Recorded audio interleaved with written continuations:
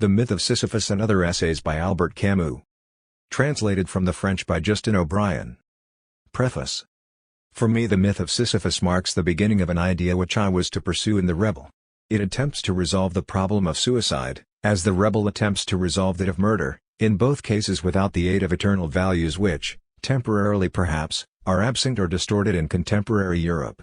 The fundamental subject of the myth of Sisyphus is this: it is legitimate and necessary to wonder whether life has a meaning, therefore it is legitimate to meet the problem of suicide face to face. The answer, underlying and appearing through the paradoxes which cover it, is this: even if one does not believe in God, suicide is not legitimate. Written 15 years ago, in 1940, amid the French and European disaster, this book declares that even within the limits of nihilism it is possible to find the means to proceed beyond nihilism. In all the books I have written since, I have attempted to pursue this direction. Although the myth of Sisyphus poses mortal problems, it sums itself up for me as a lucid invitation to live and to create, in the very midst of the desert. It has hence been thought possible to append to this philosophical argument a series of essays, of a kind I have never ceased writing, which are somewhat marginal to my other books. In a more lyrical form, they all illustrate that essential fluctuation from assent to refusal which, in my view, defines the artist and his difficult calling. The unity of this book, that I should like to be apparent to American readers as it is to me, resides in the reflection, alternately cold and impassioned, in which an artist may indulge as to his reasons for living and for creating. After 15 years I have progressed beyond several of the positions which are set down here, but I have remained faithful, it seems to me, to the exigency which prompted them. That is why this book is in a certain sense the most personal of those I have published in America. More than the others, therefore, it has need of the indulgence and understanding of its readers. Albert Camus. Paris. March 1955. The Myth of Sisyphus.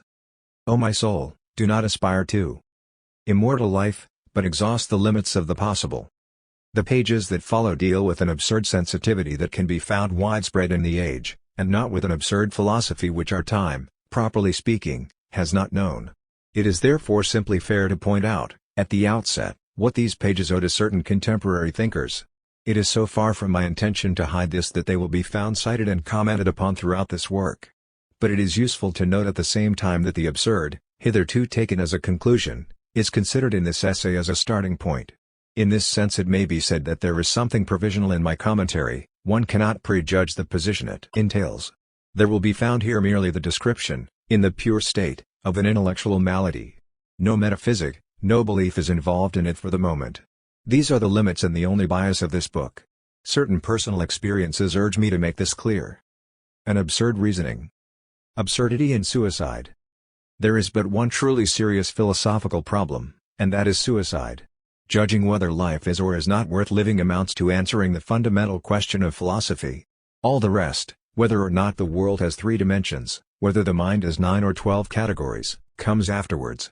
These are games, one must first answer. And if it is true, as Nietzsche claims, that a philosopher, to deserve our respect, must preach by example, you can appreciate the importance of that reply, for it will precede the definitive act. These are facts the heart can feel, yet they call for careful study before they become clear to the intellect. If I ask myself how to judge that this question is more urgent than that, I reply that one judges by the actions it entails. I have never seen anyone die for the ontological argument. Galileo, who held a scientific truth of great importance, abjured it with the greatest ease as soon as it endangered his life. In a certain sense, he did right. 1. That truth was not worth the stake. Whether the earth or the sun revolves around the other is a matter of profound indifference. To tell the truth, it is a futile question. On the other hand, I see many people die because they judge that life is not worth living. I see others paradoxically getting killed for the ideas or illusions that give them a reason for living. What is called a reason for living is also an excellent reason for dying. I therefore conclude that the meaning of life is the most urgent of questions. How to answer it? On all essential problems, I mean thereby those that run the risk of leading to death or those that intensify the passion of living, there are probably but 2 methods of thought, the method of La Palisa and the method of Don Quixote. Solely the balance between evidence and lyricism can allow us to achieve simultaneously emotion and lucidity. In a subject at once so humble and so heavy with emotion, the learned and classical dialectic must yield, one can see, to a more modest attitude of mind deriving at one and the same time from common sense and understanding. Suicide has never been dealt with except as a social phenomenon. On the contrary, we are concerned here, at the outset, with the relationship between individual thought and suicide. An act like this is prepared within the silence of the heart, as is a great work of art. The man himself is ignorant of it. One evening he pulls the trigger or jumps.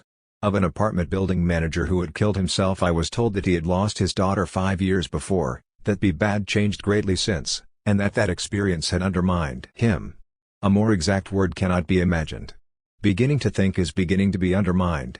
Society has but little connection with such beginnings. The worm is in man's heart. That is where it must be sought. One must follow and understand this fatal game that leads from lucidity in the face of existence to flight from light. There are many causes for a suicide, and generally the most obvious ones were not the most powerful. Rarely is suicide committed, yet the hypothesis is not excluded, through reflection. What sets off the crisis is almost always unverifiable. Newspapers often speak of personal sorrows or of incurable illness. These explanations are plausible. But one would have to know whether a friend of the desperate man had not that very day addressed him indifferently. He is the guilty one. For that is enough to precipitate all the rancors and all the boredom still in suspension. 2. But if it is hard to fix the precise instant, the subtle step when the mind opted for death, it is easier to deduce from the act itself the consequences it implies. In a sense, and as in melodrama, killing yourself amounts to confessing. It is confessing that life is too much for you or that you do not understand it. Let's not go too far in such analogies, however, but rather return to everyday words. It is merely confessing that is not worth the trouble. Living, naturally, is never easy. You continue making the gestures commanded by existence for many reasons, the first of which is habit. Dying voluntarily implies that you have recognized, even instinctively, the ridiculous character of that habit, the absence of any profound reason for living, the insane character of the daily agitation, and the uselessness of suffering. What, then, is that incalculable feeling that deprives the mind of the sleep necessary to life? A world that can be explained even with bad reasons is a familiar world. But, on the other hand, in a universe suddenly divested of illusions and lights, man feels an alien, a stranger. His exile is without remedy since he is deprived of the memory of a lost home or the hope of a promised land. This divorce between man and this life, the actor and his setting, is properly the feeling of absurdity. All healthy men having thought of their own suicide, it can be seen, without further explanation, that there is a direct connection between this feeling and the longing for death. The subject of this essay is precisely this relationship between the absurd and suicide, the exact degree to which suicide is a solution to the absurd. The principle can be established that for a man who does not cheat, what he believes to be true must determine his action. Belief in the absurdity of existence must then dictate his conduct. It is legitimate to wonder, clearly and without false pathos, whether a conclusion of this importance requires forsaking as rapidly as possible an incomprehensible condition. I am speaking, of course, of men inclined to be in harmony with themselves. Stated clearly, this problem may seem both simple and insoluble. But it is wrongly assumed that simple questions involve answers that are no less simple and that evidence implies evidence. A priori and reversing the terms of the problem, just as one does or does not kill oneself, it seems that there are but two philosophical solutions, either yes or no. This would be too easy. But allowance must be made for those who, without concluding, continue questioning. Here I am only slightly indulging in irony, this is the majority. I notice also that those who answer no act as if they thought yes. As a matter of fact, if I accept the Nietzschean criterion, they think yes in one way or another. On the other hand, it often happens that those who commit suicide were assured of the meaning of life. These contradictions are constant. It may even be said that they have never been so keen as on this point where, on the contrary, logic seems so desirable. It is a commonplace to compare philosophical theories and the behavior of those who profess them.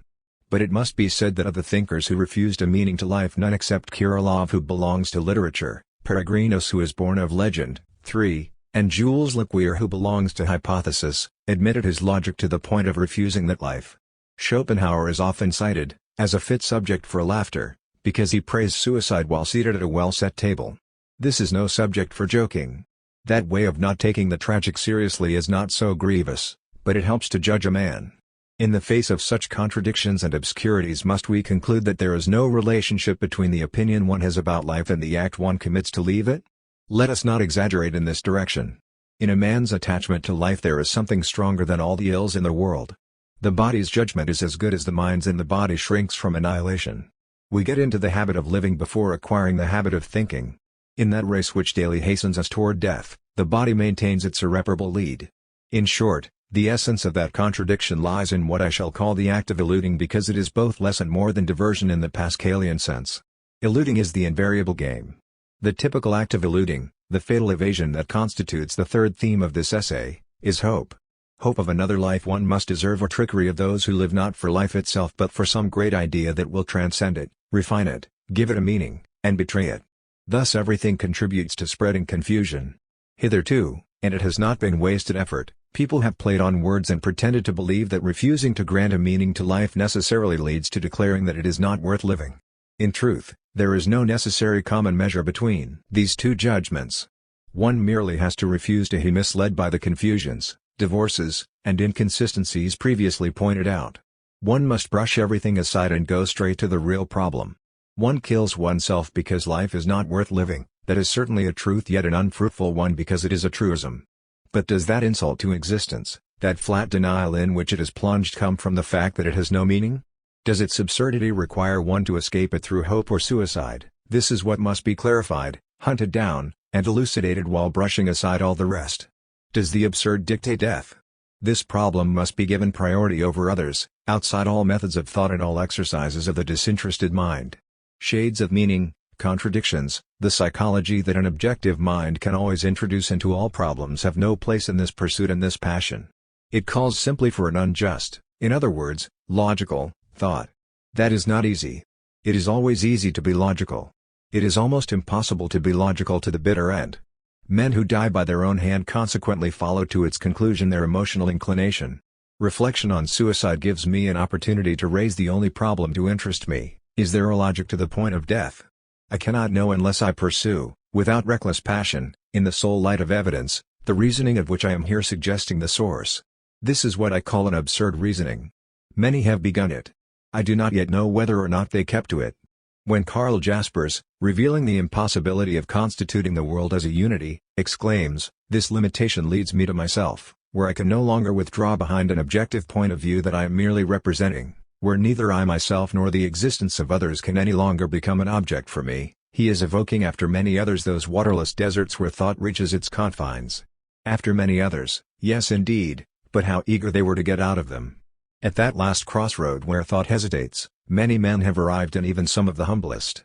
They then abdicated what was most precious to them, their life. Others, princes of the mind, abdicated likewise, but they initiated the suicide of their thought in its purest revolt. The real effort is to stay there, rather, in so far as that is possible, and to examine closely the odd vegetation of those distant regions. Tenacity and acumen are privileged spectators of this inhuman show in which absurdity, hope, and death carry on their dialogue.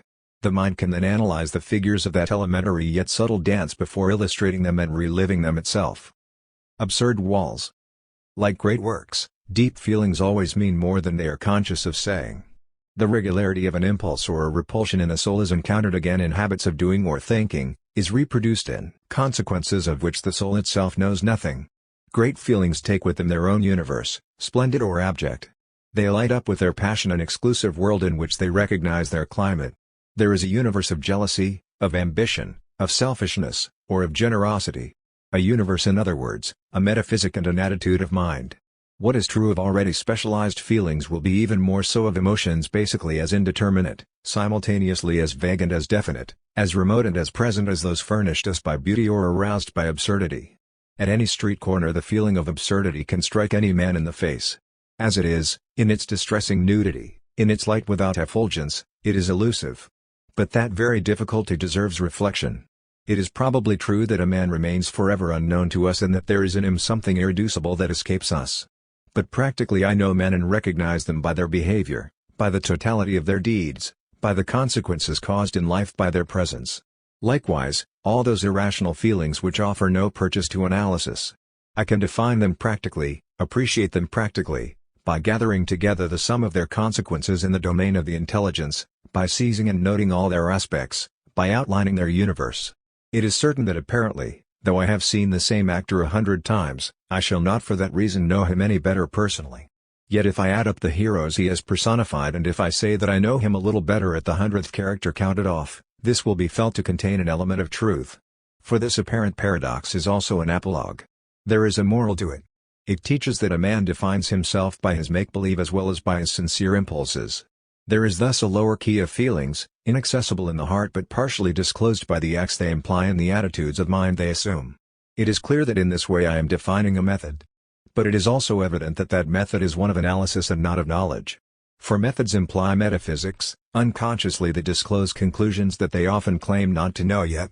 Similarly, the last pages of a book are already contained in the first pages. Such a link is inevitable. The method defined here acknowledges the feeling that all true knowledge is impossible.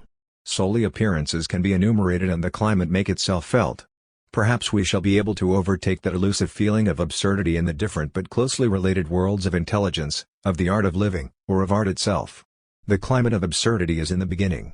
The end is the absurd universe and that attitude of mind which lights the world with its true colors to bring out the privileged and implacable visage which that attitude has discerned in it. All great deeds and all great thoughts have a ridiculous beginning. Great works are often born on a street corner or in a restaurant's revolving door. So it is with absurdity. The absurd world more than others derives its nobility from that abject birth. In certain situations, replying nothing when asked what one is thinking about may be pretense in a man. Those who are loved are well aware of this.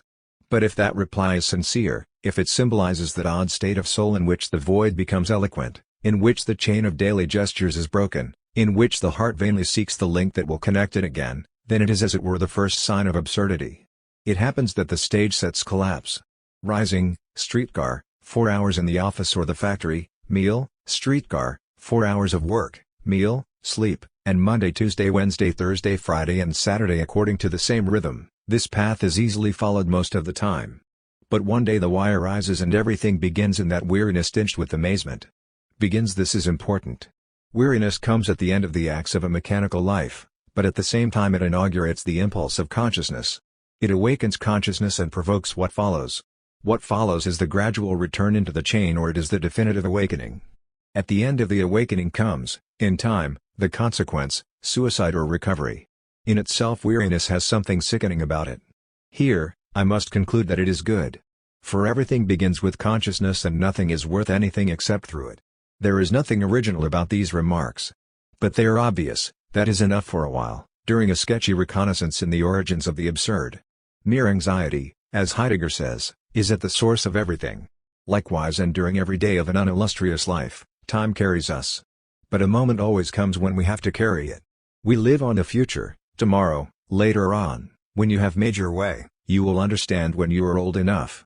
Such irrelevancies are wonderful, for, after all, it's a matter of dying. Yet a day comes when a man notices or says that he is 30. Thus he asserts his youth.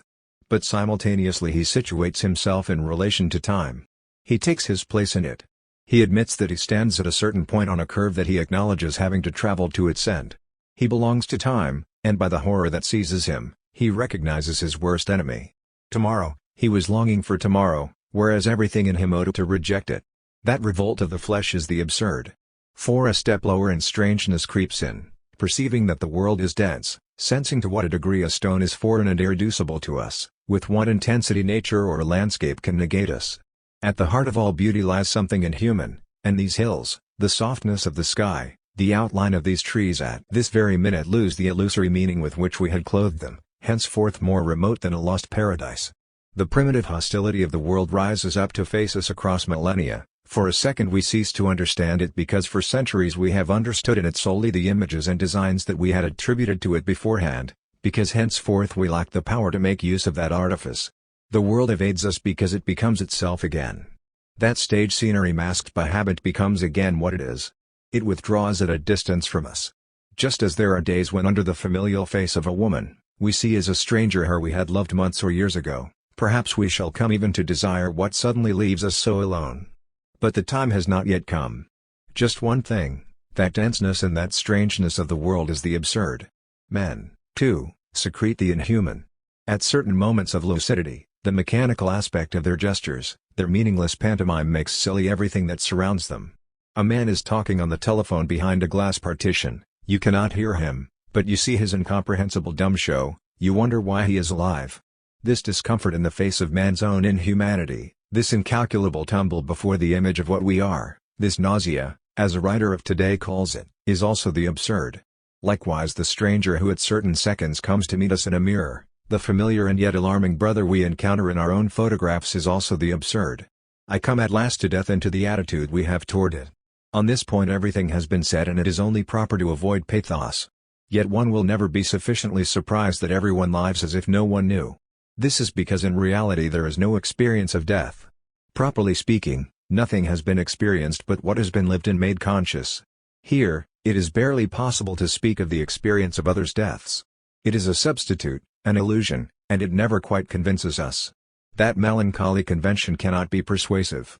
The horror comes in reality from the mathematical aspect of the event.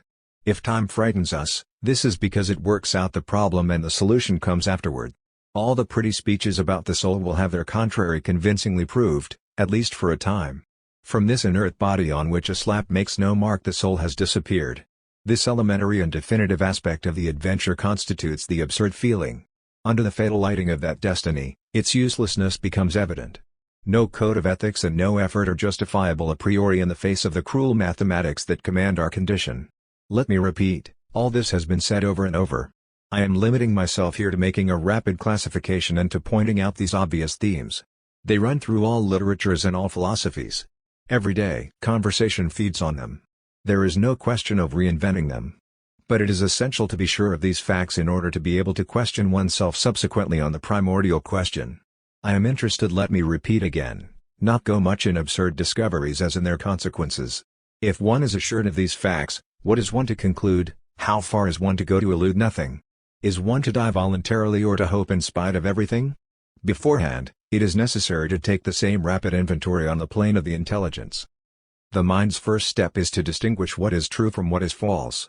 However, as soon as thought reflects on itself, what it first discovers is a contradiction. Useless to strive to be convincing in this case. Over the centuries no one has furnished a clearer and more elegant demonstration of the business than Aristotle. The often ridiculed consequence of these opinions is that they destroy themselves. For by asserting that all is true we assert the truth of the contrary assertion and consequently the falsity of our own thesis, for the contrary assertion does not admit that it can be true. And if one says that all is false, that assertion is itself false. If we declare that solely the assertion opposed to ours is false or else that solely ours is not false, we are nevertheless forced to admit an infinite number of true or false judgments.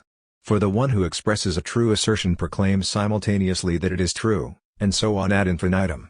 This vicious circle is but the first of a series in which the mind that studies itself gets lost in a giddy whirling.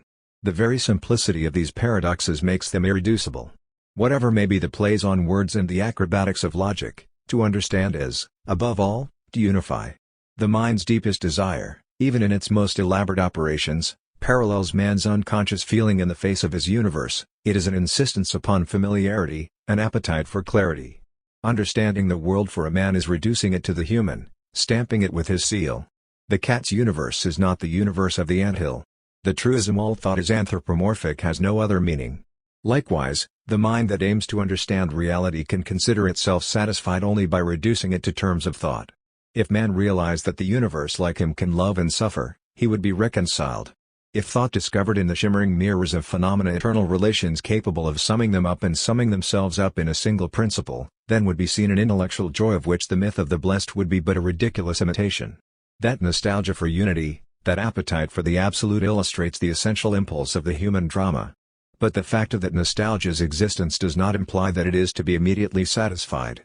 For if, bridging the gulf that separates desire from conquest, we assert with Parmenides the reality of the one, whatever it may be, we fall into the ridiculous contradiction of a mind that asserts total unity and proves by its very assertion its own difference and the diversity it claimed to resolve.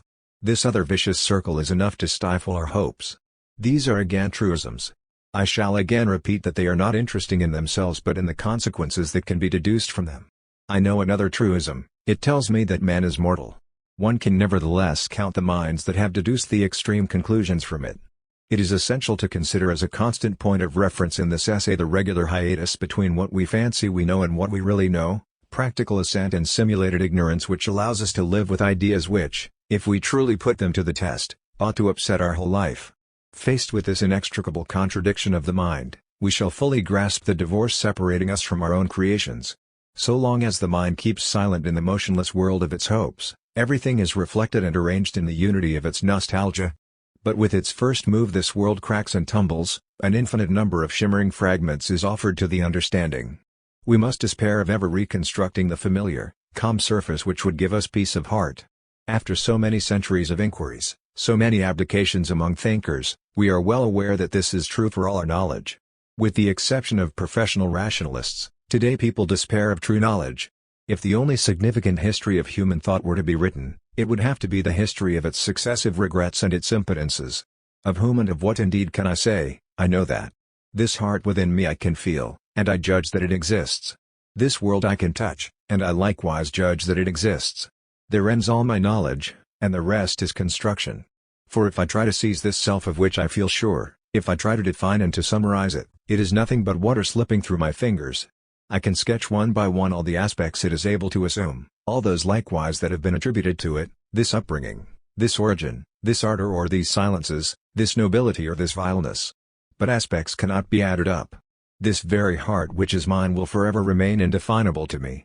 Between the certainty I have of my existence and the content I try to give to that assurance, the gap will never be filled. Forever I shall be a stranger to myself. In psychology as in logic, there are truths but no truth. Socrates, know thyself has as much value as the be virtuous of our confessionals. They reveal a nostalgia at the same time as an ignorance. They are sterile exercises on great subjects. They are legitimate only in precisely so far as they are approximate. And here are trees and I know their gnarled surface, water and I feel its taste. These scents of grass and stars at night, certain evenings when the heart relaxes, how shall I negate this world whose power and strength I feel?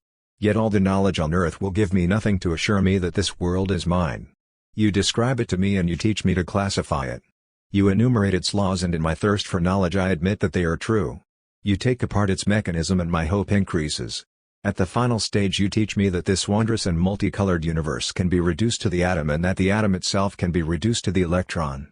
All this is good and I wait for you to continue. But you tell me of an invisible planetary system in which electrons gravitate around a nucleus. You explain this world to me with an image. I realize then that you have been reduced to poetry. I shall never know. Have I the time to become indignant? You have already changed theories. So that science that was to teach me everything ends up in a hypothesis, that lucidity founders in metaphor, that uncertainty is resolved in a work of art. What need had I of so many efforts? The soft lines of these hills and the hand of evening on this troubled heart teach me much more. I have returned to my beginning. I realize that if through science I can seize phenomena and enumerate them, I cannot, for all that, apprehend the world. Were I to trace its entire relief with my finger, I should not know any more. And you give me the choice between a description that is sure but that teaches me nothing and hypotheses that claim to teach me but that are not sure. A stranger to myself and to the world, armed solely with a thought that negates itself as soon as it asserts, what is this condition in which I can have peace only by refusing to know and to live, in which the appetite for conquest bumps into walls that defy its assaults? To will is to stir up paradoxes. Everything is ordered in such a way as to bring into being the poison peace produced by thoughtlessness, lack of heart, or fatal renunciations. Hence the intelligence, too, tells me in its way that this world is absurd. Its contrary, blind reason, may well claim that all is clear. I was waiting for proof and longing for it to be right. But despite so many pretentious centuries and over the heads of so many eloquent and persuasive men, I know that is false. On this plane, at least, there is no happiness if I cannot know. That universal reason, practical or ethical, that determinism, those categories that explain everything are enough to make a decent man laugh. They have nothing to do with the mind. They negate its profound truth, which is to be enchained. In this unintelligible and limited universe, man's fate henceforth assumes its meaning. A horde of irrationals has sprung up and surrounds him until his ultimate end. In his recovered and now studied lucidity, the feeling of the absurd becomes clear and definite. I said that the world is absurd, but I was too hasty. This world in itself is not reasonable, that is all that can be said.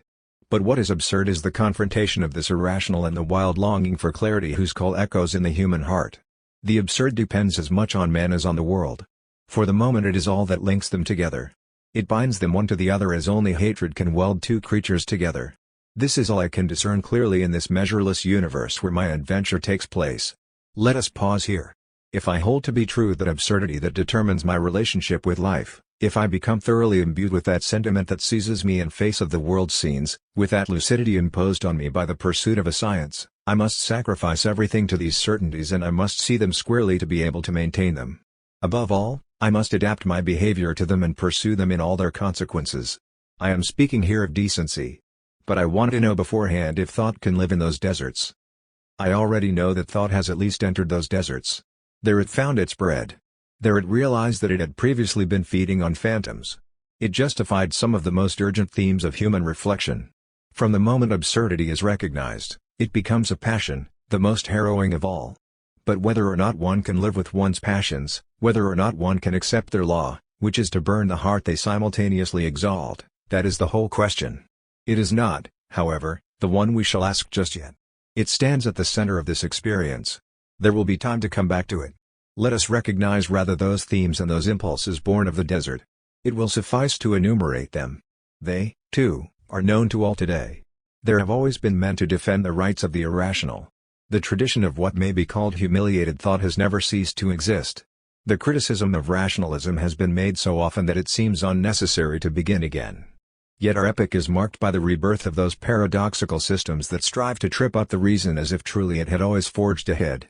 But that is not so much a proof of the efficacy of the reason as of the intensity of its hopes. On the plane of history, such a constancy of two attitudes illustrates the essential passion of man torn between his urge toward unity and the clear vision he may have of the walls enclosing him. But never perhaps at any time has the attack on reason been more violent than in ours. Since Zarathustra's great outburst, by chance it is the oldest nobility in the world. I conferred it upon all things when I proclaimed that above them no eternal will was exercised, since Kierkegaard's fatal illness, that malady that leads to death with nothing else following it, the significant and tormenting themes of absurd thought have followed one another.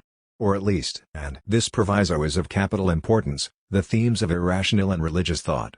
From Jaspers to Heidegger, from Kierkegaard to Chestov, from the phenomenologists to Schiller, on the logical plane and on the moral plane, a whole family of minds related by their nostalgia but opposed by their methods or their aims, have persisted in blocking the royal road of reason and in recovering the direct paths of truth. Here I assume these thoughts to be known and lived. Whatever may be or have been their ambitions, all started out from that indescribable universe where contradiction, antinomy, anguish, or impotence reigns. And what they have in common is precisely the themes so far disclosed. For them, too, it must be said that what matters above all is the conclusions they have managed to draw from those discoveries. That matters so much that they must be examined separately. But for the moment we are concerned solely with their discoveries and their initial experiments. We are concerned solely with noting their agreement. If it would be presumptuous to try to deal with their philosophies, it is possible and sufficient in any case to bring out the climate that is common to them. Heidegger considers the human condition coldly and announces that existence is humiliated. The only reality is anxiety in the whole chain of beings. To the man lost in the world and its diversions this anxiety is a brief, fleeting fear. But if that fear becomes conscious of itself, it becomes anguish, the perpetual climate of the lucid man in whom existence is concentrated. This professor of philosophy writes without trembling and in the most abstract language in the world that the finite and limited character of human existence is more primordial than man himself. His interest in Kant extends only to recognizing the restricted character of his pure reason. This is to coincide at the end of his analyses that the world can no longer offer anything to the man filled with anguish. This anxiety seems to him so much more important than all the categories in the world that he thinks and talks only of it. He enumerates its aspects: boredom when the ordinary man strives to quash it in him and benumb it, terror when the mind contemplates death. He too does not separate consciousness from the absurd. The consciousness of death is the call of anxiety and existence then delivers itself its own summons through the intermediary of consciousness. It is the very voice of anguish and it adjures existence to return from its loss in the anonymous they. For him, too, one must not sleep, but must keep alert until the consummation. He stands in this absurd world and points out its ephemeral character. He seeks his way amid these ruins. Jaspers despairs of any ontology because he claims that we have lost naivety. He knows that we can achieve nothing that will transcend the fatal game of appearances. He knows that the end of the mind is failure. He tarries over the spiritual adventures revealed by history and pitilessly discloses the flaw in each system, the illusion that saved everything, the preaching that hid nothing. In this ravaged world in which the impossibility of knowledge is established, in which everlasting nothingness seems the only reality and irremediable despair seems the only attitude, he tries to recover the Ariadne's thread that leads to divine secrets. Chestov, for his part, throughout a wonderfully monotonous work, constantly straining toward the same truths, tirelessly demonstrates that the tightest system, the most universal rationalism always stumbles eventually on the irrational of human thought. None of the ironic facts or ridiculous contradictions that depreciate the reason escapes him. One thing only interests him, and that is the exception, whether in the domain of the heart or of the mind. Through the Dostoevskian experiences of the condemned man, the exacerbated adventures of the Nietzschean mind, Hamlet's imprecations, or the bitter aristocracy of an Ibsen, he tracks down, illuminates, and magnifies the human revolt against the irremediable. He refuses the reason its reasons and begins to advance with some decision only in the middle of the colorless desert where all certainties have become stones. Of all perhaps the most engaging, Kierkegaard, for a part of his existence at least, does more than discover the absurd, he lives it. The man who writes, "The surest of stubborn silences is not to hold one's tongue but to talk," makes sure in the beginning that no truth is absolute or can render satisfactory an existence that is impossible in itself. Don Juan of the understanding, he multiplies pseudonyms and contradictions, writes his discourses of edification at the same time as that manual of cynical spiritualism, the diary of the seducer. He refuses consolations, ethics, reliable principles. As for that thorn he feels in his heart, he is careful not to quiet its pain. On the contrary, he awakens it and, in the desperate joy of a man crucified and happy to be so, he builds up piece by piece, lucidity, refusal, make-believe, a category of the man possessed. That face both tender and sneering, those pirouettes followed by a cry from the heart are the absurd spirit itself grappling with a reality beyond its comprehension. And the spiritual adventure that leads Kierkegaard to his beloved scandals begins likewise in the chaos of an experience divested of its setting and relegated to its original incoherence. On quite a different plane, that of method, Husserl and the phenomenologists, by their very extravagances, reinstate the world in its diversity and deny the transcendent power of the reason. The spiritual universe becomes incalculably enriched through them. The rose petal, the milestone, or the human hand are as important as love, desire, or the laws of gravity. Thinking ceases to be unifying or making a semblance familiar in the guise of a major principle. Thinking is learning all over again to see, to be attentive, to focus consciousness. It is turning every idea and every image, in the manner of Proust, into a privileged moment. What justifies thought is its extreme consciousness.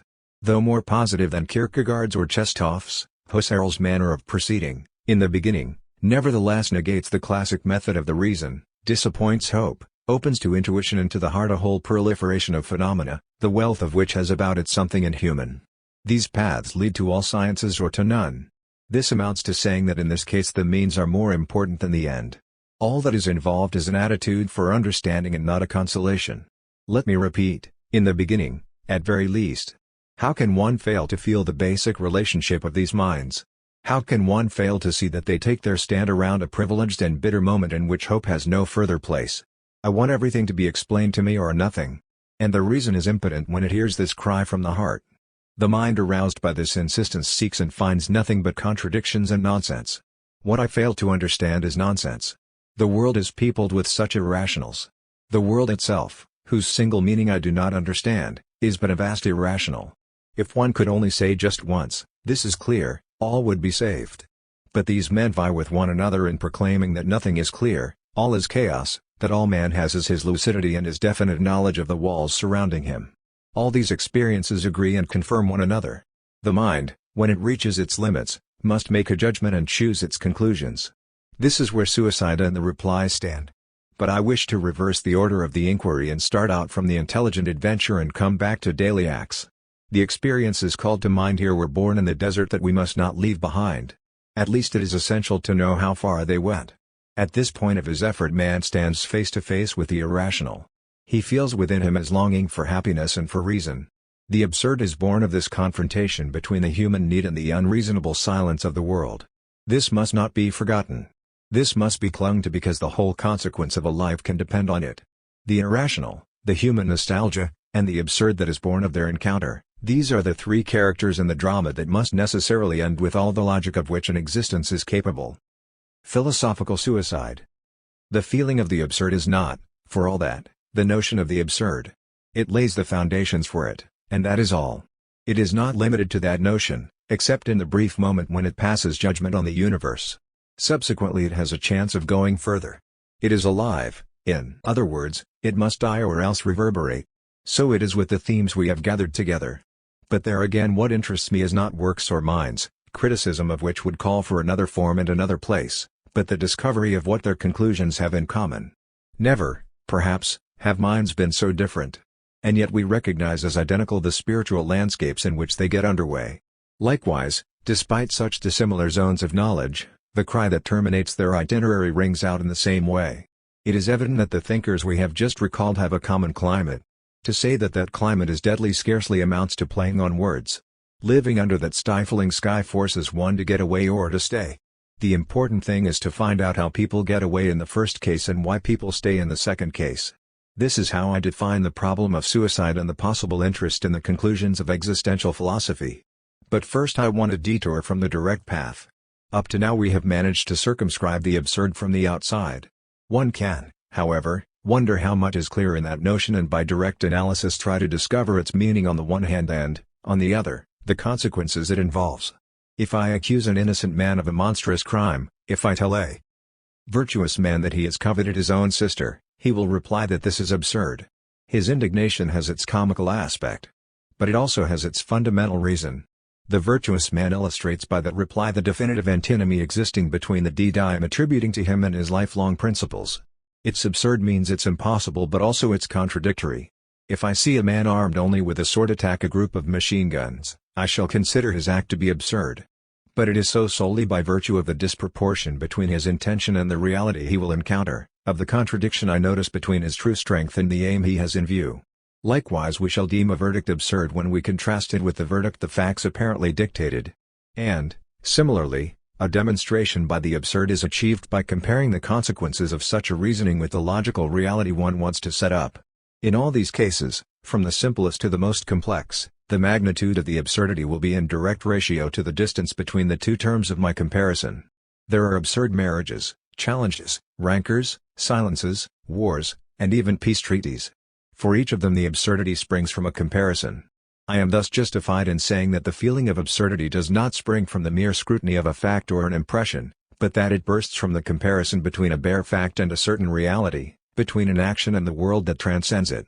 The absurd is essentially a divorce. It lies in neither of the elements compared, it is born of their confrontation. In this particular case and on the plane of intelligence, I can therefore say that the absurd is not in man, if such a metaphor could have a meaning, nor in the world, but in their presence together. For the moment it is the only bond uniting them. If wish to limit myself to facts, I know what man wants, I know what the world offers him, and now I can say that I also know what links them. I have no need to dig deeper. A single certainty is enough for the seeker. He simply has to derive all the consequences from it. The immediate consequence is also a rule of method.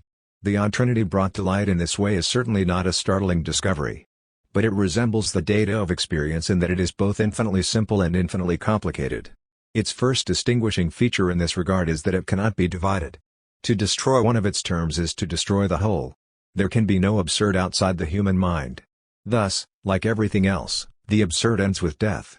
But there can be no absurd outside this world either. And it is by this elementary criterion that I judge the notion of the absurd to be essential and consider that it can stand as the first of my truths. The rule of method alluded to above appears here. If I judge that a thing is true, I must preserve it. If I attempt to solve a problem, at least I must not by that very solution conjure away one of the terms of the problem. For me the sole datum is the absurd. The first and, after all, the only condition of my inquiry is to preserve the very thing that crushes me, consequently to respect what I consider essential in it. I have just defined it as a confrontation and an unceasing struggle. And carrying this absurd logic to its conclusion, I must admit that that struggle implies a total absence of hope, which has nothing to do with despair, a continual rejection, which must not be confused with renunciation, and a conscious dissatisfaction, which must not be compared to immature unrest. Everything that destroys, conjures away, or exorcises these requirements, and, to begin with, consent which overthrows divorce, ruins the absurd and devaluates the attitude that may then be proposed. The absurd has meaning only in so far as it is not agreed to. There exists an obvious fact that seems utterly moral, namely, that a man is always a prey to his truths.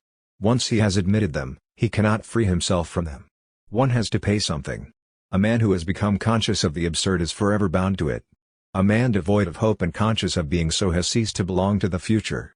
That is natural. But it is just as natural that he should strive to escape the universe of which he is the creator. All the foregoing has significance only on account of this paradox. Certain men, starting from a critique of rationalism, have admitted the absurd climate. Nothing is more instructive in this regard than to scrutinize the way in which they have elaborated their consequences.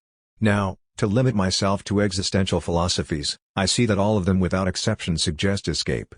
Through a not reasoning, starting out from the absurd over the ruins of reason, in a closed universe limited to the human, they deify what crushes them and find reason to hope in what impoverishes them. That forced hope is religious in all of them. It deserves attention. I shall merely analyze here as examples a few themes dear to Chekhov and Kierkegaard.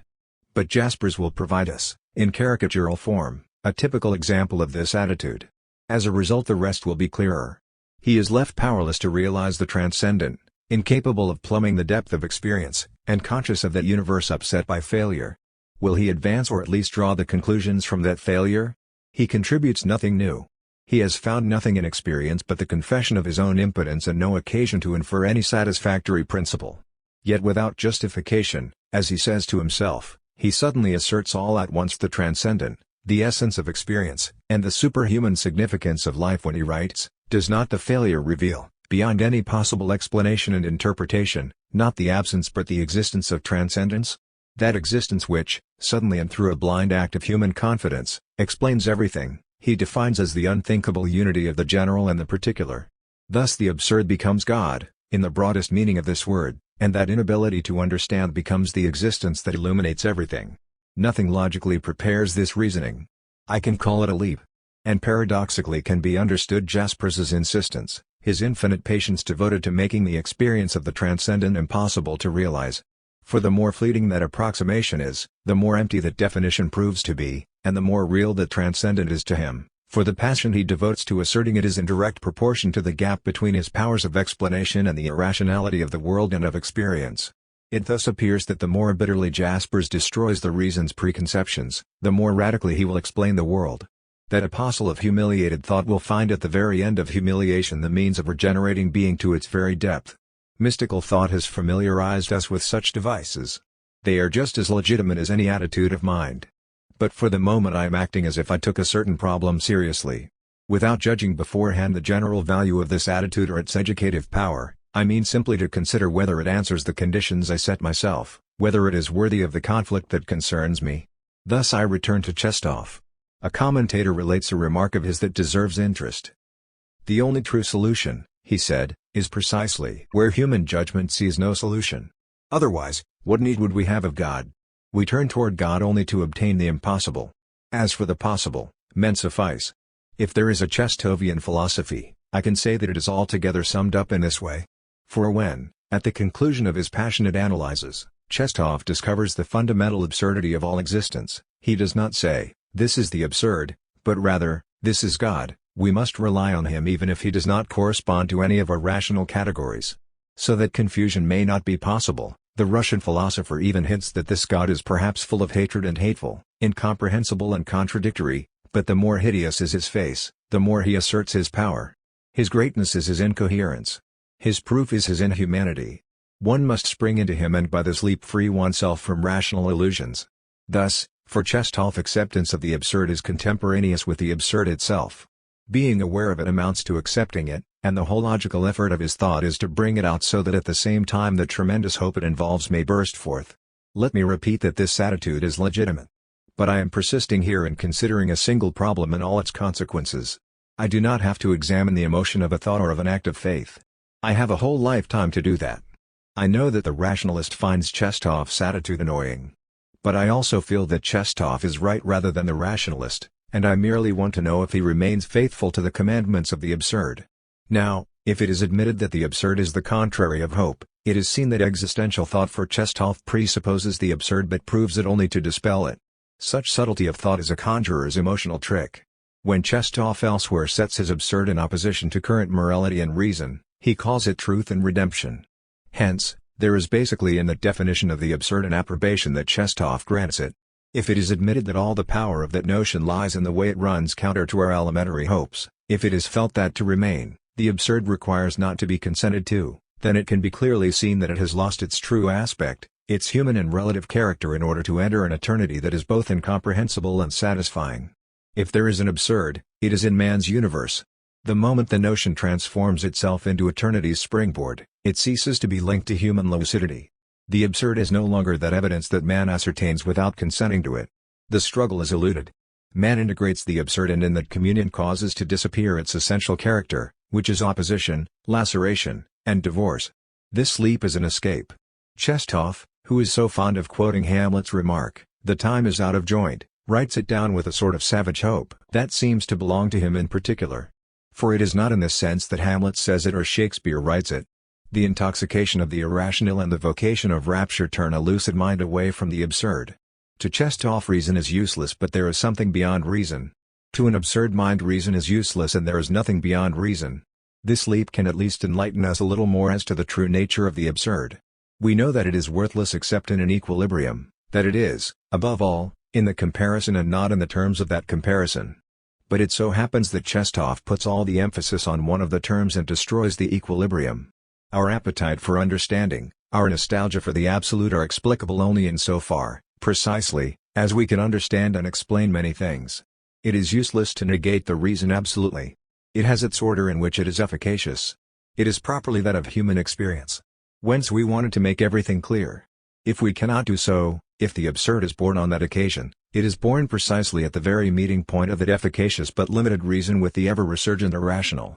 Now, when Chestov rises up against a Hegelian proposition such as the motion of the solar system takes place in conformity with immutable laws and those laws are its reason, when he devotes all his passion to upsetting Spinoza's rationalism, he concludes, in effect, in favor of the vanity of all reason. Whence, by natural and illegitimate reversal, to the preeminence of the irrational. 5. But the transition is not evident. For here may intervene the notion of limit and the notion of level. The laws of nature may be operative up to a certain limit, beyond which they turn against themselves to give birth to the absurd. Or else, they may justify themselves on the level of description without for that reason being true on the level of explanation. Everything is sacrificed here to the irrational, and, the demand for clarity being conjured away, the absurd disappears with one of the terms of its comparison. The absurd man, on the other hand, does not undertake such a leveling process. He recognizes the struggle, does not absolutely scorn reason, and admits the irrational. Thus he again embraces in a single glance all the data of experience, and he is little inclined to leap before knowing. He knows simply that in that alert awareness there is no further place for hope. What is perceptible in Leo Chestov will be perhaps even more so in Kierkegaard. To be sure, it is hard to outline clear propositions in so elusive a writer. But, despite apparently opposed writings, beyond the pseudonyms, the tricks, and the smiles, can be felt throughout that work, as it were, the presentiment, at the same time as the apprehension, of a truth which eventually bursts forth in the last works. Kierkegaard likewise takes the leap. His childhood having been so frightened by Christianity, he ultimately returns to its harshest aspect. For him, too, antinomy and paradox become criteria of the religious. Thus, the very thing that led to despair of the meaning and depth of this life now gives it its truth and its clarity. Christianity is the scandal, and what Kierkegaard calls for quite plainly is the third sacrifice required by Ignatius Loyola, the one in which God most rejoices, the sacrifice of the intellect. 6. This effect of the leap is odd, but must not surprise us any longer. He makes of the absurd the criterion of the other world, whereas it is simply a residue of the experience of this world. In his failure, says Kierkegaard, the believer finds his triumph. It is not for me to wonder to what stirring preaching this attitude is linked. I merely have to wonder if the spectacle of the absurd and its own character justifies it. On this point, I know that it is not so. Upon considering again the content of the absurd, one understands better the method that inspired Kierkegaard. Between the irrational of the world and the insurgent nostalgia of the absurd, he does not maintain the equilibrium. He does not respect the relationship that constitutes, properly speaking, the feeling of absurdity. Sure of being unable to escape the irrational, he wants at least to save himself from that desperate nostalgia that seems to him sterile and devoid of implication. But if he may be right on this point in his judgment, he could not be in his negation.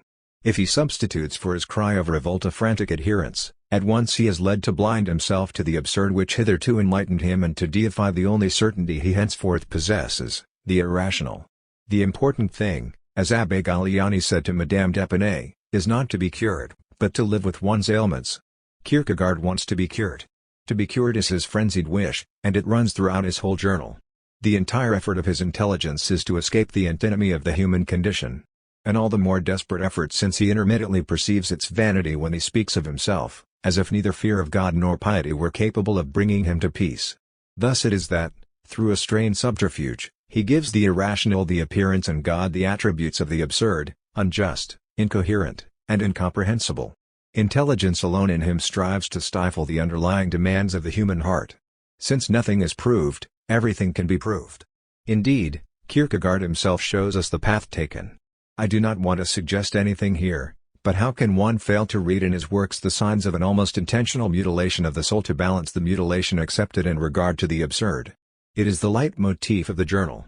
What I lacked was the animal which also belongs to human destiny, but give me a body then. And further on, oh, especially in my early youth, what should I not have given to be a man, even for 6 months? What I lack, basically, is a body and the physical conditions of existence. Elsewhere, the same man nevertheless adopts the great cry of hope that has come down through so many centuries and quickened so many hearts, except that of the absurd man. But for the Christian, death is certainly not the end of everything, and it implies infinitely more hope than life implies for us, even when that life is overflowing with health and vigor. Reconciliation through scandal is still reconciliation. It allows one perhaps, as can be seen, to derive hope of its contrary, which is death. But even if fellow feeling inclines one toward that attitude, still it must be said that excess justifies nothing. That transcends, as the saying goes, the human scale, therefore it must be superhuman. But this therefore is superfluous. There is no logical certainty here. There is no experimental probability either. All I can say is that, in fact, that transcends my scale. If I do not draw a negation from it, at least I do not want to found anything on the incomprehensible. I want to know whether I can live with what I know and with that alone. I am told again that here the intelligence must sacrifice its pride and the reason bow down. But if I recognize the limits of the reason, I do not therefore negate it, recognizing its relative powers. I merely want to remain in this middle path where the intelligence can remain clear. If that is its pride, I see no sufficient reason for giving it up. Nothing more profound, for example, than Kierkegaard's view according to which despair is not a fact but a state, the very state of sin. For sin is what alienates from God. The absurd, which is the metaphysical state of the conscious man, does not lead to God. 7.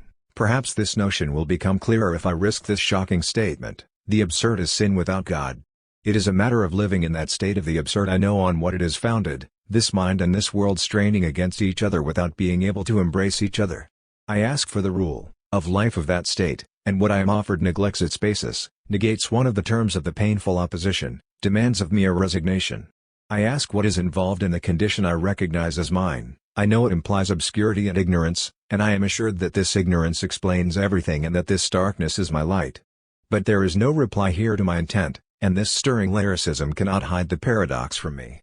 One must therefore turn away. Kierkegaard may shout in warning, if man had no eternal consciousness, if, at the bottom of everything, there were merely a wild, seething force producing everything, both large and trifling, in the storm of dark passions, if the bottomless void that nothing can fill underlay all things, what would life be but despair? This cry is not likely to stop the absurd man. Seeking what is true is not seeking what is desirable. If in order to elude the anxious question, what would life be? One must, like the donkey, feed on the roses of illusion, then the absurd mind, rather than resigning itself to falsehood, prefers to adopt fearlessly Kierkegaard's reply: despair. Everything considered, a determined soul will always manage. I am taking the liberty at this point of calling the existential attitude philosophical suicide. But this does not imply a judgment. It is a convenient way of indicating the movement by which a thought negates itself and tends to transcend itself in its very negation. For the existential's negation is their God. To be precise, that God is maintained only through the negation of human reason. 8. But, like suicides, gods change with men. There are many ways of leaping, the essential being to leap. Those redeeming negations, those ultimate contradictions which negate the obstacle that has not yet been leapt over, may spring just as well. This is the paradox at which this reasoning aims, from a certain religious inspiration as from the rational order. They always lay claim to the eternal, and it is solely in this that they take the leap. It must be repeated that the reasoning developed in this essay leaves out altogether the most widespread spiritual attitude of our enlightened age, the one, based on the principle that all is reason, which aims to explain the world. It is natural to give a clear view of the world after accepting the idea that it must be clear. That is even legitimate, but does not concern the reasoning we are following out here. In fact, Our aim is to shed light upon the step taken by the mind when, starting from a philosophy of the world's lack of meaning, it ends up by finding a meaning and depth in it. The most touching of those steps is religious in essence. It becomes obvious in the theme of the irrational. But the most paradoxical and most significant is certainly the one that attributes rational reasons to a world it originally imagined as devoid of any guiding principle. It is impossible in any case to reach the consequences that concern us without having given an idea of this new attainment of the spirit of nostalgia.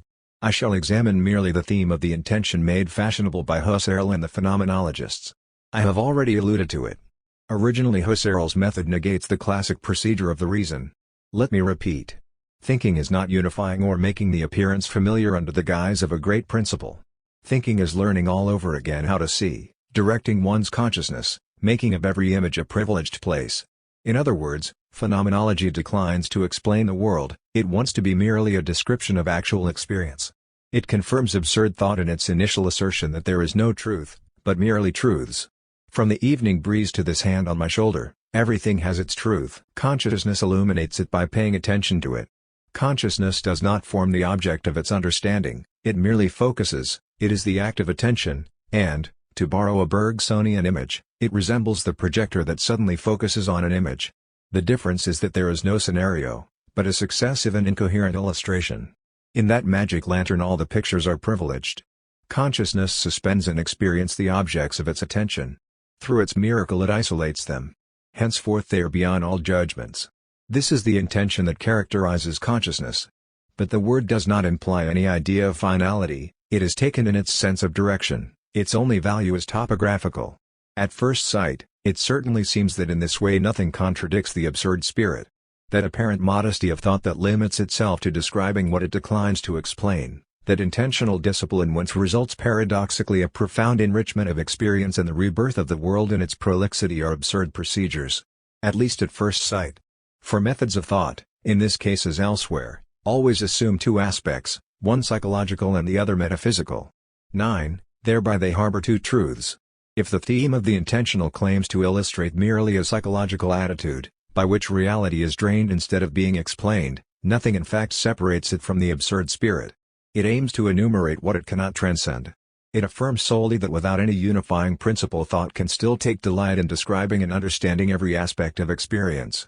The truth involved then for each of those aspects is psychological in nature. It simply testifies to the interest that reality can offer. It is a way of awaking a sleeping world and of making it vivid to the mind. But if one attempts to extend and give a rational basis to that notion of truth, if one claims to discover in this way the essence of each object of knowledge, one restores its depth to experience. For an absurd mind that is incomprehensible. Now, it is this wavering between modesty and assurance that is noticeable in the intentional attitude, and this shimmering of phenomenological thought will illustrate the absurd reasoning better than anything else. For Husserl speaks likewise of extratemporal essences brought to light by the intention, and he sounds like Plato. All things are not explained by one thing but by all things. I see no difference. To be sure, those ideas or those essences that consciousness effectuates at the end of every description are not yet to be considered perfect models.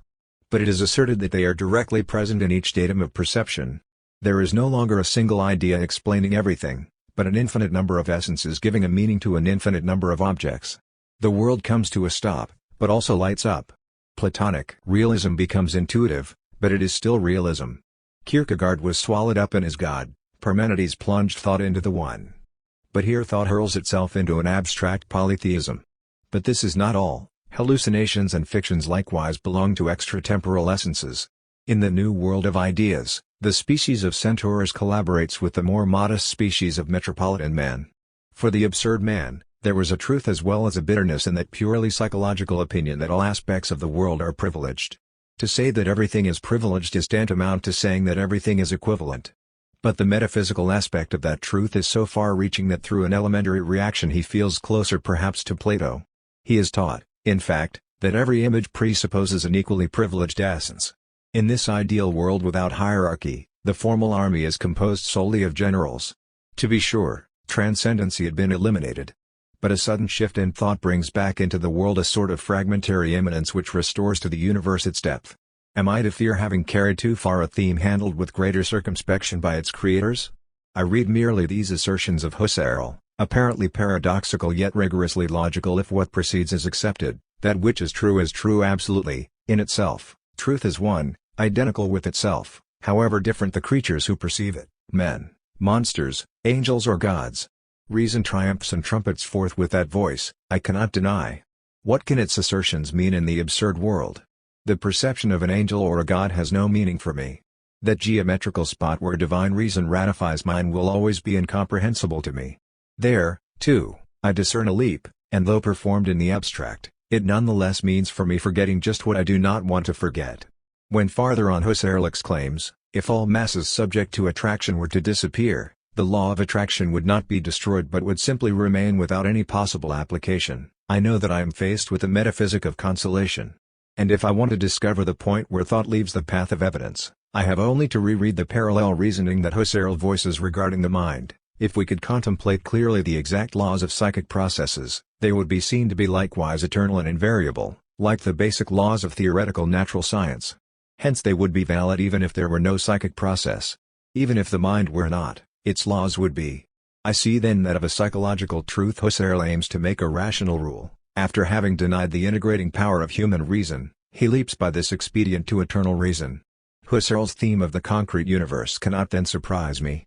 If I am told that all essences are not formal but that some are material, that the first are the object of logic and the second of science, this is merely a question of definition. The abstract, I am told, indicates but a part, without consistency in itself, of a concrete universal. But the wavering already noted allows me to throw light on the confusion of these terms. For that may mean that the concrete object of my attention, this sky, the reflection of that water on this coat, alone preserve the prestige of the real that my interest isolates in the world. And I shall not deny it.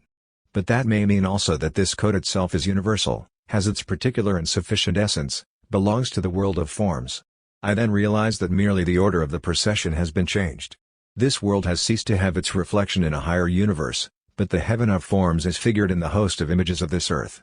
This change is nothing for me. Rather than encountering here a taste for the concrete, the meaning of the human condition, I find an intellectualism sufficiently unbridled to generalize the concrete itself. It is futile to be amazed by the apparent paradox that leads thought to its own negation by the opposite paths of humiliated reason and triumphal reason. From the abstract God of Husserl to the dazzling God of Kierkegaard the distance is not so great. Reason and the irrational lead to the same preaching. In truth the way matters but little, the will to arrive suffices. The abstract philosopher and the religious philosopher start out from the same disorder and support each other in the same anxiety. But the essential is to explain. Nostalgia is stronger here than knowledge. It is significant that the thought of the epic is at once one of the most deeply imbued with a philosophy of the non-significance of the world and one of the most divided in its conclusions. It is constantly oscillating between extreme rationalization of reality which tends to break up the thought into standard reasons and its extreme irrationalization which tends to deify it. But this divorce is only apparent. It is a matter of reconciliation, and, in both cases, the leap suffices. It is always wrongly thought that the notion of reason is a one-way notion. To tell the truth, however rigorous it may be in its ambition, this concept is nonetheless just as unstable as others. Reason bears a quite human aspect, but it also is able to turn toward the divine.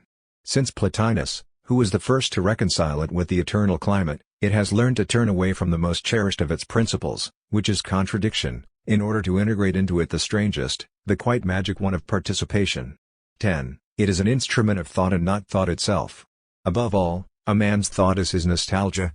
Just as reason was able to soothe the melancholy of Plotinus, it provides modern anguish the means of calming itself in the familiar setting of the eternal. The absurd mind has less luck. For it the world is neither so rational nor so irrational. It is unreasonable and only that. With Husserl the reason eventually has no limits at all.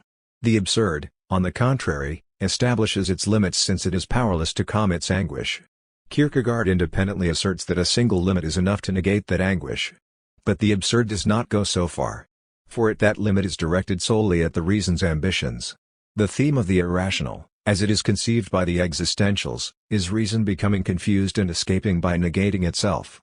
The absurd is lucid reason noting its limits. Only at the end of this difficult path does the absurd man recognize his true motives. Upon comparing his inner exigence and what is then offered him, he suddenly feels he is going to turn away. In the universe of Husserl the world becomes clear and that longing for familiarity that man's heart harbors becomes useless. In Kierkegaard's apocalypse that desire for clarity must be given up if it wants to be satisfied. Sin is not so much knowing, if it were, everybody would be innocent, as wanting to know. Indeed, it is the only sin of which the absurd man can feel that it constitutes both his guilt and his innocence. He is offered a solution in which all the past contradictions have become merely polemical games. But this is not the way he experienced them. Their truth must be preserved, which consists in not being satisfied. He does not want preaching. My reasoning wants to be faithful to the evidence that aroused it. That evidence is the absurd. It is that divorce between the mind that desires and the world that disappoints, my nostalgia for unity, this fragmented universe and the contradiction that binds them together. Kierkegaard suppresses my nostalgia and Husserl gathers together that universe. That is not what I was expecting. It was a matter of living and thinking with those dislocations, of knowing whether one had to accept or refuse. There can be no question of masking the evidence, of suppressing the absurd by denying one of the terms of its equation. It is essential to know whether one can live with it or whether, on the other hand, logic commands one to die of it. I am not interested in philosophical suicide, but rather in plain suicide. I merely wish to purge it of its emotional content and know its logic and its integrity. Any other position implies for the absurd mind deceit and the mind's retreat before what the mind itself has brought to light. Husserl claims to obey the desire to escape the inveterate habit of living and thinking in certain well-known and convenient conditions of existence, but the final leap restores in him the eternal and its comfort. The leap does not represent an extreme danger as Kierkegaard would like it to do. The danger, on the contrary, lies in the subtle instant that precedes the leap. Being able to remain on that dizzying crest, that is integrity and the rest is subterfuge. I know also that never has helplessness inspired such striking harmonies as those of Kierkegaard. But if helplessness has its place in the indifferent landscapes of history, it has none in a reasoning whose exigence is now absurd freedom. Now the main thing is done. I hold certain facts from which I cannot separate. What I know, what is certain, what I cannot deny, what I cannot reject, this is what counts. I can negate everything of that part of me that lives on vague nostalgias, except this desire for unity, this longing to solve, this need for clarity and cohesion. I can refute everything in this world surrounding me that offends or enraptures me, except this chaos, this sovereign chance and this divine equivalence which springs from anarchy. I don't know whether this world has a meaning that transcends it. But I know that I do not know that meaning and that it is impossible for me just now to know it. What can a meaning outside my condition mean to me? I can understand only in human terms. What I touch, what resists me, that is what I understand. And these two certainties, my appetite for the absolute and for unity and the impossibility of reducing this world to a rational and reasonable principle, I also know that I cannot reconcile them. What other truth can I admit without lying, without bringing in a hope I lack and which means nothing within the limits of my condition? If I were a tree among trees, a cat among animals, this life would have a meaning, or rather this problem would not arise, for I should belong to this world. I should be this world to which I am now opposed by my whole consciousness and my whole insistence upon familiarity. This ridiculous reason is what sets me in opposition to all creation. I cannot cross it out with a stroke of the pen. What I believe to be true I must therefore preserve. What seems to me so obvious, even against me, I must support. And what constitutes the basis of that conflict, of that break between the world and my mind, but the awareness of it?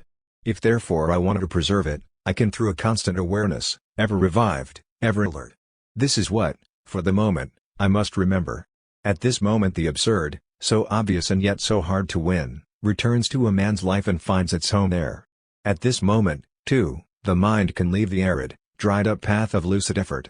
That path now emerges in daily life. It encounters the world of the anonymous impersonal pronoun one, but henceforth man enters in with his revolt and his lucidity. He has forgotten how to hope. This hell of the present is his kingdom at last. All problems recover their sharp edge. Abstract evidence retreats before the poetry of forms and colors. Spiritual conflicts become embodied and return to the abject and magnificent shelter of man's heart. None of them is settled. But all are transfigured. Is one going to die, escape by the leap, rebuild a mansion of ideas and forms to one's own scale? Is one, on the contrary, going to take up the heart-rending and marvelous wager of the absurd? Let's make a final effort in this regard and draw all our conclusions. The body, affection, creation, action, human nobility will then resume their places in this mad world. At last man will again find there the wine of the absurd and the bread of indifference on which he feeds his greatness. Let us insist again on the method. It is a matter of persisting. At a certain point on his path the absurd man is tempted. History is not lacking in either religions or prophets, even without gods. He is asked to leap. All he can reply is that he doesn't fully understand, that it is not obvious. Indeed, he does not want to do anything but what he fully understands. He is assured that this is the sin of pride, but he does not understand the notion of sin, that perhaps hell is in store, but he has not enough imagination to visualize that strange future, that he is losing immortal life, but that seems to him an idle consideration. An attempt is made to get him to admit his guilt. He feels innocent. To tell the truth, that is all he feels, his irreparable innocence. This is what allows him everything. Hence, what he demands of himself is to live solely with what he knows, to accommodate himself to what is, and to bring in nothing that is not certain. He is told that nothing is. But this at least is a certainty. And it is with this that he is concerned. He wants to find out if it is possible to live without appeal. Now I can broach the notion of suicide. It has already been felt what solution might be given. At this point the problem is reversed. It was previously a question of finding out whether or not life had to have a meaning to be lived. It now becomes clear, on the contrary, that it will be lived all the better if it has no meaning. Living an experience, a particular fate, is accepting it fully. Now, no one will live this fate, knowing it to be absurd, unless he does everything to keep before him that absurd brought to light by consciousness. Negating one of the terms of the opposition on which he lives amounts to escaping it.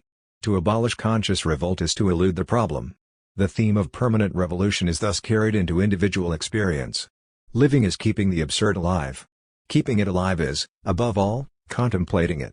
Unlike Eurydice, the absurd dies only when we turn away from it. One of the only coherent philosophical positions is thus revolt. It is a constant confrontation between man and his own obscurity. It is an insistence upon an impossible transparency. It challenges the world anew every second. Just as danger provided man the unique opportunity of seizing awareness, so metaphysical revolt extends awareness to the whole of experience. It is that constant presence of man in his own eyes. It is not aspiration, for it is devoid of hope. That revolt is the certainty of a crushing fate, without the resignation that ought to accompany it. This is where it is seen to what a degree absurd experience is remote from suicide. It may be thought that suicide follows revolt, but wrongly. For it does not represent the logical outcome of revolt. It is just the contrary by the consent it presupposes. Suicide, like the leap, is acceptance at its extreme. Everything is over and man returns to his essential history. His future, his unique and dreadful future, he sees and rushes toward it. In its way, suicide settles the absurd. It engulfs the absurd in the same death. But I know that in order to keep alive, the absurd cannot be settled. It escapes suicide to the extent that it is simultaneously awareness and rejection of death. It is, at the extreme limit of the condemned man's last thought, that shoelace that despite everything he sees a few yards away, on the very brink of his dizzying fall. The contrary of suicide, in fact, is the man condemned to death. That revolt gives life its value. Spread out over the whole length of a life, it restores its majesty to that life. To a man devoid of blinders, there is no finer sight than that of the intelligence that grips with a reality that transcends it. The sight of human pride is unequaled. No disparagement is of any use. That discipline that the mind imposes on itself, that will conjured up out of nothing, that face-to-face struggle have something exceptional about them. To impoverish that reality whose inhumanity constitutes man's majesty is tantamount to impoverishing him himself. I understand then why the doctrines that explain everything to me also debilitate me at the same time. They relieve me of the weight of my own life, and yet I must carry it alone. At this juncture, I cannot conceive that a skeptical metaphysics can be joined to an ethics of renunciation. Consciousness and revolt, these rejections are the contrary of renunciation. Everything that is indomitable and passionate in a human heart quickens them, on the contrary, with its own life. It is essential to die unreconciled and not of one's own free will. Suicide is a repudiation. The absurd man can only drain everything to the bitter end, and deplete himself. The absurd is his extreme tension, which he maintains constantly by solitary effort, for he knows that in that consciousness and in that day-to-day revolt he gives proof of his only truth, which is defiance. This is a first consequence. If I remain in that prearranged position which consists in drawing all the conclusions, and nothing else, involved in a newly discovered notion, I am faced with a second paradox. In order to remain faithful to that method, I have nothing to do with the problem of metaphysical liberty. Knowing whether or not man is free doesn't interest me. I can experience only my own freedom. As to it, I can have no general notions, but merely a few clear insights. The problem of freedom as such has no meaning, for it is linked in quite a different way with the problem of God. Knowing whether or not man is free involves knowing whether he can have a master. The absurdity peculiar to this problem comes from the fact that the very notion that makes the problem of freedom possible also takes away all its meaning. For in the presence of God there is less a problem of freedom than a problem of evil. You know the alternative: either we are not free and God the all-powerful is responsible for evil, or we are free and responsible but God is not all-powerful. All the scholastic subtleties have neither added anything to nor subtracted anything from the acuteness of this paradox. This is why I cannot act lost in the glorification or the mere definition of a notion which eludes me and loses its meaning as soon as it goes beyond the frame of reference of my individual experience. I cannot understand what kind of freedom would be given me by a higher being. I have lost the sense of hierarchy. The only conception of freedom I can have is that of the prisoner or the individual in the midst of the state. The only one I know is freedom of thought and action.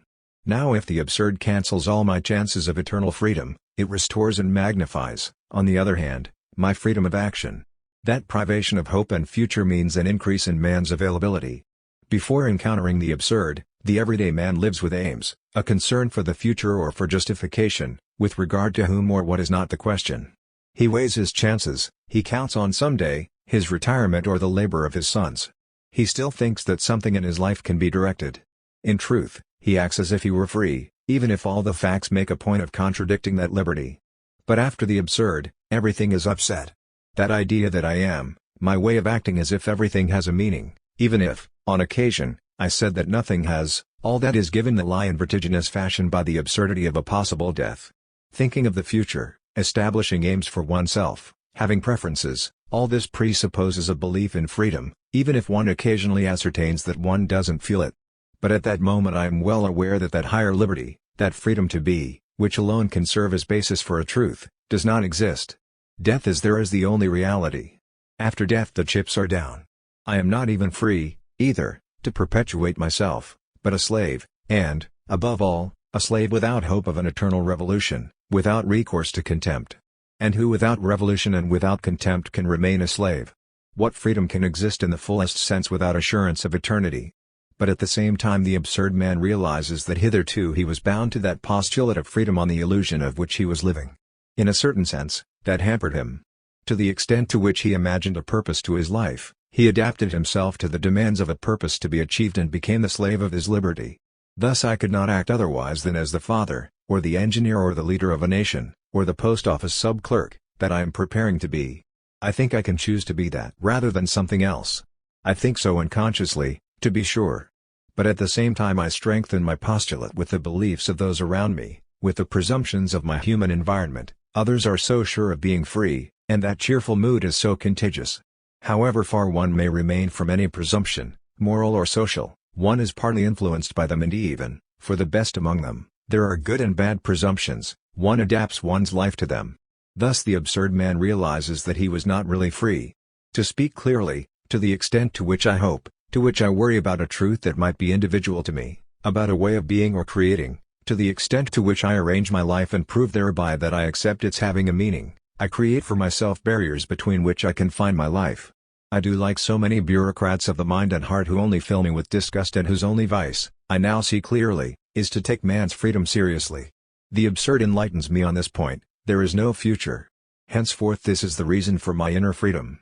I shall use two comparisons here. Mystics, to begin with, find freedom in giving themselves.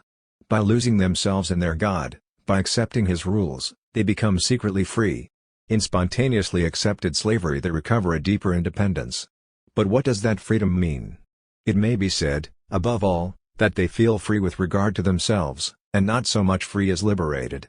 Likewise, completely turned toward death, taken here as the most obvious absurdity, the absurd man feels released from everything outside that passionate attention crystallizing in him. He enjoys a freedom with regard to common rules. It can be seen at this point that the initial themes of existential philosophy keep their entire value. The return to consciousness, the escape from everyday sleep represent the first steps of absurd freedom. But it is existential preaching that is alluded to, and with it that spiritual leap which basically escapes consciousness. In the same way, this is my second comparison, the slaves of antiquity did not belong to themselves. But they knew that freedom which consists in not feeling responsible. 11. Death, too, has patrician hands which, while crushing, also liberate. Losing oneself in that bottomless certainty, feeling henceforth sufficiently remote from one's own life to increase it and take a broad view of it, This involves the principle of liberation. Such new independence has a definite time limit, like any freedom of action. It does not write a check on eternity. But it takes the place of the illusions of freedom, which all stopped with death. The divine availability of the condemned man before whom the prison doors open in a certain early dawn, that unbelievable disinterestedness with regard to everything except for the pure flame of life, it is clear that death and the absurd are here the principles of the only reasonable freedom, that which a human heart can experience and live. This is a second consequence. The absurd man thus catches sight of a burning and frigid, transparent and limited universe in which nothing is possible but everything is given, and beyond which all is collapse and nothingness. He can then decide to accept such a universe and draw from it his strength, his refusal to hope, and the unyielding evidence of a life without consolation. But what does life mean in such a universe? Nothing else for the moment but indifference to the future and a desire to use up everything that is given. Belief in the meaning of life always implies a scale of values, a choice, our preferences. Belief in the absurd, according to our definitions, teaches the contrary. But this is worth examining. Knowing whether or not one can live without appeal is all that interests me. I do not want to get out of my depth. This aspect of life being given me, can I adapt myself to it? Now, faced with this particular concern, belief in the absurd is tantamount to substituting the quantity of experiences for the quality. If I convince myself that this life has no other aspect than that of the absurd, if I feel that its whole equilibrium depends on that perpetual opposition between my conscious revolt and the darkness in which it struggles, if I admit that my freedom has no meaning except in relation to its limited fate, then I must say that what counts is not the best living but the most living. It is not up to me to wonder if this is vulgar or revolting, elegant or deplorable. Once and for all, value judgments are discarded here in favor of factual judgments. I have merely to draw the conclusions from what I can see and to risk nothing that is hypothetical. Supposing that living in this way were not honorable, then true propriety would command me to be dishonorable. The most living, in the broadest sense, that rule means nothing. It calls for definition. It seems to begin with the fact that the notion of quantity has not been sufficiently explored. For it can account for a large share of human experience. A man's rule of conduct and his scale of values have no meaning except through the quantity and variety of experiences he has been in a position to accumulate. Now, the conditions of modern life impose on the majority of men the same quantity of experiences and consequently the same profound experience. To be sure, there must also be taken into consideration the individual's spontaneous contribution, the given element in him. But I cannot judge of that, and let me repeat that my rule here is to get along with the immediate evidence. I see, then, that the individual character of a common code of ethics lies not so much in the ideal importance of its basic principles as in the norm of an experience that it is possible to measure. To stretch a point somewhat, the Greeks had the code of their leisure just as we have the code of our 8-hour day. But already many men among the most tragic cause us to foresee that a longer experience changes this table of values.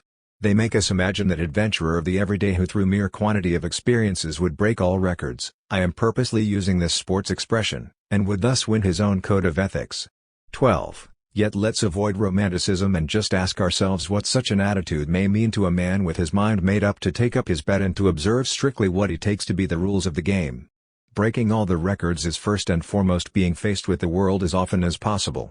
How can that be done without contradictions and without playing on words? For on the one hand the absurd teaches that all experiences are unimportant, and on the other it urges toward the greatest quantity of experiences.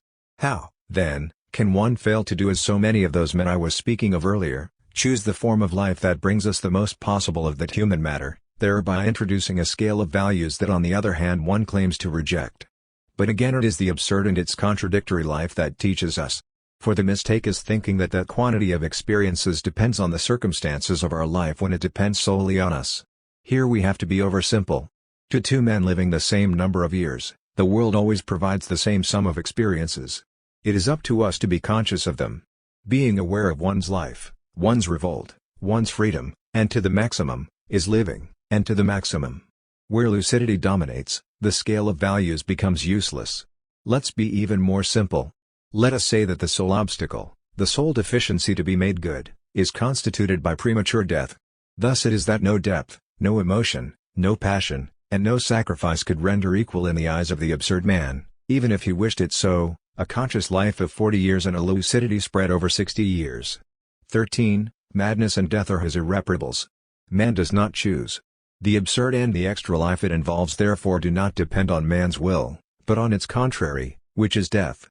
14. Weighing words carefully, it is altogether a question of luck. One just has to be able to consent to this.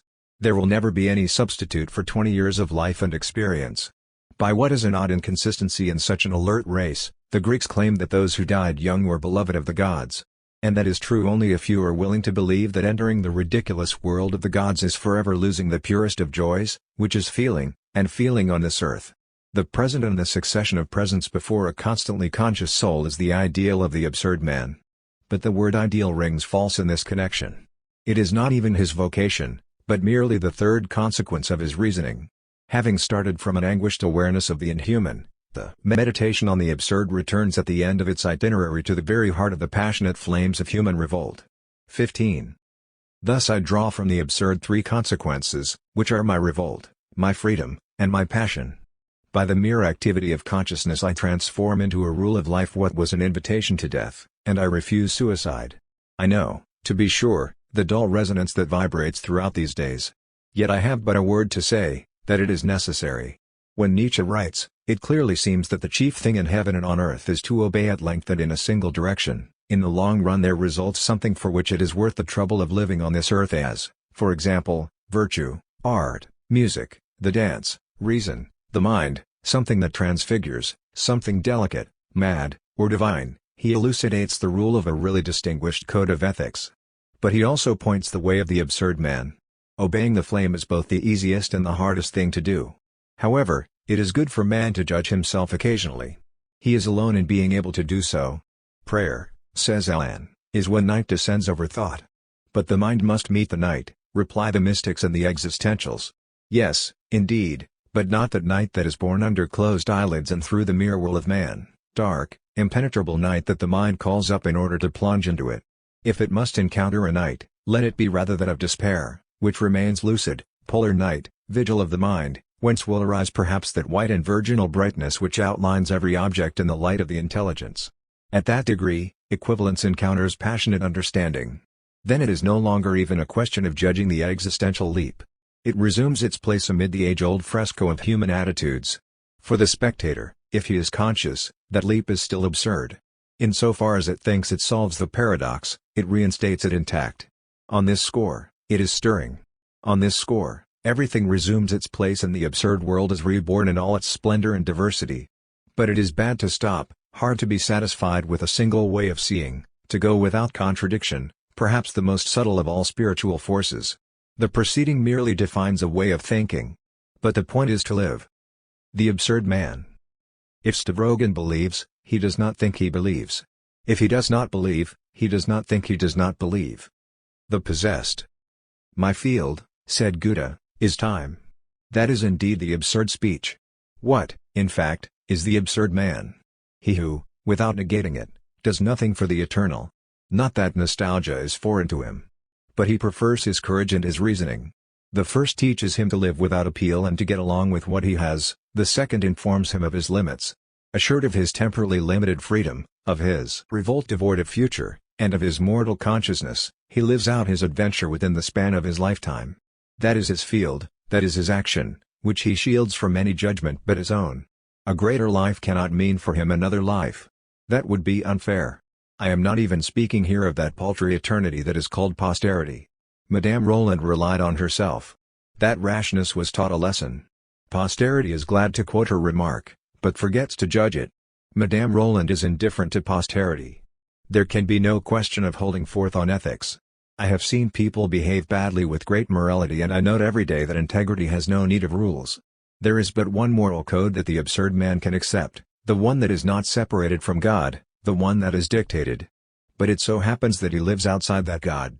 As for the others, I mean also immoralism, the absurd man sees nothing in them but justifications and he has nothing to justify.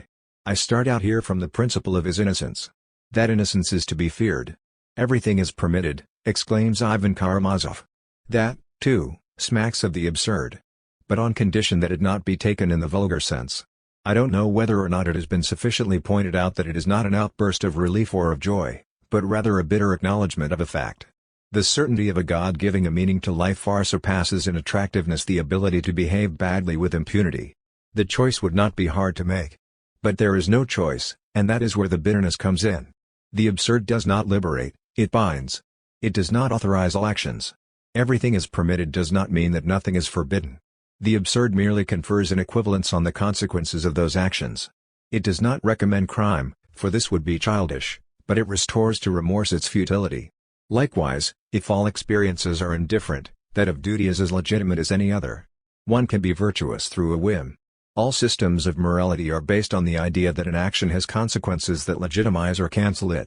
A mind imbued with the absurd merely judges that those consequences must be considered calmly. It is ready to pay up. In other words, there may be responsible persons, but there are no guilty ones, in its opinion. At very most, such a mind will consent to use past experience as a basis for its future actions. Time will prolong time, and life will serve life. In this field that is both limited and bulging with possibilities, everything in himself, except his lucidity, seems unforeseeable to him. What rule, then, could emanate from that unreasonable order? The only truth that might seem instructive to him is not formal, it comes to life and unfolds in men. The absurd mind cannot so much expect ethical rules at the end of its reasoning as, rather, illustrations and the breath of human lives. The few following images are of this type. They prolong the absurd reasoning by giving it a specific attitude and their warmth. Do I need to develop the idea that an example is not necessarily an example to be followed, even less so, if possible, in the absurd world, and that these illustrations are not therefore models? Besides the fact that a certain vocation is required for this, one becomes ridiculous, with all due allowance, when drawing from Rousseau the conclusion that one must walk on all fours and from Nietzsche that one must maltreat one's mother. It is essential to be absurd, writes a modern author, it is not essential to be a dupe. The attitudes of which I shall treat can assume their whole meaning only through consideration of their contraries. A sub-clerk in the post office is the equal of a conqueror if consciousness is common to them. All experiences are indifferent in this regard. There are some that do either a service or a disservice to man. They do him a service if he is conscious. Otherwise, that has no importance. A man's failures imply judgment, not of circumstances, but of himself. I am choosing solely men who aim only to expend themselves or whom I see to be expending themselves. That has no further implications. For the moment I want to speak only of the world in which thoughts, like lives, are devoid of future. Everything that makes man work and get excited utilizes hope. The sole thought that is not mendacious is therefore a sterile thought. In the absurd world the value of a notion or of a life is measured by its sterility. Don Juanism. If it were sufficient to love, things would be too easy. The more one loves, the stronger the absurd grows. It is not through lack of love that Don Juan goes from woman to woman. It is ridiculous to represent him as a mystic in quest of total love. But it is indeed because he loves them with the same passion and each time with his whole self that he must repeat his gift and his profound quest. Whence each woman hopes to give him what no one has ever given him. Each time they are utterly wrong and merely manage to make him feel the need of that repetition. At last, exclaims one of them, I have given you love. Can we be surprised that Don Juan laughs at this? At last? No, he says, but once more. Why should it be essential to love rarely in order to love much? Is Don Juan melancholy? This is not likely. I shall barely have recourse to the legend. That laugh, the conquering insolence, that playfulness and love of the theatre are all clear and joyous. Every healthy creature tends to multiply himself. So it is with Don Juan. But, furthermore, melancholy people have two reasons for being so, they don't know or they hope. Don Juan knows and does not hope. He reminds one of those artists who know their limits, never go beyond them, and in that precarious interval in which they take their spiritual stand enjoy all the wonderful ease of masters. And that is indeed genius, the intelligence that knows its frontiers. Up to the frontier of physical death Don Juan is ignorant of melancholy. The moment he knows, his laugh bursts forth and makes one forgive everything. He was melancholy at the time when he hoped. Today, on the mouth of that woman he recognizes the bitter and comforting taste of the only knowledge. Bitter? Barely, that necessary imperfection that makes happiness perceptible.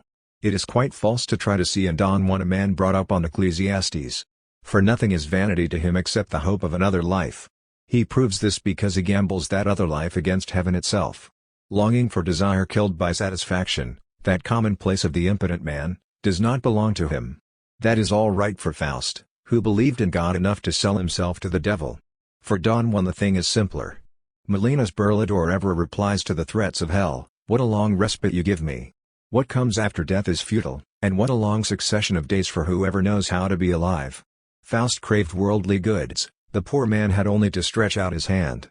It already amounted to selling his soul when he was unable to gladden it. As for satiety, Don Juan insists upon it, on the contrary. If he leaves a woman, it is not absolutely because he has ceased to desire her. A beautiful woman is always desirable. But he desires another, and no, this is not the same thing. This life gratifies his every wish, and nothing is worse than losing it. This madman is a great wise man. But men who live on hope do not thrive in this universe where kindness yields to generosity, affection to virile silence, and communion to solitary courage. And all hasten to say, he was a weakling, an idealist or a saint. One has to disparage the greatness that insults. People are sufficiently annoyed, or that smile of complicity that debases what it admires, by Don Juan's speeches and by that same remark that he uses on all women. But to anyone who seeks quantity in his joys, the only thing that matters is efficacy. What is the use of complicating the passwords that have stood the test? No one, neither the woman nor the man, listens to them, but rather to the voice that pronounces them. They are the rule, the convention, and the courtesy. After they are spoken, the most important still remains to be done. Don Juan is already getting ready for it. Why should he give himself a problem in morality? He is not like Miłosier's Manara, who damns himself through a desire to be a saint. Hell for him is a thing to be provoked. He has but one reply to divine wrath, and that is human honor. I have honor, he says to the commander, and I am keeping my promise because I am a knight. But it would be just as great an error to make an immoralist of him. In this regard, he is like everyone else, he has the moral code of his likes and dislikes. Don Juan can be properly understood only by constant reference to what he commonly symbolizes, the ordinary seducer and the sexual athlete. He is an ordinary seducer. 16. Except for the difference that he is conscious, and that is why he is absurd. A seducer who has become lucid will not change for all that. Seducing is his condition in life. Only in novels does one change condition or become better. Yet it can be said that at the same time nothing is changed and everything is transformed. What Don Juan realizes in action is an ethic of quantity, whereas the saint, on the contrary, tends toward quality. Not to believe in the profound meaning of things belongs to the absurd man. As for those cordial or wonder-struck faces, he eyes them, stores them up, and does not pause over them. Time keeps up with him. The absurd man is he who is not apart from time. Don Juan does not think of collecting women. He exhausts their number and with them his chances of life. Collecting amounts to being capable of living off one's past. But he rejects regret, that other form of hope. He is incapable of looking at portraits. Is he selfish for all that? In his way, probably. But here, too, it is essential to understand one another. There are those who are made for living and those who are made for loving. At least Don Juan would be inclined to say so. But he would do so in a very few words such as he is capable of choosing. For the love we are speaking of here is clothed in illusions of the eternal. As all the specialists in passion teach us, there is no eternal love but what is thwarted. There is scarcely any passion without struggle. Such a love culminates only in the ultimate contradiction of death. One must be Werther or nothing. There, too, there are several ways of committing suicide, one of which is the total gift and forgetfulness of self. Don Juan, as well as anyone else, knows that this can be stirring. But he is one of the very few who know that this is not the important thing. He knows just as well that those who turn away from all personal life through a great love enrich themselves perhaps but certainly impoverish those their love has chosen. A mother or a passionate wife necessarily has a closed heart, for it is turned away from the world. A single emotion, a single creature, a single face, but all is devoured. Quite a different love disturbs Don Juan, and this one is liberating. It brings with it all the faces in the world, and its tremor comes from the fact that it knows itself to be mortal. Don Juan has chosen to be nothing. For him it is a matter of seeing clearly. We call love what binds us to certain creatures only by reference to a collective way of seeing for which books and legends are responsible. But of love I know only that mixture of desire, affection, and intelligence that binds me to this or that creature. That compound is not the same for another person. I do not have the right to cover all these experiences with the same name. This exempts one from conducting them with the same gestures.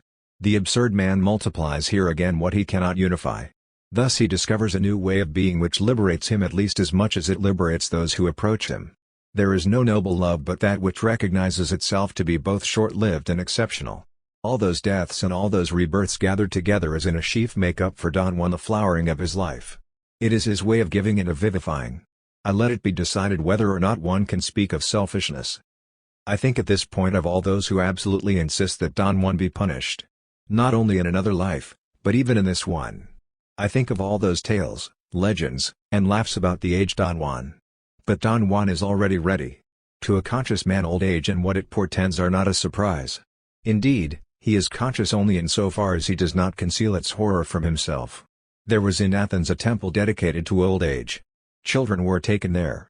As for Don Juan, the more people laugh at him, the more his figure stands out. Thereby he rejects the one the romantics lent him. No one wants to laugh at that tormented, pitiful Don Juan. He is pitied, heaven itself will redeem him? But that's not it. In the universe of which Don Juan has a glimpse, ridicule too is included. He would consider it normal to be chastised. That is the rule of the game. And, indeed, it is typical of his nobility to have accepted all the rules of the game. Yet he knows he is right and that there can be no question of punishment. A fate is not a punishment. That is his crime, and how easy it is to understand why the men of God call down punishment on his head. He achieves a knowledge without illusions which negates everything they profess. Loving and possessing, conquering and consuming, that is his way of knowing. There is significance in that favorite scriptural word that calls the carnal act knowing. He is their worst enemy to the extent that he is ignorant of them. A chronicler relates that the true Burlador died assassinated by Franciscans who wanted to put an end to the excesses and blasphemies of Don Juan, whose birth assured him impunity. Then they proclaimed that heaven had struck him down. No one has proved that strange end. Nor has anyone proved the contrary. But without wondering if it is probable, I can say that it is logical. I want merely to single out at this point the word birth and to play on words. It was the fact of living that assured his innocence. It was from death alone that he derived a guilt now become legendary. What else does that stone commander signify, that cold statue set in motion to punish the blood and courage that dared to think? All the powers of eternal reason, of order, of universal morality, all the foreign grandeur of a god open to wrath are summed up in him. That gigantic and soulless stone merely symbolizes the forces that Don Juan negated forever. But the commander's mission stops there. The thunder and lightning can return to the imitation heaven whence they were called forth. The real tragedy takes place quite apart from them.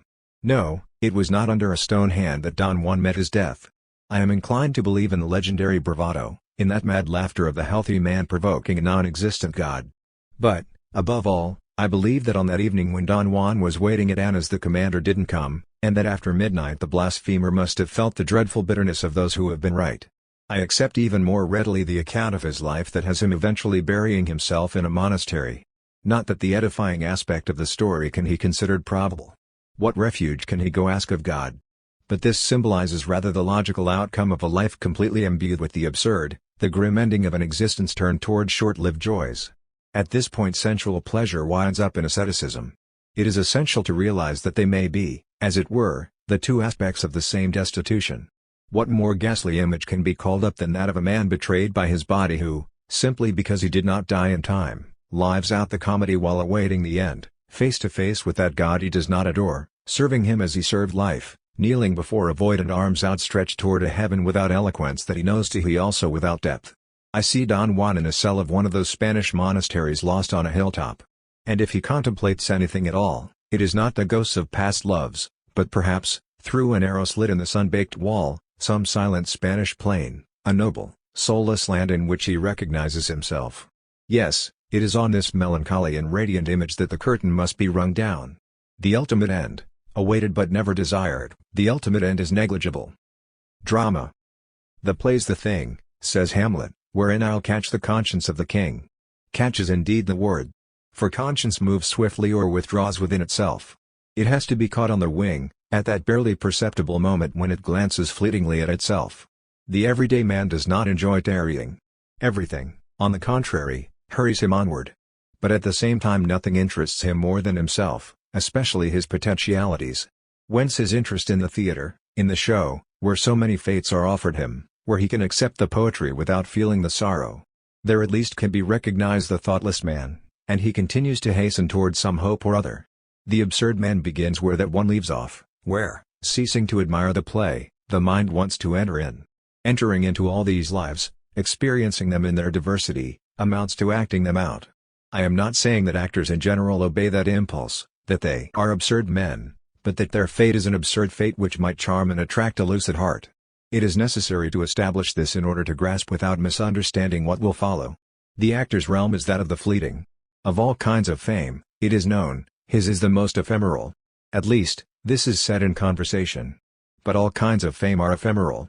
From the point of view of serious, Goethe's works in 10,000 years will be dust and his name forgotten. Perhaps a handful of archaeologists will look for evidence as to our era. That idea has always contained a lesson. Seriously meditated upon, it reduces our perturbations to the profound nobility that is found in indifference. Above all, it directs our concerns toward what is most certain, that is, toward the immediate. Of all kinds of fame the least deceptive is the one that is lived. Hence the actor has chosen multiple fame, the fame that is hallowed and tested. From the fact that everything is to die someday he draws the best conclusion. An actor succeeds or does not succeed. A writer has some hope even if he is not appreciated. He assumes that his works will bear witness to what he was. At best the actor will leave us a photograph, and nothing of what he was himself. His gestures and his silences, his gasping or his panting with love, will come down to us. For him, not to be known is not to act, and not acting is dying 100 times with all the creatures he would have brought to life or resuscitated. Why should we be surprised to find a fleeting fame built upon the most ephemeral of creations? The actor has 3 hours to be Iago or Alceste, Phaedra or Gloucester. In that short space of time he makes them come to life and die on 50 square yards of boards. Never has the absurd been so well illustrated or at such length. What more revelatory epitome can be imagined than those marvelous lives, those exceptional and total destinies unfolding for a few hours within a stage set? Off the stage, Sigismundo ceases to count. 2 hours later he is seen dining out. Then it is, perhaps, that life is a dream. But after Sigismundo comes another. The hero suffering from uncertainty takes the place of the man roaring for his revenge. By thus sweeping over centuries and minds, by miming man as he can be and as he is, the actor has much in common with that other absurd individual, the traveler. Like him, he drains something and is constantly on the move.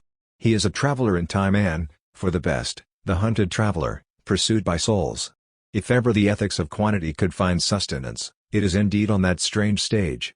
To what degree the actor benefits from the characters is hard to say. But that is not the important thing. It is merely a matter of knowing how far he identifies himself with those irreplaceable lives.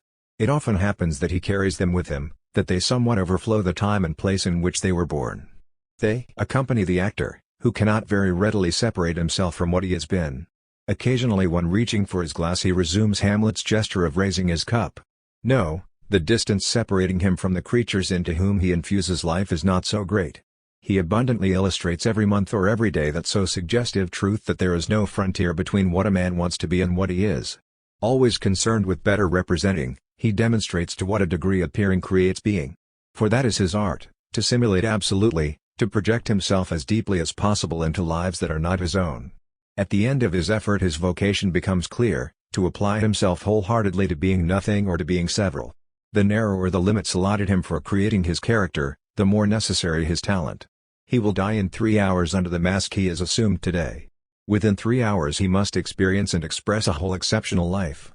That is called losing oneself to find oneself. In those 3 hours he travels the whole course of the dead-end path that the man in the audience takes a lifetime to cover. A mime of the ephemeral, the actor trains and perfects himself only in appearances. The theatrical convention is that the heart expresses itself and communicates itself only through gestures and in the body, or through the voice, which is as much of the soul as of the body. The rule of that art insists that everything be magnified and translated into flesh. If it were essential on the stage to love as people really love, to employ that irreplaceable voice of the heart, to look as people contemplate in life, our speech would be in code. But here silences must make themselves heard. Love speaks up louder, and immobility itself becomes spectacular. The body is king, not everyone can be theatrical, and this unjustly maligned word covers a whole aesthetic and a whole ethic. Half a man's life is spent in implying, in turning away, and in keeping silent. Here the actor is the intruder. He breaks the spell chaining that soul, and at last the passions can rush onto their stage. They speak in every gesture, they live only through shouts and cries. Thus the actor creates his characters for display. He outlines or sculptures them and slips into their imaginary form, transfusing his blood into their phantoms. I am of course speaking of great drama, the kind that gives the actor an opportunity to fulfill his wholly physical fate. Take Shakespeare, for instance. In that impulsive drama the physical passions lead the dance. They explain everything. Without them all would collapse. Never would King Lear keep the appointment set by madness without the brutal gesture that exiles Cordelia and condemns Edgar. It is just that the unfolding of that tragedy should thenceforth be dominated by madness. Souls are given over to the demons and their saraband. no fewer than 4 madmen, one by trade, another by intention, and the last 2 through suffering, 4 disordered bodies, 4 unutterable aspects of a single condition. The very scale of the human body is inadequate.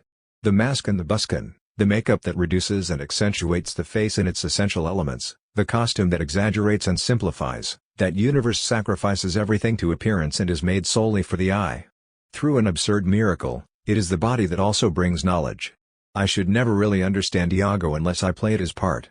It is not enough to hear him, for I grasp him only at the moment when I see him. Of the absurd character the actor consequently has the monotony, that single, oppressive silhouette, simultaneously strange and familiar, that he carries about from hero to hero. There, too, the great dramatic work contributes to this unity of tone. 17. This is where the actor contradicts himself, the same and yet so various, so many souls summed up in a single body. Yet it is the absurd contradiction itself, that individual who wants to achieve everything and live everything, that useless attempt, that ineffectual persistence. What always contradicts itself nevertheless joins in him. He is at that point where body and mind converge, where the mind, tired of its defeats, turns toward its most faithful ally. And blessed are those, says Hamlet, whose blood and judgment are so well commingled that they are not a pipe for fortune's finger to sound what stop she please. How could the Church have failed to condemn such a practice on the part of the actor? She repudiated in that art the heretical multiplication of souls, the emotional debauch, the scandalous presumption of a mind that objects to living but one life and hurls itself into all forms of excess. She proscribed in them that preference for the present and that triumph of Proteus which are the negation of everything she teaches. Eternity is not a game. A mind foolish enough to prefer a comedy to eternity has lost its salvation. Between everywhere and forever there is no compromise. Whence that much maligned profession can give rise to a tremendous spiritual conflict. What matters, said Nietzsche, is not eternal life but eternal vivacity. All drama is, in fact, in this choice. Sallie men against Elianth, the whole subject in the absurd consequence of a nature carried to its extreme, and the verse itself, the bad verse, barely accented like the monotony of the character's nature. Adrienne Lecouvreur on her deathbed was willing to confess and receive communion, but refused to abjure her profession. She thereby lost the benefit of the confession. Did this not amount, in effect, to choosing her absorbing passion in preference to God? And that woman in the death throes refusing in tears to repudiate what she called her art gave evidence of a greatness that she never achieved behind the footlights. This was her finest role and the hardest one to play. Choosing between heaven and a ridiculous fidelity, preferring oneself to eternity or losing oneself in God is the age-old tragedy in which each must play his part. The actors of the era knew they were excommunicated. Entering the profession amounted to choosing hell. And the Church discerned in them her worst enemies. A few men of letters protest, what? Refuse the last rites to Molière. But that was just, and especially in one who died on stage and finished under the actor's make-up a life entirely devoted to dispersion. In his case genius is invoked, which excuses everything. But genius excuses nothing, just because it refuses to do so. The actor knew at that time what punishment was in store for him. But what significance could such vague threats have compared to the final punishment that life itself was reserving for him? This was the one that he felt in advance and accepted wholly. To the actor as to the absurd man, a premature death is irreparable. Nothing can make up for the sum of phases and centuries he would otherwise have traversed. But in any case, one has to die. For the actor is doubtless everywhere, but time sweeps him along, too, and makes its impression with him. It requires but a little imagination to feel what an actor's fate means. It is in time that he makes up and enumerates his characters. It is in time likewise that he learns to dominate them. The greater number of different lives he has lived, the more aloof he can be from them. The time comes when he must die to the stage and for the world. What he has lived faces him. He sees clearly. He feels the harrowing and irreplaceable quality of that adventure. He knows and can now die. There are homes for aged actors. Conquest. No, says the conqueror, don't assume that because I love action I have had to forget how to think. On the contrary, I can truly define what I believe. For I believe it firmly and I see it surely and clearly. Beware of those who say, I know this too well to be able to express it. For if they cannot do so, this is because they don't know it or because out of laziness they stopped at the outer crust. I have not many opinions. At the end of a life man notices that he has spent years becoming sure of a single truth. But a single truth, if it is obvious, is enough to guide an existence. As for me, I decidedly have something to say about the individual. One must speak of him bluntly and, if need be, with the appropriate contempt. A man is more a man through the things he keeps to himself than through those he says. There are many that I shall keep to myself. But I firmly believe that all those who have judged the individual have done so with much less experience than we on which to base their judgment. The intelligence, the stirring intelligence perhaps foresaw what it was essential to note. But the era, its ruins, and its blood overwhelm us with facts. It was possible for ancient nations, and even for more recent ones down to our machine age, to weigh one against the other the virtues of society and of the individual, to try to find out which was to serve the other. To begin with, that was possible by virtue of that stubborn aberration in man's heart according to which human beings were created to serve or be served. In the second place, it was possible because neither society nor the individual had yet revealed all their ability. I have seen bright minds express astonishment at the masterpieces of Dutch painters born at the height of the bloody wars in Flanders, be amazed by the prayers of Silesian mystics brought up during the frightful 30 Years' War. Eternal values survive secular turmoils before their astonished eyes. But there has been progress since. The painters of today are deprived of such serenity. Even if they have basically the heart the Creator needs, I mean the closed heart, it is of no use, for everyone, including the saint himself, is mobilized. This is perhaps what I have felt most deeply. At every form that miscarries in the trenches, at every outline, metaphor, or prayer crushed under steel, the eternal loses around. Conscious that I cannot stand aloof from my time, I have decided to be an integral part of it. This is why I esteem the individual only because he strikes me as ridiculous and humiliated. Knowing that there are no victorious causes, I have a liking for lost causes. They require an uncontaminated soul, equal to its defeat as to its temporary victories. For anyone who feels bound up with this world's fate, the clash of civilizations has something agonizing about it. I have made that anguish mine at the same time that I wanted to join in. Between history and the eternal I have chosen history because I like certainties. Of it, at least, I am certain, and how can I deny this force crushing me? There always comes a time when one must choose between contemplation and action. This is called becoming a man. Such wrenches are dreadful. But for a proud heart there can be no compromise. There is God or time, that cross or this sword. This world has a higher meaning that transcends its worries, or nothing is true but those worries. One must live with time and die with it, or else elude it for a greater life. I know that one can compromise and live in the world while believing in the eternal. That is called accepting. But I loathe this term and want all or nothing. If I choose action, don't think that contemplation is like an unknown country to me. But it cannot give me everything, and, deprived of the eternal, I want to ally myself with time. I do not want to put down to my account either nostalgia or bitterness, and I merely want to see clearly.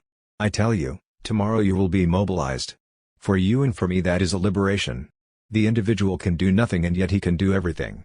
In that wonderful unattached state you understand why I exalt and crush him at one and the same time. It is the world that pulverizes him and I who liberate him. I provide him with all his rights. Conquerors know that action is in itself useless. There is but one useful action, that of remaking man in the earth. I shall never remake men. But one must do as if. For the path of struggle leads me to the flesh. Even humiliated, the flesh is my only certainty. I can live only on it. The creature is my native land. This is why I have chosen this absurd and ineffectual effort. This is why I am on the side of the struggle. The epic lends itself to this, as I have said. Hitherto the greatness of a conqueror was geographical. It was measured by the extent of the conquered territories. There is a reason why the word has changed in meaning and has ceased to signify the victorious general. The greatness has changed camp. It lies in protest and the blind alley sacrifice. There, too, it is not through a preference for defeat. Victory would be desirable. But there is but one victory, and it is eternal. That is the one I shall never have. That is where I stumble and cling. A revolution is always accomplished against the gods, beginning with the revolution of Prometheus, the first of modern conquerors. It is man's demands made against his fate. The demands of the poor are but a pretext. Yet I can seize that spirit only in its historical act, and that is where I make contact with it. Don't assume, however, that I take pleasure in it. Opposite the essential contradiction, I maintain my human contradiction. I establish my lucidity in the midst of what negates it. I exalt man before what crushes him, and my freedom, my revolt, and my passion come together then in that tension, that lucidity, and that vast repetition. Yes, man is his own end. And he is his only end. If he aims to be something, it is in this life. Now I know it only too well. Conquerors sometimes talk of vanquishing and overcoming. But it is always overcoming oneself that they mean. You are well aware of what that means. Every man has felt himself to be the equal of a god at certain moments. At least, this is the way it is expressed. But this comes from the fact that in a flash he felt the amazing grandeur of the human mind. The conquerors are merely those among men who are conscious enough of their strength to be sure of living constantly on those heights and fully aware of that grandeur. It is a question of arithmetic, of more or less. The conquerors are capable of the more. But they are capable of no more than man himself when he wants. This is why they never leave the human crucible, plunging into the seething soul of revolutions. There they find the creature mutilated, but they also encounter there the only values they like and admire, man and his silence. This is both their destitution and their wealth. There is but one luxury for them, that of human relations. How can one fail to realize that in this vulnerable universe everything that is human and solely human assumes a more vivid meaning? Taut faces, threatened fraternity, such strong and chaste friendship among men, these are the true riches because they are transitory. In their midst the mind is most aware of its powers and limitations. That is to say, its efficacity. Some have spoken of genius. But genius is easy to say, I prefer the intelligence. It must be said that it can be magnificent then. It lights up this desert and dominates it. It knows its obligations and illustrates them. It will die at the same time as this body. But knowing this constitutes its freedom. We are not ignorant of the fact that all churches are against us. A heart so keyed up eludes the eternal, and all churches, divine or political, lay claim to the eternal. Happiness and courage, retribution or justice are secondary ends for them. It is a doctrine they bring, and one must subscribe to it. But I have no concern with ideas or with the eternal. The truths that come within my scope can be touched with the hand. I cannot separate from them. This is why you cannot base anything on me. Nothing of the conqueror lasts, not even his doctrines. At the end of all that, despite everything, is death. We know also that it ends everything. This is why those cemeteries all over Europe, which obsess some among us, are hideous. People beautify only what they love, and death repels us and tires our patience. It, too, is to be conquered. The last Carrera, a prisoner in Padua emptied by the plague and besieged by the Venetians, ran screaming through the halls of his deserted palace. He was calling on the devil and asking him for death. This was a way of overcoming it. And it is likewise a mark of courage characteristic of the Occident to have made so ugly the places where death thinks itself honored. In the rebellious universe, death exalts injustice. It is the supreme abuse. Others, without compromising either, have chosen the eternal and denounced the illusion of this world. Their cemeteries smile amid numerous flowers and birds. That suits the conqueror and gives him a clear image of what he has rejected. He has chosen, on the contrary, the black iron fence or the potter's field. The best among the men of God occasionally are seized with fright mingled with consideration and pity for minds that can live with such an image of their death. Yet those minds derive their strength and justification from this. Our fate stands before us and we provoke him. Less out of pride than out of awareness of our ineffectual condition. We, too, sometimes feel pity for ourselves. It is the only compassion that seems acceptable to us, a feeling that perhaps you hardly understand and that seems to you scarcely virile. Yet the most daring among us are the ones who feel it. But we call the lucid ones virile and we do not want a strength that is apart from lucidity. Let me repeat that these images do not propose moral codes and involve no judgments, they are sketches. They merely represent a style of life. The lover, the actor, or the adventurer plays the absurd. But equally well, if he wishes, the chaste man, the civil servant, or the president of the republic. It is enough to know and to mask nothing. In Italian museums are sometimes found little painted screens that the priest used to hold in front of the face of condemned men to hide the scaffold from them. The leap in all its forms, rushing into the divine or the eternal, surrendering to the illusions of the everyday or of the idea, all these screens hide the absurd. But there are civil servants without screens, and they are the ones of whom I mean to speak. I have chosen the most extreme ones. At this level the absurd gives them the royal power. It is true that those princes are without a kingdom. But they have this advantage over others, they know that all royalties are illusory. They know that is their whole nobility, and it is useless to speak in relation to them of hidden misfortune or the ashes of disillusion. Being deprived of hope is not despairing. The flames of earth are surely worth celestial perfumes. Neither I nor anyone can judge them here. They are not striving to be better, they are attempting to be consistent. If the term wise man can be applied to the man who lives on what he has without speculating on what he has not, then they are wise men. One of them, a conqueror but in the realm of mind, a Don Juan but of knowledge, an actor but of the intelligence, knows this better than anyone. You know wise deserve a privilege on earth and in heaven for having brought to perfection your dear little meek sheep, you nonetheless continue to be at best a ridiculous dear little sheep with horns and nothing more, even supposing that you do not burst with vanity and do not create a scandal by posing as a judge. In any case, it was essential to restore to the absurd reasoning more cordial examples. The imagination can add many others, inseparable from time and exile, who likewise know how to live in harmony with the universe without future and without weakness. This absurd, godless world is, then, peopled with men who think clearly and have ceased to hope. And I have not yet spoken of the most absurd character, who is the creator. Absurd creation. Philosophy and fiction. All those lives maintained in the rarefied air of the absurd could not persevere without some profound and constant thought to infuse its strength into them. Right here, it can be only a strange feeling of fidelity. Conscious men have been seen to fulfill their task amid the most stupid of wars without considering themselves in contradiction. This is because it was essential to elude nothing. There is thus a metaphysical honor in enduring the world's absurdity. Conquest or play-acting, multiple loves, absurd revolt are tributes that man pays to his dignity in a campaign in which he is defeated in advance. It is merely a matter of being faithful to the rule of the battle. That thought may suffice to sustain a mind. It has supported and still supports whole civilizations.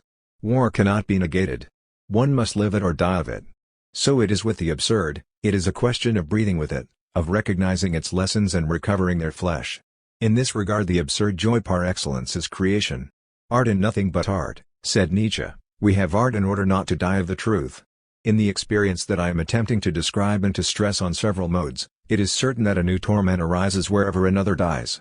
The childish chasing after forgetfulness, the appeal of satisfaction are now devoid of echo. But the constant tension that keeps man face to face with the world, the ordered delirium that urges him to be receptive to everything leave him another fever. In this universe the work of art is then the sole chance of keeping his consciousness and of fixing its adventures. Creating is living doubly. The groping, anxious quest of a Proust, his meticulous collecting of flowers, of wallpapers, and of anxieties, signifies nothing else. At the same time, it has no more significance than the continual and imperceptible creation in which the actor, the conqueror, and all absurd men indulge every day of their lives. All try their hands at miming, at repeating, and at recreating the reality that is theirs. We always end up by having the appearance of our truths. All existence for a man turned away from the eternal is but a vast mime under the mask of the absurd. Creation is the great mime. Such men know to begin with, and then their whole effort is to examine, to enlarge, and to enrich the ephemeral island on which they have just landed. But first they must know. For the absurd discovery coincides with a pause in which future passions are prepared and justified. Even men without a gospel have their Mount of Olives. And one must not fall asleep on theirs either. For the absurd man it is not a matter of explaining and solving, but of experiencing and describing. Everything begins with lucid indifference. Describing, that is the last ambition of an absurd thought. Science likewise, having reached the end of its paradoxes, ceases to propound and stops to contemplate and sketch the ever-virgin landscape of phenomena. The heart learns thus that the emotion delighting us when we see the world's aspects comes to us not from its depth but from their diversity. Explanation is useless, but the sensation remains and, with it, the constant attractions of a universe inexhaustible in quantity. The place of the work of art can be understood at this point. It marks both the death of an experience and its multiplication. It is a sort of monotonous and passionate repetition of the themes already orchestrated by the world, the body, inexhaustible image on the pediment of temples, forms or colors, number or grief. It is therefore not indifferent, as a conclusion, to encounter once again the principal themes of this essay in the wonderful and childish world of the Creator. It would be wrong to see a symbol in it and to think that the work of art can be considered at last as a refuge for the absurd. It is itself an absurd phenomenon, and we are concerned merely with its description. It does not offer an escape for the intellectual ailment. Rather, it is one of the symptoms of that ailment which reflects it throughout a man's whole thought. But for the first time it makes the mind get outside of itself and places it in opposition to others, not for it to get lost but to show it clearly the blind path that all have entered upon. In the time of the absurd reasoning, creation follows indifference and discovery. It marks the point from which absurd passions spring and where the reasoning stops. Its place in this essay is justified in this way. It will suffice to bring to light a few themes common to the creator and the thinker in order to find in the work of art all the contradictions of thought involved in the absurd.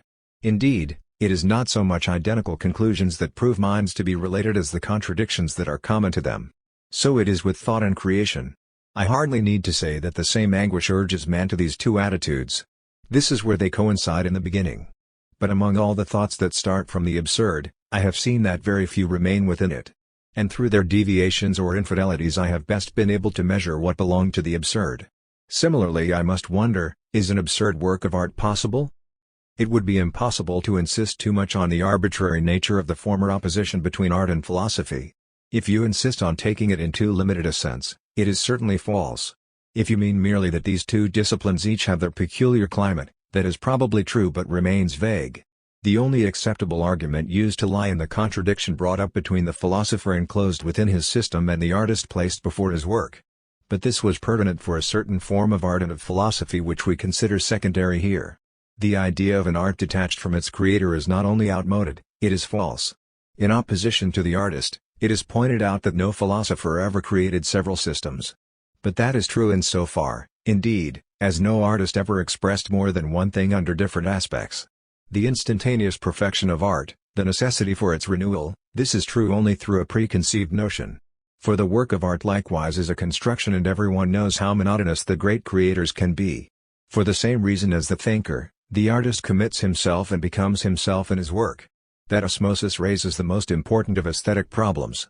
Moreover, to anyone who is convinced of the mind's singleness of purpose, nothing is more futile than these distinctions based on methods and objects. There are no frontiers between the disciplines that man sets himself for understanding and loving. They interlock, and the same anxiety merges them. It is necessary to state this to begin with. For an absurd work of art to be possible, thought in its most lucid form must be involved in it. But at the same time thought must not be apparent except as the regulating intelligence. This paradox can be explained according to the absurd. The work of art is born of the intelligence's refusal to reason the concrete. It marks the triumph of the carnal. It is lucid thought that provokes it, but in that very act that thought repudiates itself. It will not yield to the temptation of adding to what is described a deeper meaning that it knows to be illegitimate. The work of art embodies a drama of the intelligence, but it proves this only indirectly. The absurd work requires an artist conscious of these limitations and an art in which the concrete signifies nothing more than itself. It cannot be the end, the meaning, and the consolation of a life. Creating or not creating changes nothing. The absurd creator does not prize his work. He could repudiate it. He does sometimes repudiate it. An Abyssinia suffices for this, as in the case of Rimbaud. At the same time a rule of aesthetics can be seen in this. The true work of art is always on the human scale. It is essentially the one that says less. There is a certain relationship between a global experience of the artist and the work that reflects that experience, between Wilhelm Meister and Goethe's maturity. That relationship is bad when the work aims to give the whole experience in the lace paper of an explanatory literature.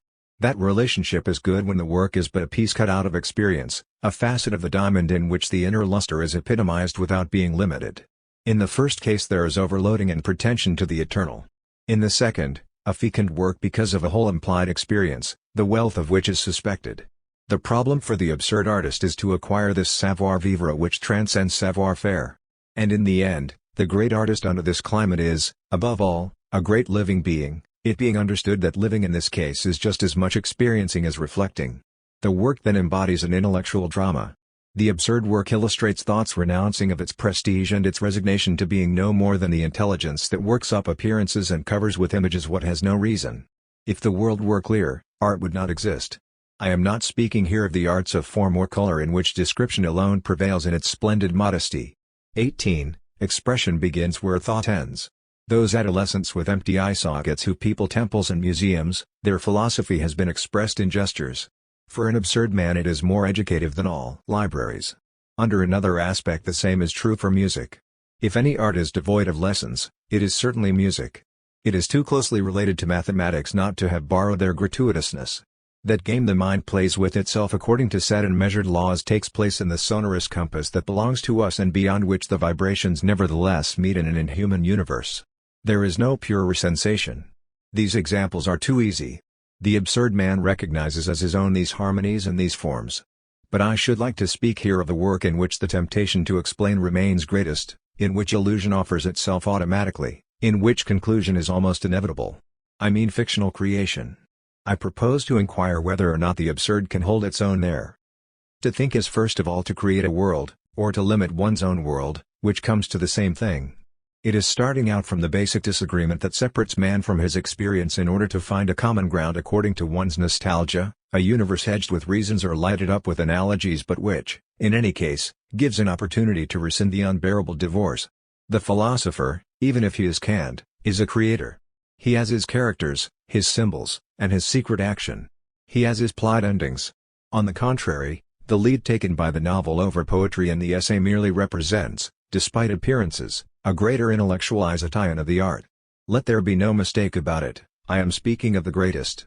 The fecundity and the importance of a literary form are often measured by the trash it contains. The number of bad novels must not make us forget the value of the best. These, indeed, carry with them their universe.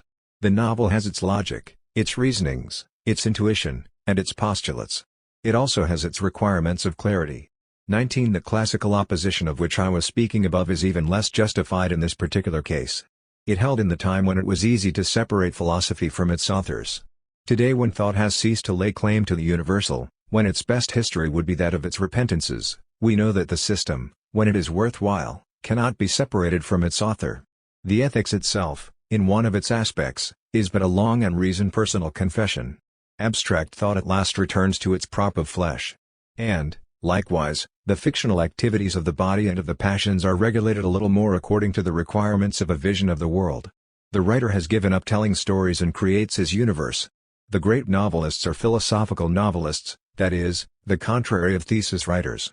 For instance, Balzac, Sade, Melville, Stendhal, Dostoevsky, Proust, Malraux, Kafka, to cite but a few. But in fact the preference they have shown for writing in images rather than in reasoned arguments is revelatory of a certain thought that is common to them all, convinced of the uselessness of any principle of explanation and sure of the educative message of perceptible appearance. They consider the work of art both as an end and a beginning. It is the outcome of an often unexpressed philosophy, its illustration and its consummation. But it is complete only through the implications of that philosophy. It justifies at last that variant of an old theme that a little thought estranges from life whereas much thought reconciles to life. Incapable of refining the real, thought pauses to mimic it. The novel in question is the instrument of that simultaneously relative and inexhaustible knowledge, so like that of love. Of love, fictional creation has the initial wonder and the fecund rumination. These at least are the charms I see in it at the outset.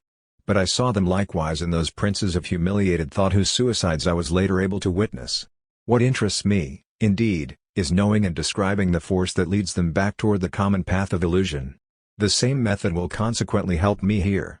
The fact of having already utilized it will allow me to shorten my argument and to sum it up without delay in a particular example. I want to know whether, accepting a life without appeal, one can also agree to work and create without appeal, and what is the way leading to these liberties. I want to liberate my universe of its phantoms and to people it solely with flesh and blood truths whose presence I cannot deny. I can perform absurd work, choose the creative attitude rather than another. But an absurd attitude, if it is to remain so, must remain aware of its gratuitousness. So it is with the work of art. If the commandments of the absurd are not respected, if the work does not illustrate divorce and revolt, if it sacrifices to illusions and arouses hope, it ceases to be gratuitous. I can no longer detach myself from it. My life may find a meaning in it, but that is trifling. It ceases to be that exercise in detachment and passion which crowns the splendor and futility of a man's life. In the creation in which the temptation to explain is the strongest, can one overcome that temptation? In the fictional world in which awareness of the real world is keenest, can I remain faithful to the absurd without sacrificing to the desire to judge? So many questions to be taken into consideration in a last effort. It must be already clear what they signify. They are the last scruples of an awareness that fears to forsake its initial and difficult lesson in favor of a final illusion. What holds for creation, looked upon as one of the possible attitudes for the man conscious of the absurd, holds for all the styles of life open to him. The conqueror or the actor, the creator or Don Juan may forget that their exercise in living could not do without awareness of its mad character. One becomes accustomed so quickly. A man wants to earn money in order to be happy, and his whole effort and the best of a life are devoted to the earning of that money. Happiness is forgotten, the means are taken for the end. Likewise, the whole effort of this conqueror will be diverted to ambition, which was but a way toward a greater life. Don Juan in turn will likewise yield to his fate, be satisfied with that existence whose nobility is of value only through revolt. For one it is awareness and for the other, revolt. In both cases the absurd has disappeared. There is so much stubborn hope in the human heart. The most destitute men often end up by accepting illusion. That approval prompted by the need for peace inwardly parallels the existential consent. There are thus gods of light and idols of mud. But it is essential to find the middle path leading to the faces of. So far, the failures of the absurd exigence have best informed us as to what it is. In the same way, if we are to be informed, it will suffice to notice that fictional creation can present the same ambiguity as certain philosophies. Hence I can choose as illustration a work comprising everything that denotes awareness of the absurd, having a clear starting point and a lucid climate. Its consequences will enlighten us. If the absurd is not respected in it, we shall know by what expedient illusion enters in. A particular example, a theme, a creator's fidelity will suffice, then. This involves the same analysis that has already been made at greater length. I shall examine a favorite theme of Dostoevsky. I might just as well have studied other works. 20. But in this work the problem is treated directly, in the sense of nobility and emotion, as for the existential philosophies already discussed. This parallelism serves my purpose. Kirillov. All of Dostoevsky's heroes question themselves as to the meaning of life. In this they are modern, they do not fear ridicule. What distinguishes modern sensibility from classical sensibility is that the latter thrives on moral problems and the former on metaphysical problems. In Dostoevsky's novels the question is propounded with such intensity that it can only invite extreme solutions. Existence is illusory or it is eternal. If Dostoevsky were satisfied with this inquiry, he would be a philosopher. But he illustrates the consequences that such intellectual pastimes may have in a man's life, and in this regard he is an artist. Among those consequences, his attention is arrested particularly by the last one, which he himself calls logical suicide in his Diary of a Writer. In the installments for December 1876, indeed, he imagines the reasoning of logical suicide. Convinced that human existence is an utter absurdity for anyone without faith in immortality, the desperate man comes to the following conclusions. Since in reply to my questions about happiness, I am told, through the intermediary of my consciousness, that I cannot be happy except in harmony with the great all, which I cannot conceive and shall never be in a position to conceive, it is evident, since, finally, in this connection, I assume both the role of the plaintiff and that of the defendant, of the accused and of the judge, and since I consider this comedy perpetrated by nature altogether stupid, and since I even deem it humiliating for me to deign to play it, in my indisputable capacity of plaintiff and defendant, of judge and accused, I condemn that nature which, with such impudent nerve, brought me into being in order to suffer, I condemn it to be annihilated with me. There remains a little humor in that position. This suicide kills himself because, on the metaphysical plane, he is vexed. In a certain sense he is taking his revenge. This is his way of proving that he will not be had. It is known, however, that the same theme is embodied, but with the most wonderful generality, in Kirillov of the Possessed, likewise an advocate of logical suicide. Kirillov the engineer declares somewhere that he wants to take his own life because it is his idea. Obviously the word must be taken in its proper sense. It is for an idea, a thought, that he is getting ready for death. This is the superior suicide. Progressively, in a series of scenes in which Kirillov's mask is gradually illuminated, the fatal thought driving him is revealed to us. The engineer, in fact, goes back to the arguments of the diary. He feels that God is necessary and that he must exist. But he knows that he does not and cannot exist. Why do you not realize, he exclaims, that this is sufficient reason for killing oneself? That attitude involves likewise for him some of the absurd consequences. Through indifference he accepts letting his suicide be used to the advantage of a cause he despises. I decided last night that I didn't care. And finally he prepares his deed with a mixed feeling of revolt and freedom. I shall kill myself in order to assert my insubordination, my new and dreadful liberty. It is no longer a question of revenge, but of revolt. Kirillov is consequently an absurd character, yet with this essential reservation, he kills himself. But he himself explains this contradiction, and in such a way that at the same time he reveals the absurd secret in all its purity. In truth, he adds to his fatal logic an extraordinary ambition which gives the character its full perspective. He wants to kill himself to become God. The reasoning is classic in its clarity. If God does not exist, Kirillov is God. If God does not exist, Kirillov must kill himself. Kirillov must therefore kill himself to become God. That logic is absurd, but it is what is needed. The interesting thing, however, is to give a meaning to that divinity brought to earth. That amounts to clarifying the premise, if God does not exist, I am God, which still remains rather obscure. It is important to note at the outset that the man who flaunts that mad claim is indeed of this world. He performs his gymnastics every morning to preserve his health. He is stirred by the joy of Chattoff recovering his wife. On a sheet of paper to be found after his death he wants to draw a face sticking out his tongue at them. He is childish and irascible, passionate, methodical, and sensitive. Of the Superman he is nothing but the logic and the obsession, whereas of man he has the whole catalogue. Yet it is he who speaks calmly of his divinity. He is not mad, or else Dostoevsky is. Consequently it is not a megalomaniac's illusion that excites him. And taking the words in their specific sense would, in this instance, be ridiculous. Kirillov himself helps us to understand. In reply to a question from Stavrogin, he makes clear that he is not talking of a God-man. It might be thought that this springs from concern to distinguish himself from Christ. But in reality it is a matter of annexing Christ. Kirillov in fact fancies for a moment that Jesus at his death did not find himself in paradise. He found out then that his torture had been useless. The laws of nature, says the engineer, made Christ live in the midst of falsehood and die for a falsehood. Solely in this sense Jesus indeed personifies the whole human drama. He is the complete man, being the one who realized the most absurd condition. He is not the God-man but the man-God.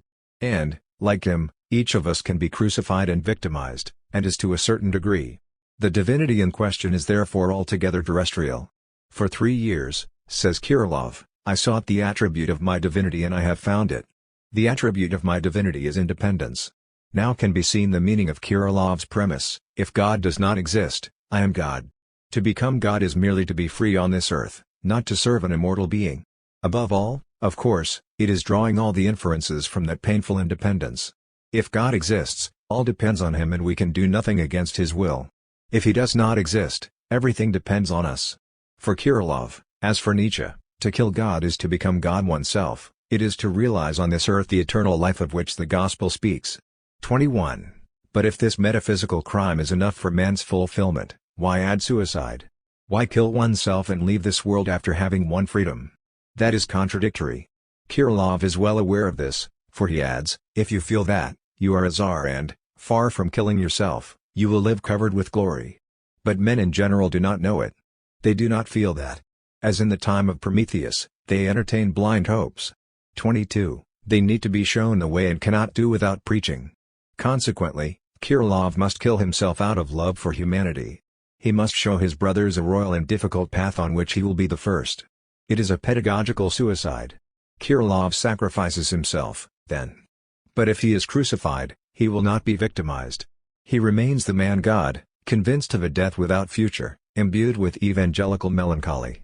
I, he says, am unhappy because I am obliged to assert my freedom. But once he is dead and men are at last enlightened, this earth will be peopled with czars and lighted up with human glory. Kirillov's pistol shot will be the signal for the last revolution. Thus, it is not despair that urges him to death, but love of his neighbor for his own sake. Before terminating in blood an indescribable spiritual adventure, Kirillov makes a remark as old as human suffering, all is well. This theme of suicide in Dostoevsky, then, is indeed an absurd theme. Let us merely note before going on that Kirillov reappears in other characters who themselves set in motion additional absurd themes. Stavrogin and Ivan Karamazov try out the absurd truths in practical life. They are the ones liberated by Kirillov's death. They try their skill at being czars. Stavrogin leads an ironic life, and it is well known in what regard. He arouses hatred around him. And yet the key to the character is found in his farewell letter, I have not been able to detest anything. He is a czar in indifference. Ivan is likewise by refusing to surrender the royal powers of the mind. To those who, like his brother, prove by their lives that it is essential to humiliate oneself in order to believe, he might reply that the condition is shameful. His key word is, everything is permitted, with the appropriate shade of melancholy. Of course, like Nietzsche, the most famous of God's assassins, he ends in madness. But this is a risk worth running, and, faced with such tragic ends, the essential impulse of the absurd mind is to ask, what does that prove? Thus the novels, like the diary, propound the absurd question. They establish logic unto death, exaltation, dreadful freedom, the glory of the czars become human. All is well, everything is permitted, and nothing is hateful, these are absurd judgments. But what an amazing creation in which those creatures of fire and ice seem so familiar to us. The passionate world of indifference that rumbles in their hearts does not seem at all monstrous to us. We recognize in it our everyday anxieties. And probably no one so much as Dostoevsky has managed to give the absurd world such familiar and tormenting charms. Yet what is his conclusion? Two quotations will show the complete metaphysical reversal that leads the writer to other revelations. The argument of the one who commits logical suicide having provoked protests from the critics, Dostoevsky in the following installments of the diary amplifies his position and concludes thus: if faith in immortality is so necessary to the human being, that without it he comes to the point of killing himself, it must therefore be the normal state of humanity. Since this is the case, the immortality of the human soul exists without any doubt. Then again in the last pages of his last novel, at the conclusion of that gigantic combat with God, some children ask Alyosha, Karamazov, is it true what religion says, that we shall rise from the dead, that we shall see one another again? And Alyosha answers, certainly, we shall see one another again, we shall joyfully tell one another everything that has happened. Thus Kirillov, Stavrogin, and Ivan are defeated. The brothers Karamazov replies to the possessed. And it is indeed a conclusion. Alyosha's case is not ambiguous, as is that of Prince Moichkin.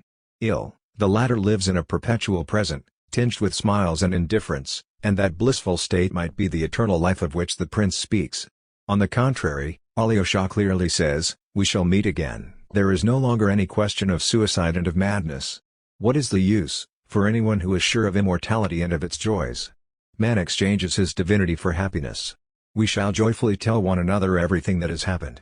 Thus again Kirillov's pistol rang out somewhere in Russia, but the world continued to cherish its blind hopes. Men did not understand that. Consequently, it is not an absurd novelist addressing us, but an existential novelist. Here, too, the leap is touching and gives its nobility to the art that inspires it. It is a stirring acquiescence, riddled with doubts, uncertain and ardent. Speaking of the brothers Karamazov, Dostoevsky wrote, the chief question that will be pursued throughout this book is the very one from which I have suffered consciously or unconsciously all life long, the existence of God. It is hard to believe that a novel sufficed to transform into joyful certainty the suffering of a lifetime. One commentator 23, correctly pointed out that Dostoevsky is on Ivan's side and that the affirmative chapters took 3 months of effort whereas what he called the blasphemies were written in 3 weeks in a state of excitement. There is not one of his characters who does not have that thorn in the flesh, who does not aggravate it or seek a remedy for it in sensation or immortality. 24. In any case, let us remain with this doubt. Here is a work which, in a chiaroscuro more gripping than the light of day, permits us to seize man's struggle against his hopes. Having reached the end, the creator makes his choice against his characters. That contradiction thus allows us to make a distinction. It is not an absurd work that is involved here, but a work that propounds the absurd problem. Dostoevsky's reply is humiliation, shame according to Stavrogin. An absurd work, on the contrary, does not provide a reply, that is the whole difference. Let us note this carefully in conclusion. What contradicts the absurd in that work is not its Christian character, but rather its announcing a future life. It is possible to be Christian and absurd. There are examples of Christians who do not believe in a future life. In regard to the work of art, it should therefore be possible to define one of the directions of the absurd analysis that could have been anticipated in the preceding pages. It leads to propounding the absurdity of the gospel. It throws light upon this idea, fertile in repercussions, that convictions do not prevent incredulity. On the contrary, it is easy to see that the author of The Possessed, familiar with these paths, in conclusion took a quite different way. The surprising reply of the creator to his characters, of Dostoevsky to Kirillov, can indeed be summed up thus: existence is illusory and it is eternal. Ephemeral creation. At this point I perceive, therefore, that hope cannot be eluded forever and that it can beset even those who want it to be free of it. This is the interest I find in the works discussed up to this point. I could, at least in the realm of creation, list some truly absurd works. 25. But everything must have a beginning. The object of this quest is a certain fidelity. The Church has been so harsh with heretics only because she deemed that there is no worse enemy than a child who has gone astray. But the record of Gnostic effronteries and the persistence of Manichaean currents have contributed more to the construction of orthodox dogma than all the prayers. With due allowance, the same is true of the absurd. One recognizes one's course by discovering the paths that stray from it. At the very conclusion of the absurd reasoning, in one of the attitudes dictated by its logic, it is not a matter of indifference to find hope coming back in under one of its most touching guises. That shows the difficulty of the absurd ascesis. Above all, it shows the necessity of unfailing alertness and thus confirms the general plan of this essay. But if it is still too early to list absurd works, at least a conclusion can be reached as to the creative attitude, one of those which can complete absurd existence. Art can never be so well served as by a negative thought. Its dark and humiliated proceedings are as necessary to the understanding of a great work as black is to white. To work and create for nothing, to sculpture in clay, to know that one's creation has no future, to see one's work destroyed in a day while being aware that fundamentally this has no more importance than building for centuries, this is the difficult wisdom that absurd thought sanctions. Performing these two tasks simultaneously, negating on the one hand and magnifying on the other, is the way open to the absurd creator. He must give the void its colors. This leads to a special conception of the work of art. Too often the work of a creator is looked upon as a series of isolated testimonies. Thus, artist and man of letters are confused. A profound thought is in a constant state of becoming, it adopts the experience of a life and assumes its shape. Likewise, a man's soul creation is strengthened in its successive and multiple aspects, his works. One after another, they complement one another, correct or overtake one another, contradict one another too. If something brings creation to an end, it is not the victorious and illusory cry of the blinded artist, "I have said everything," but the death of the creator which closes his experience in the book of his genius. That effort, that superhuman consciousness are not necessarily apparent to the reader. There is no mystery in human creation. Will performs this miracle. But at least there is no true creation without a secret. To be sure, a succession of works can be but a series of approximations of the same thought. But it is possible to conceive of another type of creator proceeding by juxtaposition. Their works may seem to be devoid of interrelations. To a certain degree, they are contradictory. But viewed altogether, they resume their natural grouping. From death, for instance, they derive their definitive significance. They receive their most obvious light from the very life of their author. At the moment of death, the succession of his works is but a collection of failures. But if those failures all have the same resonance, the creator has managed to repeat the image of his own condition, to make the air echo with the sterile secret he possesses. The effort to dominate is considerable here. But human intelligence is up to much more. It will merely indicate clearly the voluntary aspect of creation. Elsewhere I have brought out the fact that human will had no other purpose than to maintain awareness. But that could not do without discipline. Of all the schools of patience and lucidity, creation is the most effective. It is also the staggering evidence of man's soul dignity, the dogged revolt against his condition, perseverance in an effort considered sterile. It calls for a daily effort, self-mastery, a precise estimate of the limits of truth, measure, and strength. It constitutes an ascesis. All that for nothing, in order to repeat and mark time. But perhaps the great work of art has less importance in itself than in the ordeal it demands of a man and the opportunity it provides him of overcoming his phantoms and approaching a little closer to his naked reality. Let there be no mistake in aesthetics. It is not patient inquiry, the unceasing, sterile illustration of a thesis that I am calling for here. Quite the contrary, if I have made myself clearly understood. The thesis novel, the work that proves, the most hateful of all, is the one that most often is inspired by a smug thought. You demonstrate the truth you feel sure of possessing. But those are ideas one launches, and ideas are the contrary of thought. Those creators are philosophers, ashamed of themselves. Those I am speaking of or whom I imagine are, on the contrary, lucid thinkers. At a certain point where thought turns back on itself, they raise up the images of their works like the obvious symbols of a limited, mortal, and rebellious thought. They perhaps prove something. But those proofs are ones that the novelists provide for themselves rather than for the world in general. The essential is that the novelists should triumph in the concrete and that this constitute their nobility. This wholly carnal triumph has been prepared for them by a thought in which abstract powers have been humiliated. When they are completely so, at the same time the flesh makes the creation shine forth in all its absurd luster. After all, ironic philosophies produce passionate works. Any thought that abandons unity glorifies diversity. And diversity is the home of art. The only thought to liberate the mind is that which leaves it alone, certain of its limits and of its impending end. No doctrine tempts it. It awaits the ripening of the work and of life. Detached from it, the work will once more give a barely muffled voice to a soul forever freed from hope. Or it will give voice to nothing if the creator, tired of his activity, intends to turn away. That is equivalent. One's fate. For all these characters, their work defines them at least as much as it is defined by them. The actor taught us this, there is no frontier between being and appearing. Let me repeat. None of all this has any real meaning. On the way to that liberty, there is still a progress to be made. The final effort for these related minds, creator or conqueror, is to manage to free themselves also from their undertakings, succeed in granting that the very work, whether it be conquest, love, or creation, may will not be, consummate thus the utter futility of any individual life.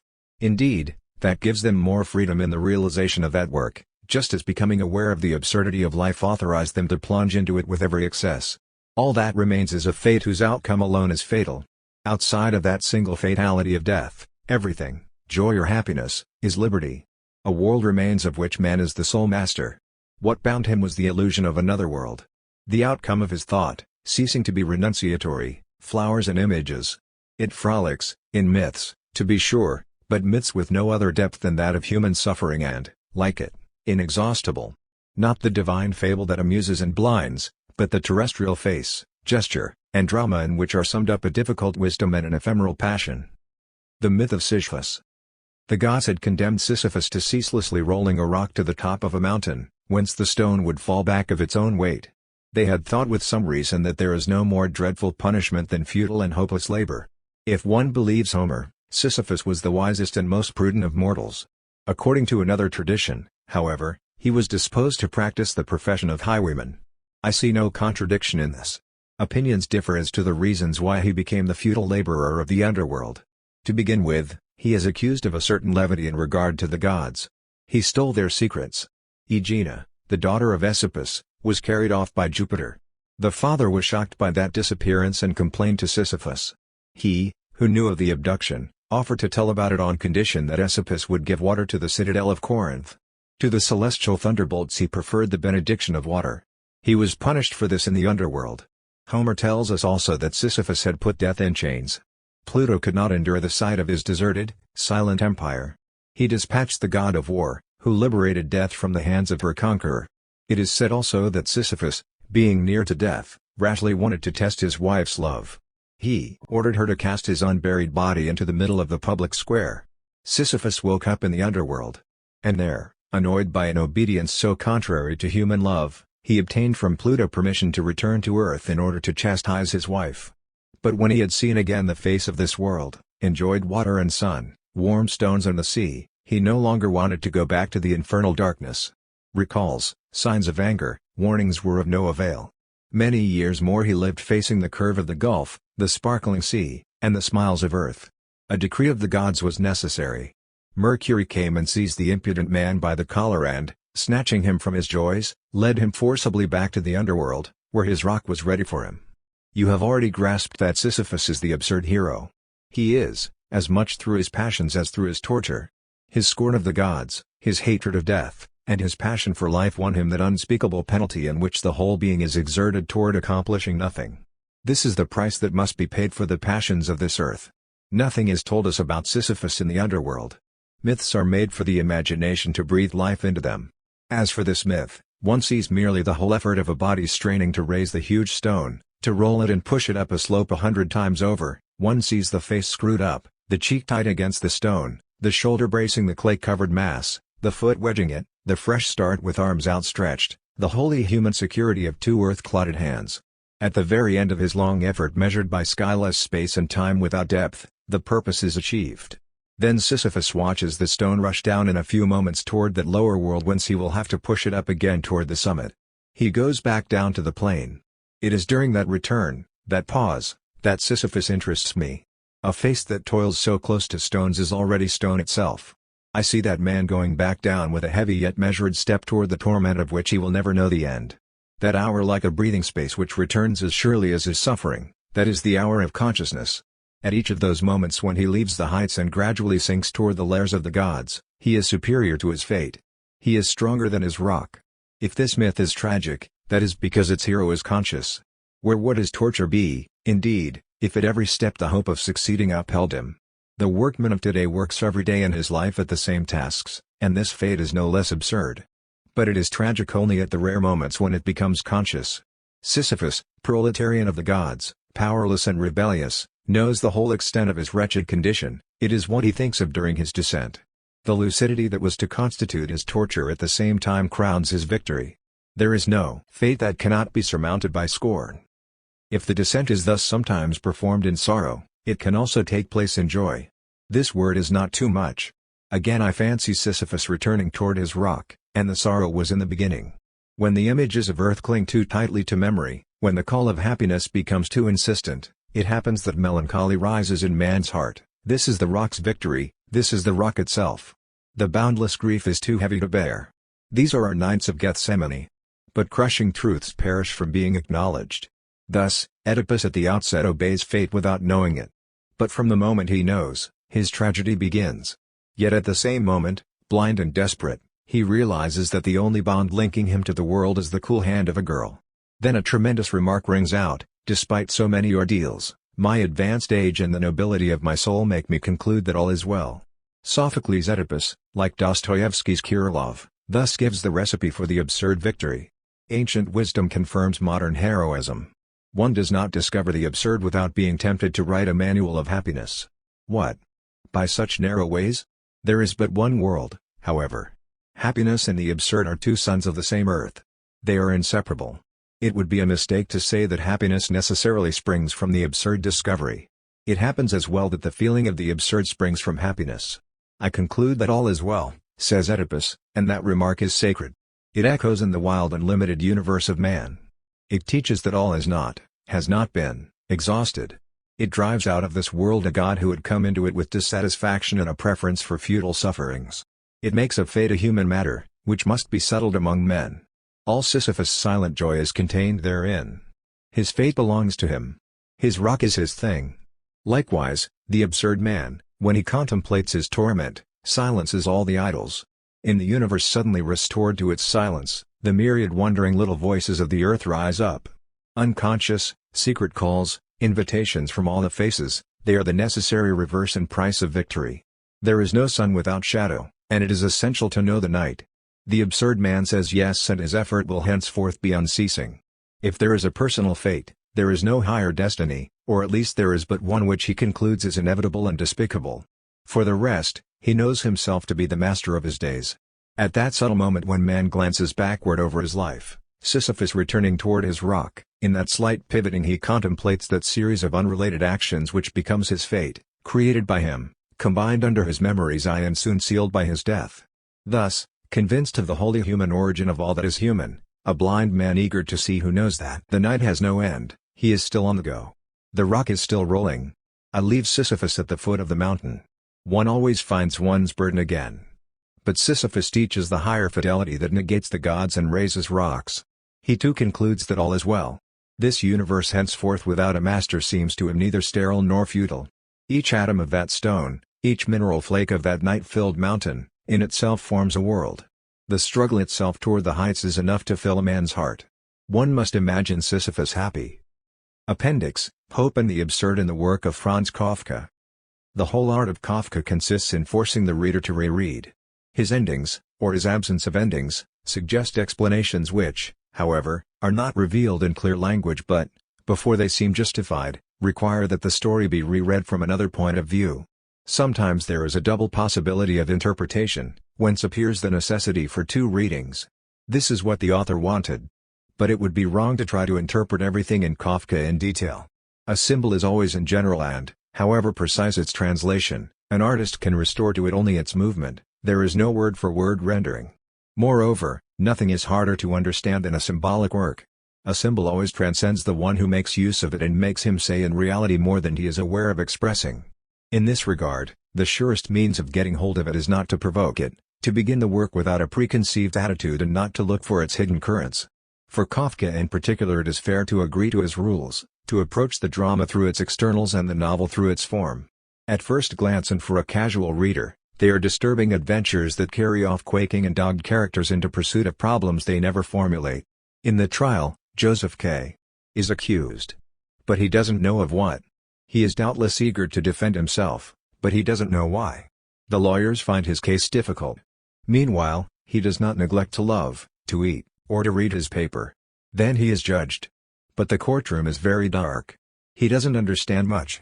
He merely assumes that he is condemned, but to what he barely wonders.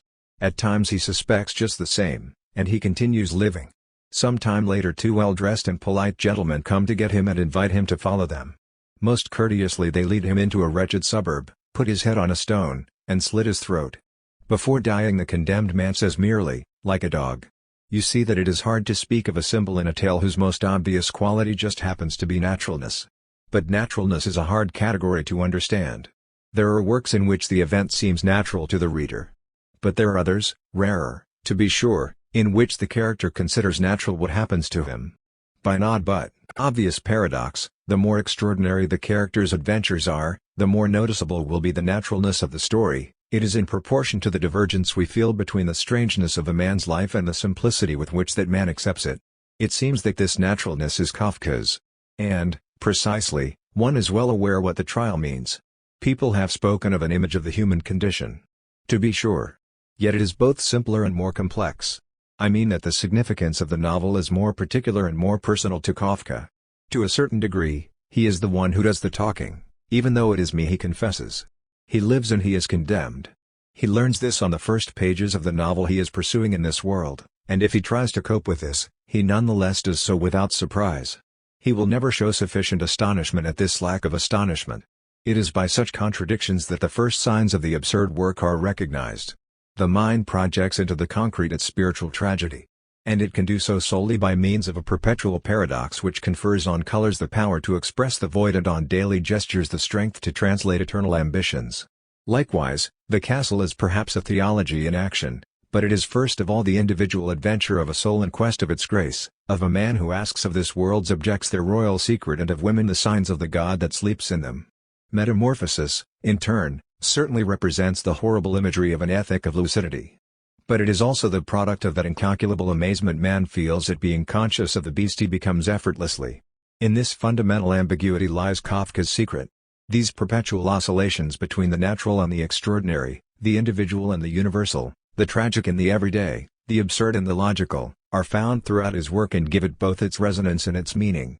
These are the paradoxes that must be enumerated, the contradictions that must be strengthened, in order to understand the absurd work.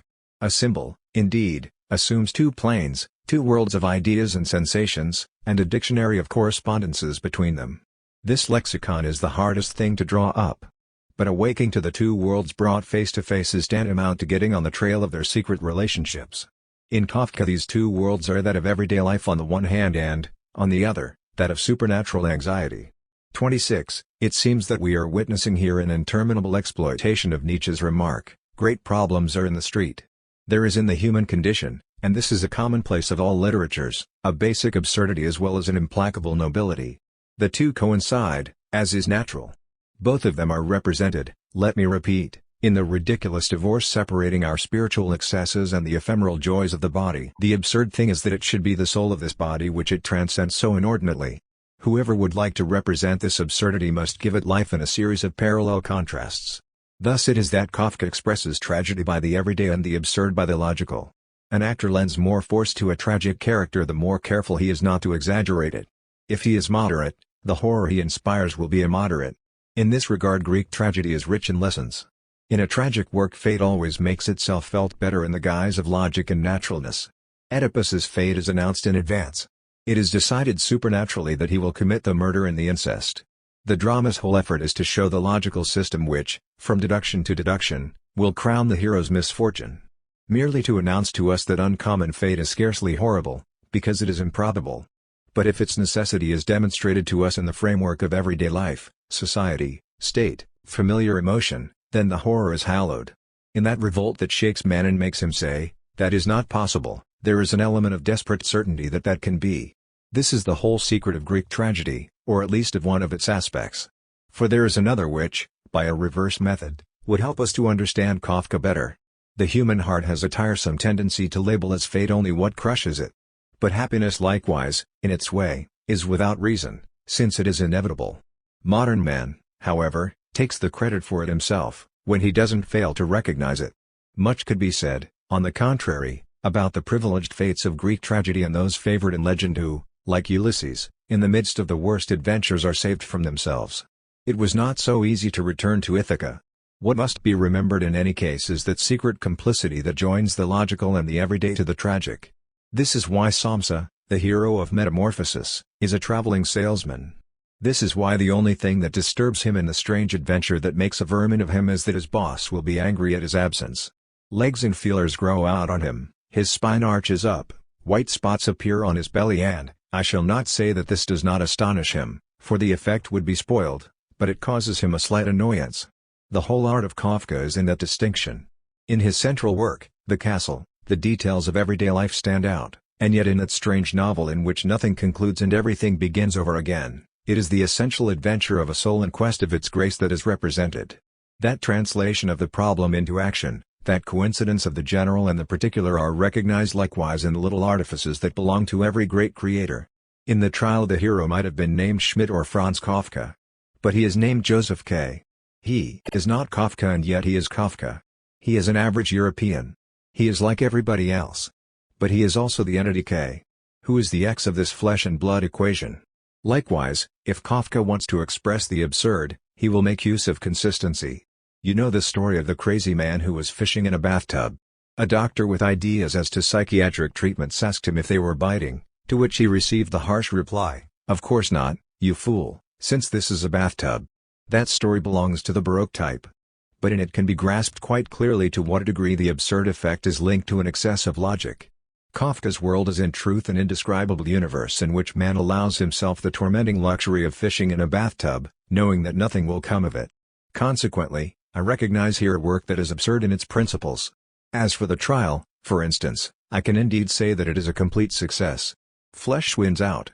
Nothing is lacking, neither the unexpressed revolt, but it is what is writing, nor lucid and mute despair, but it is what is creating, nor that amazing freedom of manner which the characters of the novel exemplify until their ultimate death.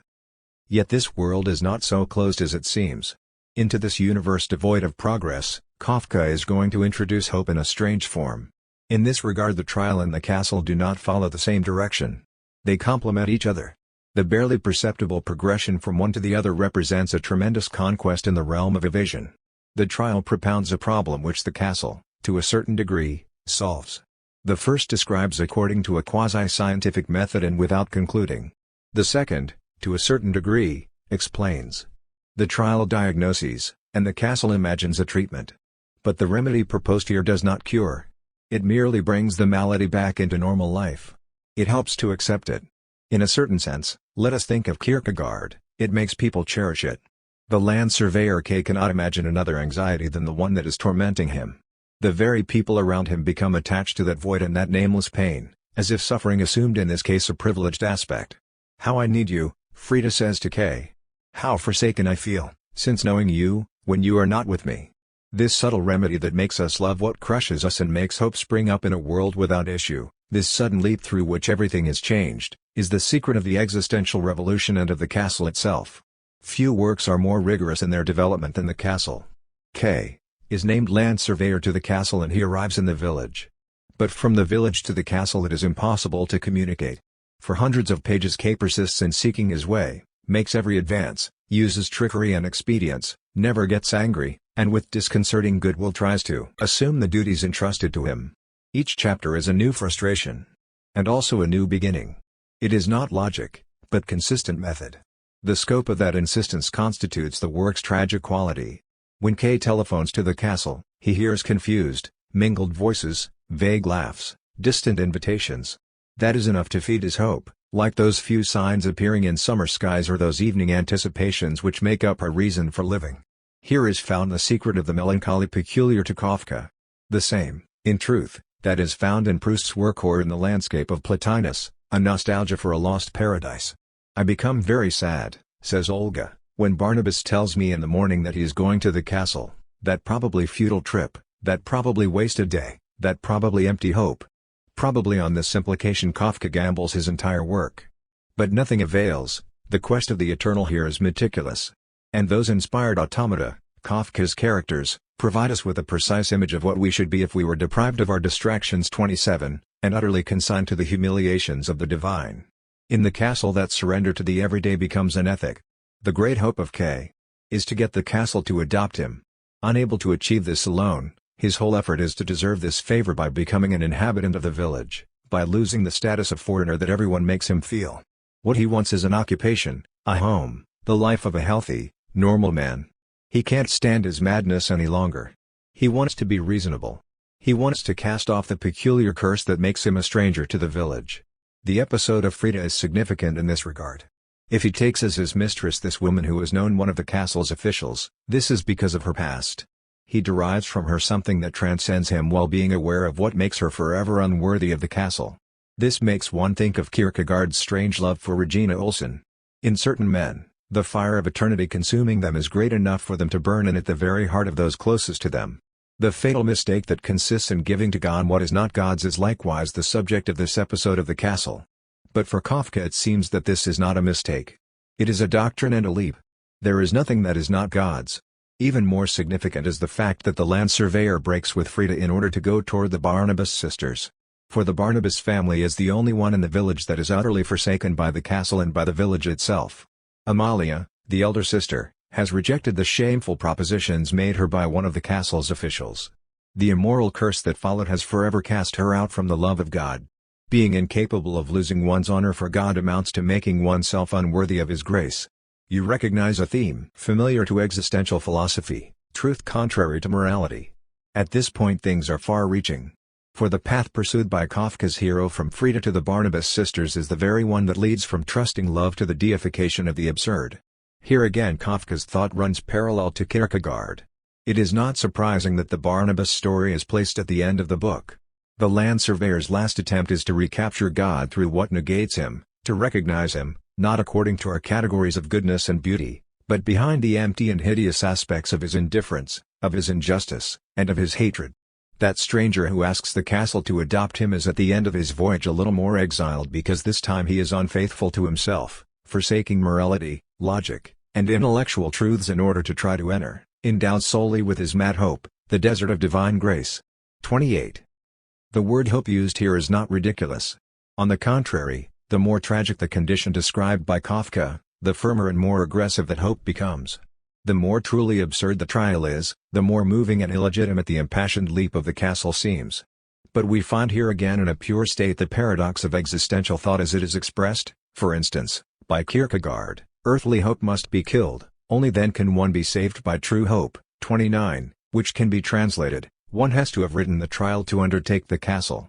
Most of those who have spoken of Kafka have indeed defined his work as a desperate cry with no recourse left to man. But this calls for review. There is hope and hope. To me the optimistic work of Henri Bordeaux seems peculiarly discouraging. This is because it has nothing for the discriminating. Malraux's thought, on the other hand, is always bracing.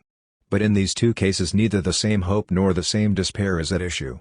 I see merely that the absurd work itself may lead to the infidelity I want to avoid. The work which was but an ineffectual repetition of a sterile condition, a lucid glorification of the ephemeral, becomes here a cradle of illusions. It explains, it gives a shape to hope.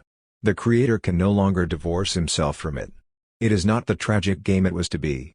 It gives a meaning to the author's life. It is strange in any case that works of related inspiration like those of Kafka, Kierkegaard, or Chestov, those, in short, of existential novelists and philosophers completely oriented toward the absurd and its consequences, should in the long run lead to that tremendous cry of hope. They embrace the God that consumes them. It is through humility that hope enters in. For the absurd of this existence assures them a little more of supernatural reality. If the course of this life leads to God, there is an outcome after all. And the perseverance, the insistence with which Kierkegaard, Chestov, and Kafka's heroes repeat their itineraries are a special warrant of the uplifting power of that certainty. 30 Kafka refuses his God moral nobility, evidence, virtue, coherence, but only the better to fall into his arms. The absurd is recognized, accepted, and man is resigned to it, but from then on we know that it has ceased to be the absurd. Within the limits of the human condition, what greater hope than the hope that allows an escape from that condition? As I see once more, existential thought in this regard, and contrary to current opinion, is steeped in a vast hope. The very hope which at the time of early Christianity and the spreading of the good news inflamed the ancient world. But in that leap that characterizes all existential thought, in that insistence, in that surveying of a divinity devoid of surface, how can one fail to see the mark of a lucidity that repudiates itself? It is merely claimed that this is pride abdicating to save itself. Such a repudiation would be fecund. But this does not change that. The moral value of lucidity cannot be diminished in my eyes by calling it sterile like all pride. For a truth also, by its very definition, is sterile. All facts are. In a world where everything is given and nothing is explained, The fecundity of a value or of a metaphysic is a notion devoid of meaning. In any case, you see here in what tradition of thought Kafka's work takes its place. It would indeed be intelligent to consider as inevitable the progression leading from the trial to the castle. Joseph K. and the land surveyor K. are merely two poles that attract Kafka. 31. I shall speak like him and say that his work is probably not absurd. But that should not deter us from seeing its nobility and universality. They come from the fact that he managed to represent so fully the everyday passage from hope to grief and from desperate wisdom to intentional blindness.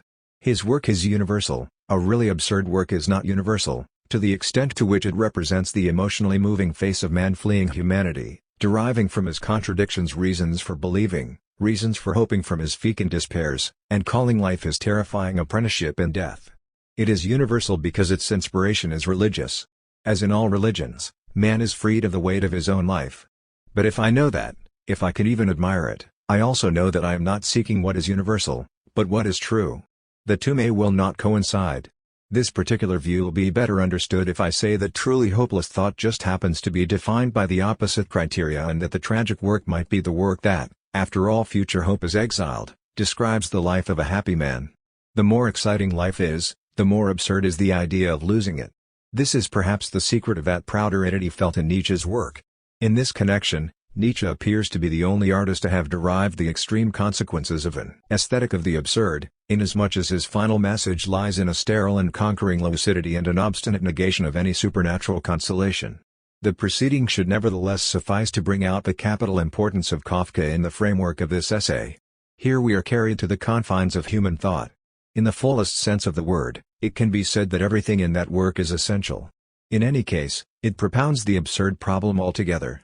If one wants to compare these conclusions with our initial remarks, the content with the form, the secret meaning of the castle with the natural art in which it is molded, K's passionate, proud quest with the everyday setting against which it takes place, then one will realize what may be its greatness. For if nostalgia is the mark of the human, perhaps no one has given such flesh and volume to these phantoms of regret. But at the same time will be sensed what exceptional nobility the absurd work calls for, which is perhaps not found here. If the nature of art is to bind the general to the particular, ephemeral eternity of a drop of water to the play of its lights, it is even truer to judge the greatness of the absurd writer by the distance he is able to introduce between these two worlds. His secret consists in being able to find the exact point where they meet in their greatest disproportion. And, to tell the truth, this geometrical locus of man and the inhuman is seen everywhere by the pure in heart. If Faust and Don Quixote are eminent creations of art, this is because of the immeasurable nobilities they point out to us with their earthly hands. Yet a moment always comes when the mind negates the truths that those hands can touch. A moment comes when the creation ceases to be taken tragically, it is merely taken seriously. Then man is concerned with hope. But that is not his business. His business is to turn away from subterfuge. Yet this is just what I find at the conclusion of the vehement proceedings Kafka institutes against the whole universe. His unbelievable verdict is this hideous and upsetting world in which the very moles dare to hope. 32. Summer in Algiers. For Jacques Jurgen. The loves we share with a city are often secret loves. Old walled towns like Paris, Prague, and even Florence are closed in on themselves and hence limit the world that belongs to them. But Algiers, together with certain other privileged places such as cities on the sea, opens to the sky like a mouth or a wound. In Algiers one loves the commonplaces, the sea at the end of every street, a certain volume of sunlight, the beauty of the race. And, as always, in that unashamed offering there is a secret fragrance. In Paris it is possible to be homesick for space and a beating of wings. Here at least man is gratified in every wish and, sure of his desires, can at last measure his possessions.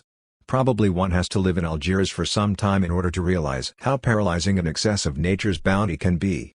There is nothing here for whoever would learn, educate himself, or better himself. This country has no lessons to teach. It neither promises nor affords glimpses. It is satisfied to give, but in abundance. It is completely accessible to the eyes, and you know it the moment you enjoy it. Its pleasures are without remedy and its joys without hope. Above all, it requires clairvoyant souls, that is, without solace. It insists upon one's performing an act of lucidity as one performs an act of faith. Strange country that gives the man it nourishes both his splendor and his misery. It is not surprising that the sensual riches granted to a sensitive man of these regions should coincide with the most extreme destitution. No truth fails to carry with it its bitterness. How can one be surprised, then, If I never feel more affection for the face of this country than amid its poorest men. During their entire youth men find here a life in proportion to their beauty. Then, later on, the downhill slope and obscurity. They wagered on the flesh, but knowing they were to lose. In Algiers whoever is young and alive finds sanctuary and occasion for triumphs everywhere, in the bay, the sun, the red and white games on the seaward terraces, the flowers and sports stadiums, the cool-legged girls. But for whoever has lost his youth there is nothing to cling to and nowhere where melancholy can escape itself. Elsewhere, Italian terraces, European cloisters, or the profile of the Provençal hills, all places where man can flee his humanity and gently liberate himself from himself. But everything here calls for solitude and the blood of young men. Goethe on his deathbed calls for light, and this is a historic remark. At Belcourt and Bab el-Oued old men seated in the depths of cafes listen to the bragging of young men with plastered hair. Summer betrays these beginnings and ends to us in Algiers. During those months the city is deserted. But the poor remain, and the sky. We join the former as they go down toward the harbor and man's treasures, warmth of the water and the brown bodies of women. In the evening, sated with such wealth, they return to the oilcloth and kerosene lamp that constitute the whole setting of their life. In Algiers no one says go for a swim, but rather indulge in a swim. The implications are clear. People swim in the harbor and go to rest on the buoys. Anyone who passes near a buoy where a pretty girl already is sunning herself shouts to his friends, "I tell you it's a seagull." These are healthy amusements. They must obviously constitute the ideal of those youths, since most of them continue the same life in the winter, undressing every day at noon for a frugal lunch in the sun. Not that they have read the boring sermons of the nudists, those Protestants of the flesh. There is a theory of the body quite as tiresome as that of the mind. But they are simply comfortable in the sunlight. The importance of this custom for our epoch can never be overestimated. For the first time in 2000 years the body has appeared naked on beaches. For 20 centuries men have striven to give decency to Greek insolence and naivete, to diminish the flesh and complicate dress. Today, despite that history, young men running on Mediterranean beaches repeat the gestures of the athletes of Delos. And living thus among bodies and through one's body, one becomes aware that it has its connotations, its life, and, to risk nonsense, a psychology of its own. 33. The body's evolution, like that of the mind, has its history, its vicissitudes, its progress, and its deficiency. With this distinction, however, color. When you frequent the beach in summer you become aware of a simultaneous progression of all scans from white to golden to tanned, ending up in a tobacco color which marks the extreme limit of the effort of transformation of which the body is capable. Above the harbor stands the set of white cubes of the Kasbah. When you are at water level, against the sharp wall background of the Arab town the bodies describe a copper-colored frieze. And as the month of August progresses and the sun grows, the white of the houses becomes more blinding and skins take on a darker warmth. How can one fail to participate, then, in that dialogue of stone and flesh in tune with the sun and seasons? The whole morning has been spent in diving, in bursts of laughter amid splashing water, in vigorous paddles around the red and black freighters, those from Norway with all the scents of wood, those that come from Germany full of the smell of oil, those that go up and down the coast and smell of wine and old casks. At the hour when the sun overflows from every corner of the sky at once, the orange canoe loaded with brown bodies brings us home in a mad race. And when, having suddenly interrupted the cadenced beat of the double paddle's bright-colored wings, we glide slowly in the calm water of the inner harbor, how can I fail to feel that I am piloting through the smooth waters a savage cargo of gods in whom I recognize my brothers? But at the other end of the city summer is already offering us, by way of contrast, its other riches, I mean its silence and its boredom. That silence is not always of the same quality, depending on whether it springs from the shade or the sunlight. There is the silence of noon on the Place du Gouvernement. In the shade of the trees surrounding it, Arabs sell for 5 sous glasses of iced lemonade flavored with orange flowers. Their cry cool, cool can be heard across the empty square. After their cry silence again falls under the burning sun. In the vendor's jug the ice moves and I can hear its tinkle. There is the silence of the siesta. In the streets of the Marine, in front of the dirty barber shops it can be measured in the melodious buzzing of flies behind the hollow reed curtains. Elsewhere, in the Moorish cafes of the Kasbah the body is silent, unable to tear itself away, to leave the glass of tea and rediscover time with the pulsing of its own blood. But, above all, there is the silence of summer evenings. Those brief moments when day topples into night must be peopled with secret signs and summons for my Algiers to be so closely linked to them. When I spend some time far from the town, I imagine its twilights as promises of happiness. On the hills above the city there are paths among the mastics and olive trees. And toward them my heart turns at such moments. I see flights of blackbirds rise against the green horizon. In the sky suddenly divested of its sun something relaxes. A whole little nation of red clouds stretches out until it is absorbed in the air. Almost immediately afterward appears the first star that had been seen taking shape and consistency in the depth of the sky. And then suddenly, all-consuming, night. What exceptional quality do the fugitive Algerian evenings possess to be able to release so many things in me? I haven't time to tire of that sweetness they leave on my lips before it has disappeared into night. Is this the secret of its persistence? This country's affection is overwhelming and furtive. But during the moment it is present, one's heart at least surrenders completely to it. At Padovani Beach the dance hall is open every day. And in that huge rectangular box with its entire side open to the sea, the poor young people of the neighborhood dance until evening. Often I used to await there a moment of exceptional beauty. During the day the hall is protected by sloping wooden awnings. When the sun goes down they are raised. Then the hall is filled with an odd green light born of the double shell of the sky and the sea.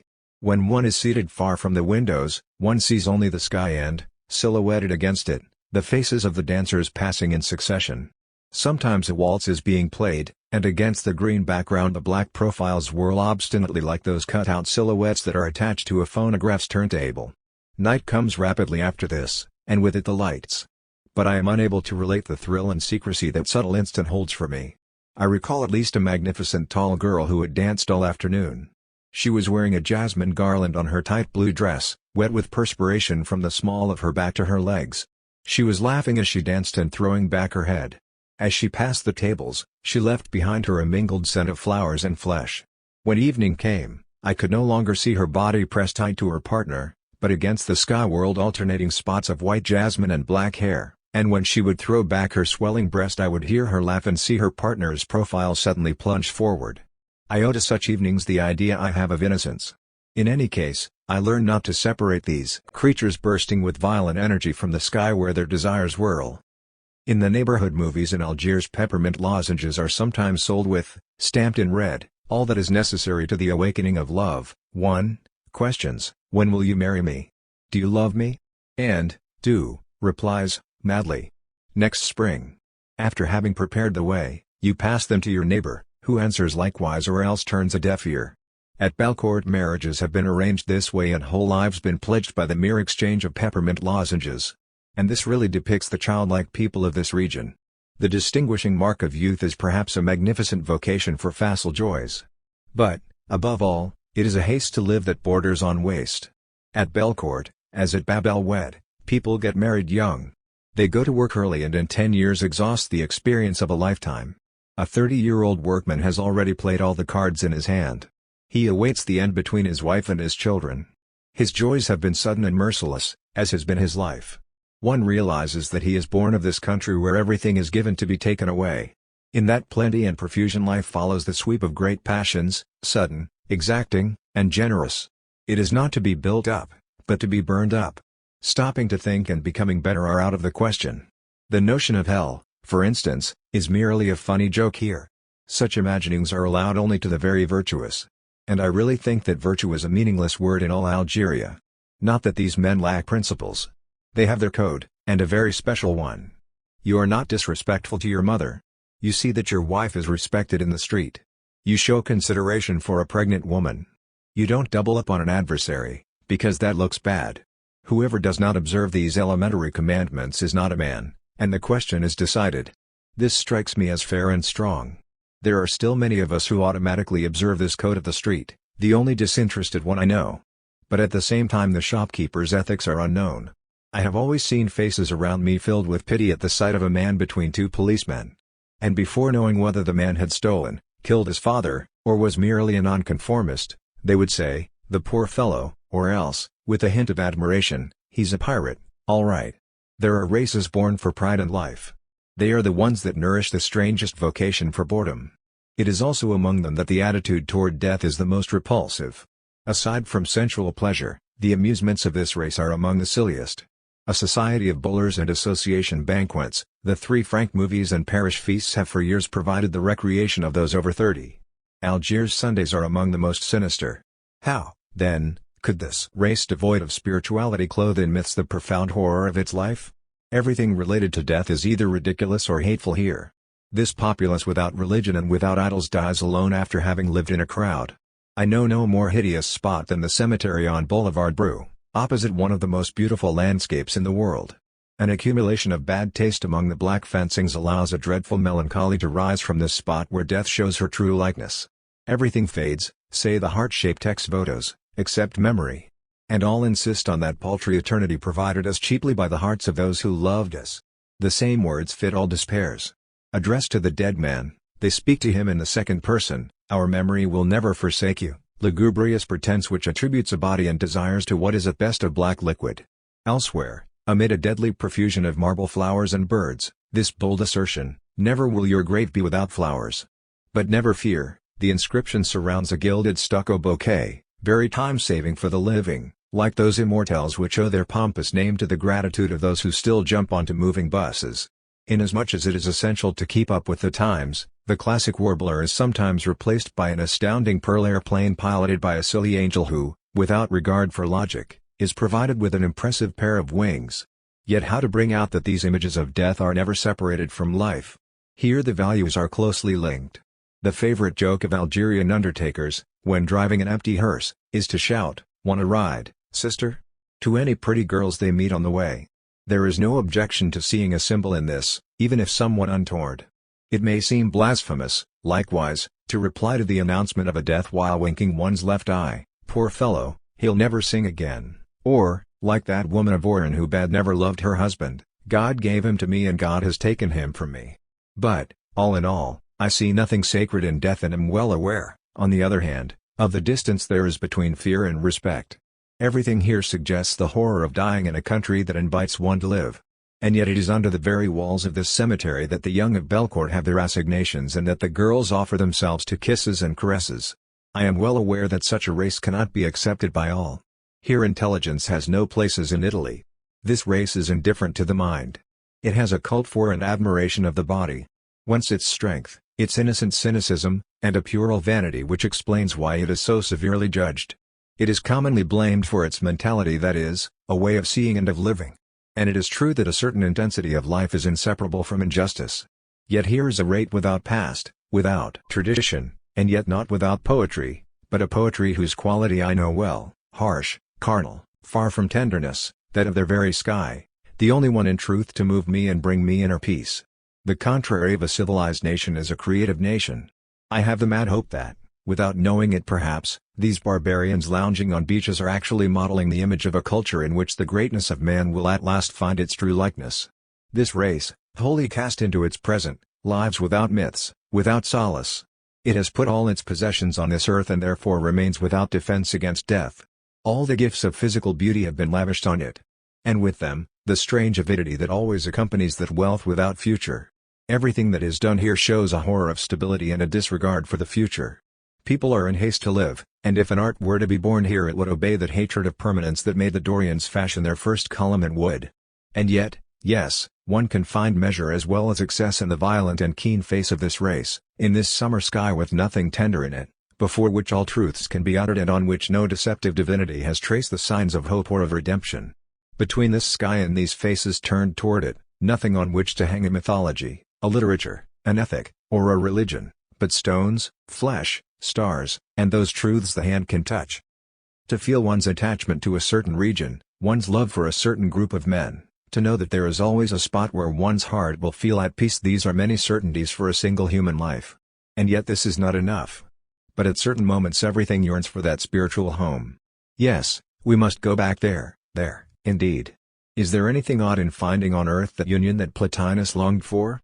Unity is expressed here in terms of sun and sea. The heart is sensitive to it through a certain savor of flesh which constitutes its bitterness and its grandeur. I learn that there is no superhuman happiness, no eternity outside the sweep of days. These paltry and essential belongings, these relative truths are the only ones to stir me. As for the others, the ideal truths, I have not enough soul to understand them. Not that one must be an animal, but I find no meaning in the happiness of angels. I know simply that this sky will last longer than I, and what shall I call eternity except what will continue after my death? I am not expressing here the creature's satisfaction with his condition. It is quite a different matter. It is not always easy to be a man, still less to be a pure man.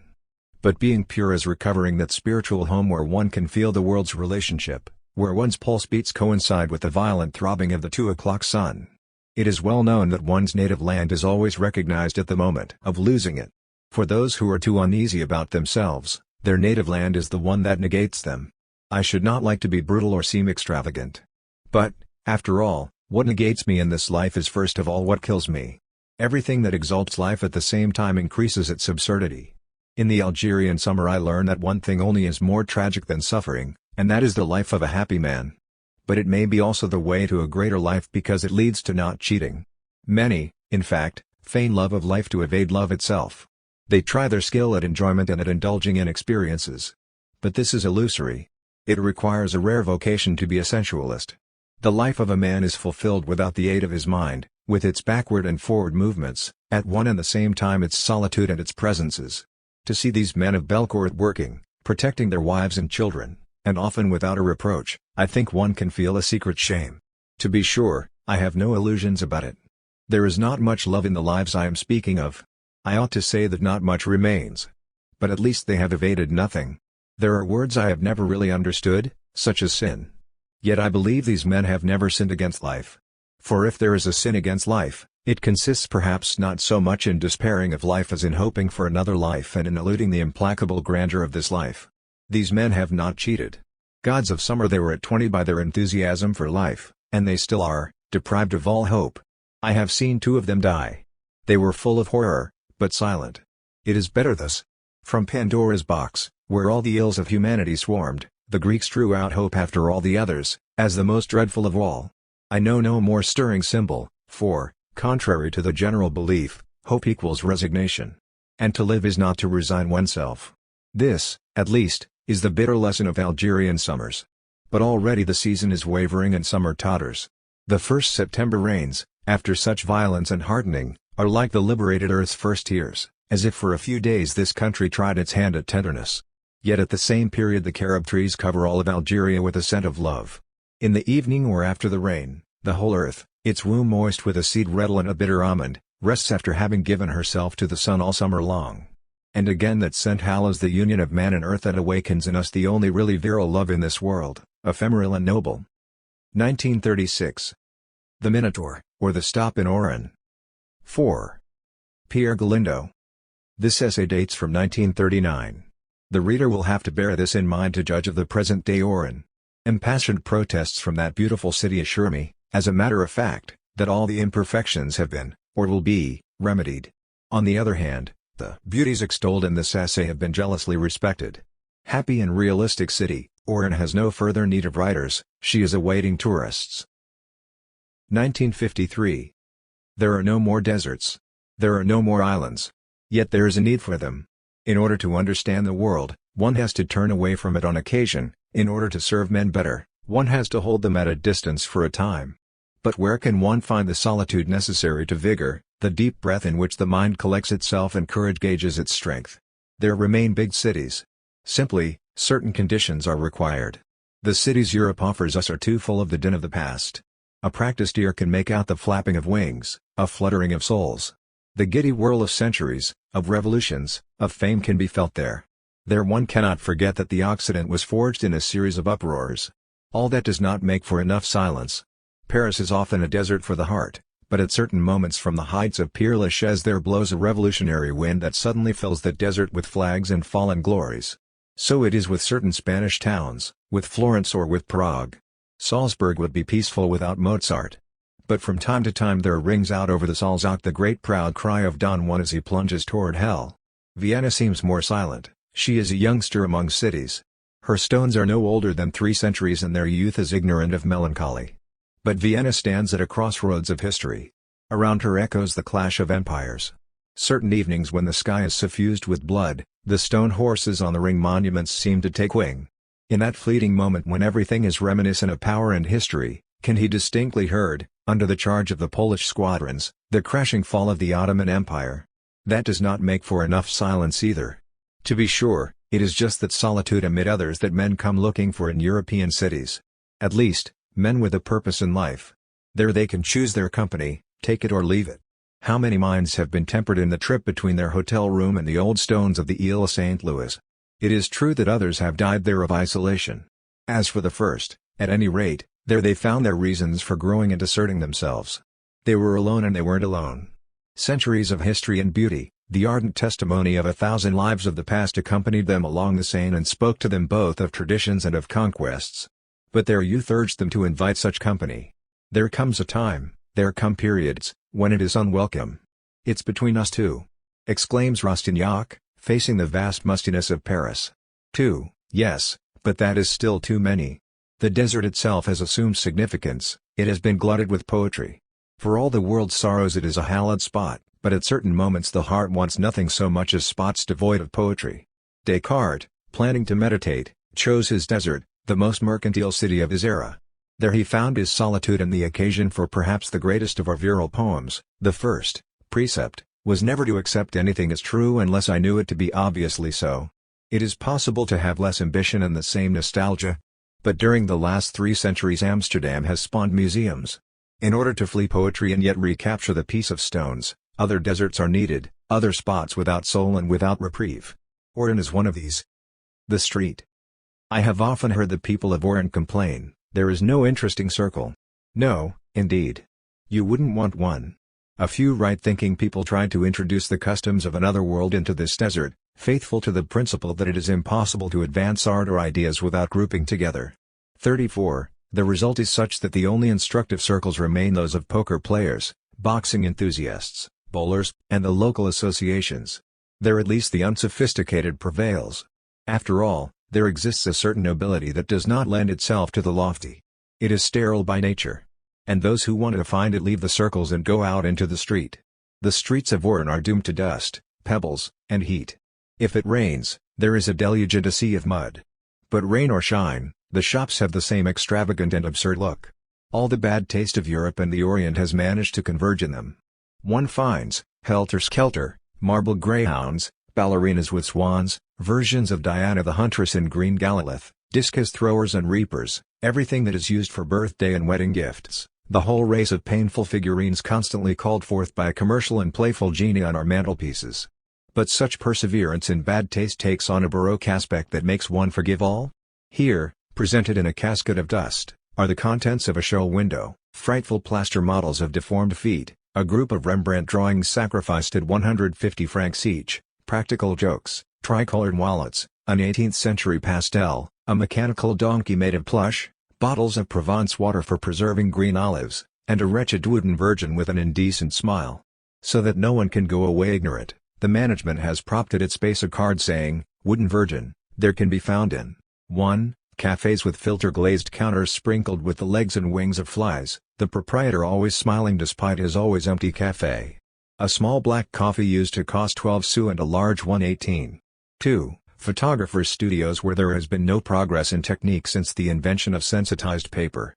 They exhibit a strange fauna impossible to encounter in the streets, from the pseudo-sailor leaning on a console table to the marriageable girl, badly dressed and arms dangling, standing in front of a sylvan background. It is possible to assume that these are not portraits from life, they are creations. 3. An edifying abundance of funeral establishments. It is not that people die more in Oran than elsewhere, but I fancy merely that more is made of it. The attractive naivete of this nation of merchants is displayed even in their advertising. I read, in the handbill of an Oran movie theater, the advertisement for a third-rate film. I note the adjectives sumptuous, splendid, extraordinary, amazing, staggering, and tremendous. At the end the management informs the public of the considerable sacrifices it has undertaken to be able to present this startling realization. Nevertheless, the price of tickets will not be increased. It would be wrong to assume that this is merely a manifestation of that love of exaggeration characteristic of the South. Rather, the authors of this marvelous handbill are revealing their sense of psychology. It is essential to overcome the indifference and profound apathy felt in this country the moment there is any question of choosing between 2 shows, 2 careers, and, often, even 2 women. People make up their minds only when forced to do so. And advertising is well aware of this. It will assume American proportions, having the same reasons, both here and there, for getting desperate. The streets of Oran inform us as to the 2 essential pleasures of the local youth, getting one's shoes shined and displaying those same shoes on the boulevard. In order to have a clear idea of the first of these delights, one has to entrust one's shoes, at 10 o'clock on a Sunday morning, to the shoeshiners in Boulevard Gallieni. Perched on high armchairs, one can enjoy that peculiar satisfaction produced, even upon a rank outsider, by the sight of men in love with their job, as the shoeshiners of Oran obviously are. Everything is worked over in detail. Several brushes, 3 kinds of cloths, the polish mixed with gasoline. One might think the operation is finished when a perfect shine comes to life under the soft brush. But the same insistent hand covers the glossy surface again with polish, rubs it, dulls it, makes the cream penetrate the heart of the leather, and then brings forth, under the same brush, a double and really definitive gloss sprung from the depths of the leather. The wonders achieved in this way are then exhibited to the connoisseurs.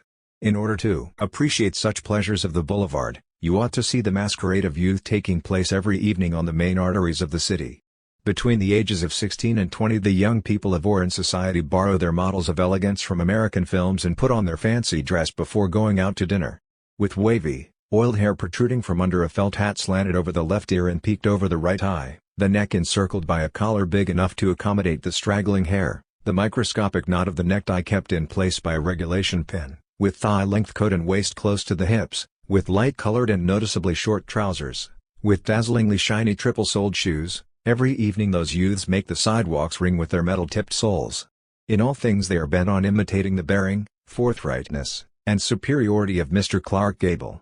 For this reason the local carpers commonly nickname those youths, by favor of a casual pronunciation, Clarks. At any rate, the main boulevards of Oran are invaded late in the afternoon by an army of attractive adolescents who go to the greatest trouble to look like a bad lot. Inasmuch as the girls of Oran feel traditionally engaged to these soft-hearted gangsters, they likewise flaunt the make-up and elegance of popular American actresses. Consequently, the same wits call them Marlenes. Thus on the evening boulevards when the sound of birds rises skyward from the palm trees, dozens of Clarks and Marlenes meet, and size up one another, happy to be alive and to cut a figure, indulging for an hour in the intoxication of perfect existences. There can then be witnessed, the jealous say, the meetings of the American Commission. But in these words lies the bitterness of those over 30 who have no connection with such diversions. They fail to appreciate those daily congresses of youth and romance. These are, in truth, the parliaments of birds that are met in Hindu literature. But no one on the boulevards of Oran debates the problem of being or worries about the way to perfection. There remains nothing but flappings of wings, plumed struttings, coquettish and victorious graces, a great burst of carefree song that disappears with the night. From here I can hear Klastikov, I shall soon have to be concerned with something lofty. Alas, he is quite capable of it. If he were urged, he would people this desert within a few years. But for the moment a somewhat secret soul must liberate itself in this facile city with its parade of painted girls unable, nevertheless, to simulate emotion, feigning coyness so badly that the pretense is immediately obvious. Be concerned with something lofty. Just see, Santa Cruz cut out of the rock, the mountains, the flat sea, the violent wind and the sun, the great cranes of the harbor, the trains, the hangars, the quays, and the huge ramps climbing up the city's rock, and in the city itself these diversions and this boredom, this hubbub and this solitude. Perhaps, indeed, all this is not sufficiently lofty. But the great value of such overpopulated islands is that in them the heart strips bare. Silence is no longer possible except in noisy cities. From Amsterdam Descartes writes to the aged Geste Balzac, I go out walking every day amid the confusion of a great crowd, with as much freedom and tranquility as you could do on your garden paths. 35. The desert in Oran. Obliged to live facing a wonderful landscape, the people of Oran have overcome this fearful ordeal by covering their city with very ugly constructions. One expects to find a city open to the sea, washed and refreshed by the evening breeze. And aside from the Spanish Quarter, 36, one finds a walled town that turns its back to the sea, that has been built up by turning back on itself like a snail. Oran is a great circular yellow wall covered over with a leaden sky. In the beginning you wander in the labyrinth, seeking the sea like the sign of Ariadne.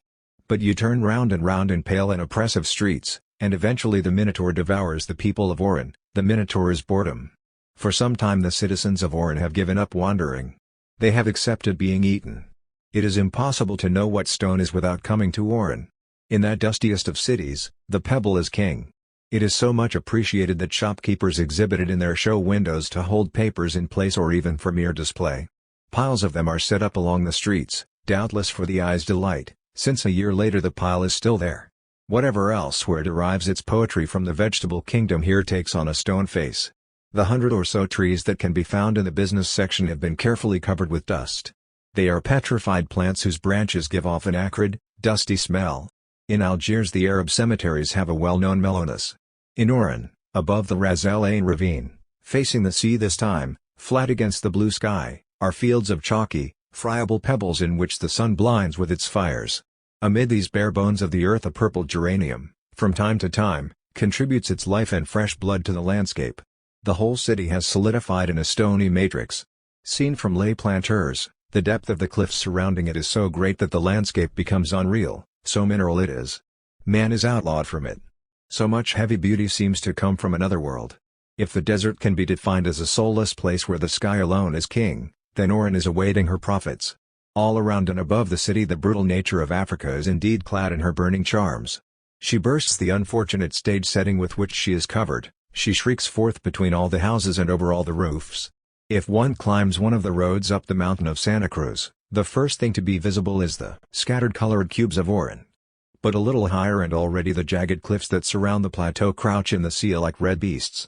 Still a little higher and a great vortex of sun and wind sweeps over, airs out, and obscures the untidy city scattered in disorder all over a rocky landscape. The opposition here is between magnificent human anarchy and the permanence of an unchanging sea. This is enough to make a staggering scent of life rise toward the mountainside road. There is something implacable about the desert. The mineral sky of Oran, her streets and trees and their coating of dust, everything contributes to creating this dense and impassable universe in which the heart and mind are never distracted from themselves, nor from their sole object, which is man. I am speaking here of difficult places of retreat. Books are written on Florence or Athens.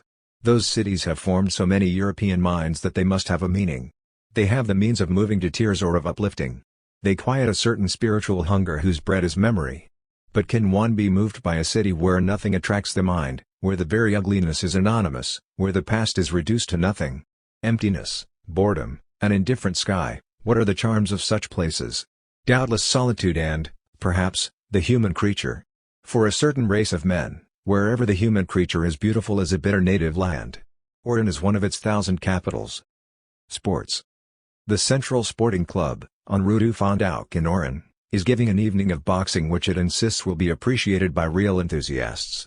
Interpreted, this means that the boxers on the bill are far from being stars, that some of them are entering the ring for the first time, and that consequently you can count, if not on the skill, at least on the courage of the opponents. A native having thrilled me with the firm promise that blood would flow, I find myself that evening among the real enthusiasts. Apparently the latter never insist on comfort. To be sure, a ring has been set up at the back of a sort of whitewashed garage, covered with corrugated iron and violently lighted. Folding chairs have been lined up in a square round the ropes. These are the honor rings. Most of the length of the hall has been filled with seats, and behind them opens a large free space called lounge by reason of the fact that not one of the 500 persons in it could take out a handkerchief without causing serious accidents. In this rectangular box live and breathe some 1,000 men and 2 or 3 women, the kind who, according to my neighbor, always insist on attracting attention. Everybody is sweating fiercely. While waiting for the fights of the young hopefuls a gigantic phonograph grinds out a Tino Rossi record. This is the sentimental song before the murder. The patience of a true enthusiast is unlimited. The fight announced for 9 o'clock has not even begun at 9:30 and no one has protested. The spring weather is warm and the smell of humanity in shirt sleeves is exciting. Lively discussion goes on among the periodic explosions of lemon soda corks and the tireless lament of the Corsican singer. A few late arrivals are wedged into the audience when a spotlight throws a blinding light onto the ring. The fights of the young hopefuls begin. The young hopefuls, or beginners, who are fighting for the fun of it, are always eager to prove this by massacring each other at the earliest opportunity, in defiance of technique. They were never able to last more than 3 rounds. The hero of the evening in this regard is young Kid Airplane, who in regular life sells lottery tickets on cafe terraces. His opponent, indeed, hurtled awkwardly out of the ring at the beginning of the second round after contact with a fist wielded like a propeller. The crowd got somewhat excited, but this is still an act of courtesy. Gravely it breathes in the hallowed air of the embarkation. It watches these series of slow rites and unregulated sacrifices, made even more authentic by the propitiatory designs, on the white wall, of the fighters' shadows. These are the deliberate ceremonial prologues of a savage religion. The trance will not come until later. And it so happens that the loudspeaker announces Amar, The tough Oranese who was never disarmed, against Perez, the slugger from Algiers. An uninitiated would misinterpret the yelling that greets the introduction of the boxers in the ring. He would imagine some sensational combat in which the boxers were to settle a personal quarrel known to the public. To tell the truth, it is a quarrel they are going to settle. But it is the one that for the past 100 years has mortally separated Algiers and Oran. Back in history, these two North African cities would have already bled each other wide as Pisa and Florence did in happier times. Their rivalry is all the stronger just because it probably has no basis. Having every reason to like each other, they loathe each other proportionately. The Oranese accuse the citizens of Algiers of sham. The people of Algiers imply that the Oranese are rustic. These are bloodier insults than they might seem because they are metaphysical. And unable to lay siege to each other, Oran and Algiers meet, compete, and insult each other on the field of sports, statistics, and public works. Thus a page of history is unfolding in the ring. And the tough Oranese, backed by 1,000 yelling voices, is defending against Perez a way of life and the pride of a province. Truth forces me to admit that Amar is not conducting his discussion well. His argument has a flaw, he lacks reach. The slugger from Algiers, on the contrary, has the required reach in his argument. It lands persuasively between his contradictor's eyes. The Oranese bleeds magnificently amid the vociferations of a wild audience. Despite the repeated encouragements of the gallery and of my neighbor, despite the dauntless shouts of kill him, floor him, the insidious below the belt. Oh, the referee missed that one, the optimistic he's pooped. He can't take any more. Nevertheless the man from Algiers is proclaimed the winner on points amid interminable catcalls. My neighbor, who is inclined to talk of sportsmanship, applauds ostensibly, while slipping to me in a voice made faint by so many shouts, so that he won't be able to say back there that we have Oran are savages. But throughout the audience, fights not included on the program have already broken out. Chairs are brandished, the police clear a path, excitement is at its height. In order to calm these good people and contribute to the return of silence, the management, without losing a moment, commissions the loudspeaker to boom out Sambarat Muse. For a few minutes the audience has a really warlike look. Confused clusters of combatants and voluntary referees sway in the grip of policemen. The gallery exults and calls for the rest of the program with wild cries, cock-a-doodle-doos, and mocking catcalls drowned in the irresistible flood from the military band. But the announcement or the big fight is enough to restore calm. This takes place suddenly, without flourishes, just as actors leave the stage once the play is finished. With the greatest unconcern, hats are dusted off, chairs are put back in place, and without transition all faces assume the kindly expression of the respectable member of the audience who has paid for his ticket to a family concert. The last fight pits a French champion of the Navy against an Oran boxer. This time the difference in reach is to the advantage of the latter. But his superiorities, during the first rounds, do not stir the crowd. They are sleeping off the effects of their first excitement, they are sobering up. They are still short of breath. If they applaud, there is no passion in it. They hiss without animosity. The audience is divided into two camps, as is appropriate in the interest of fairness.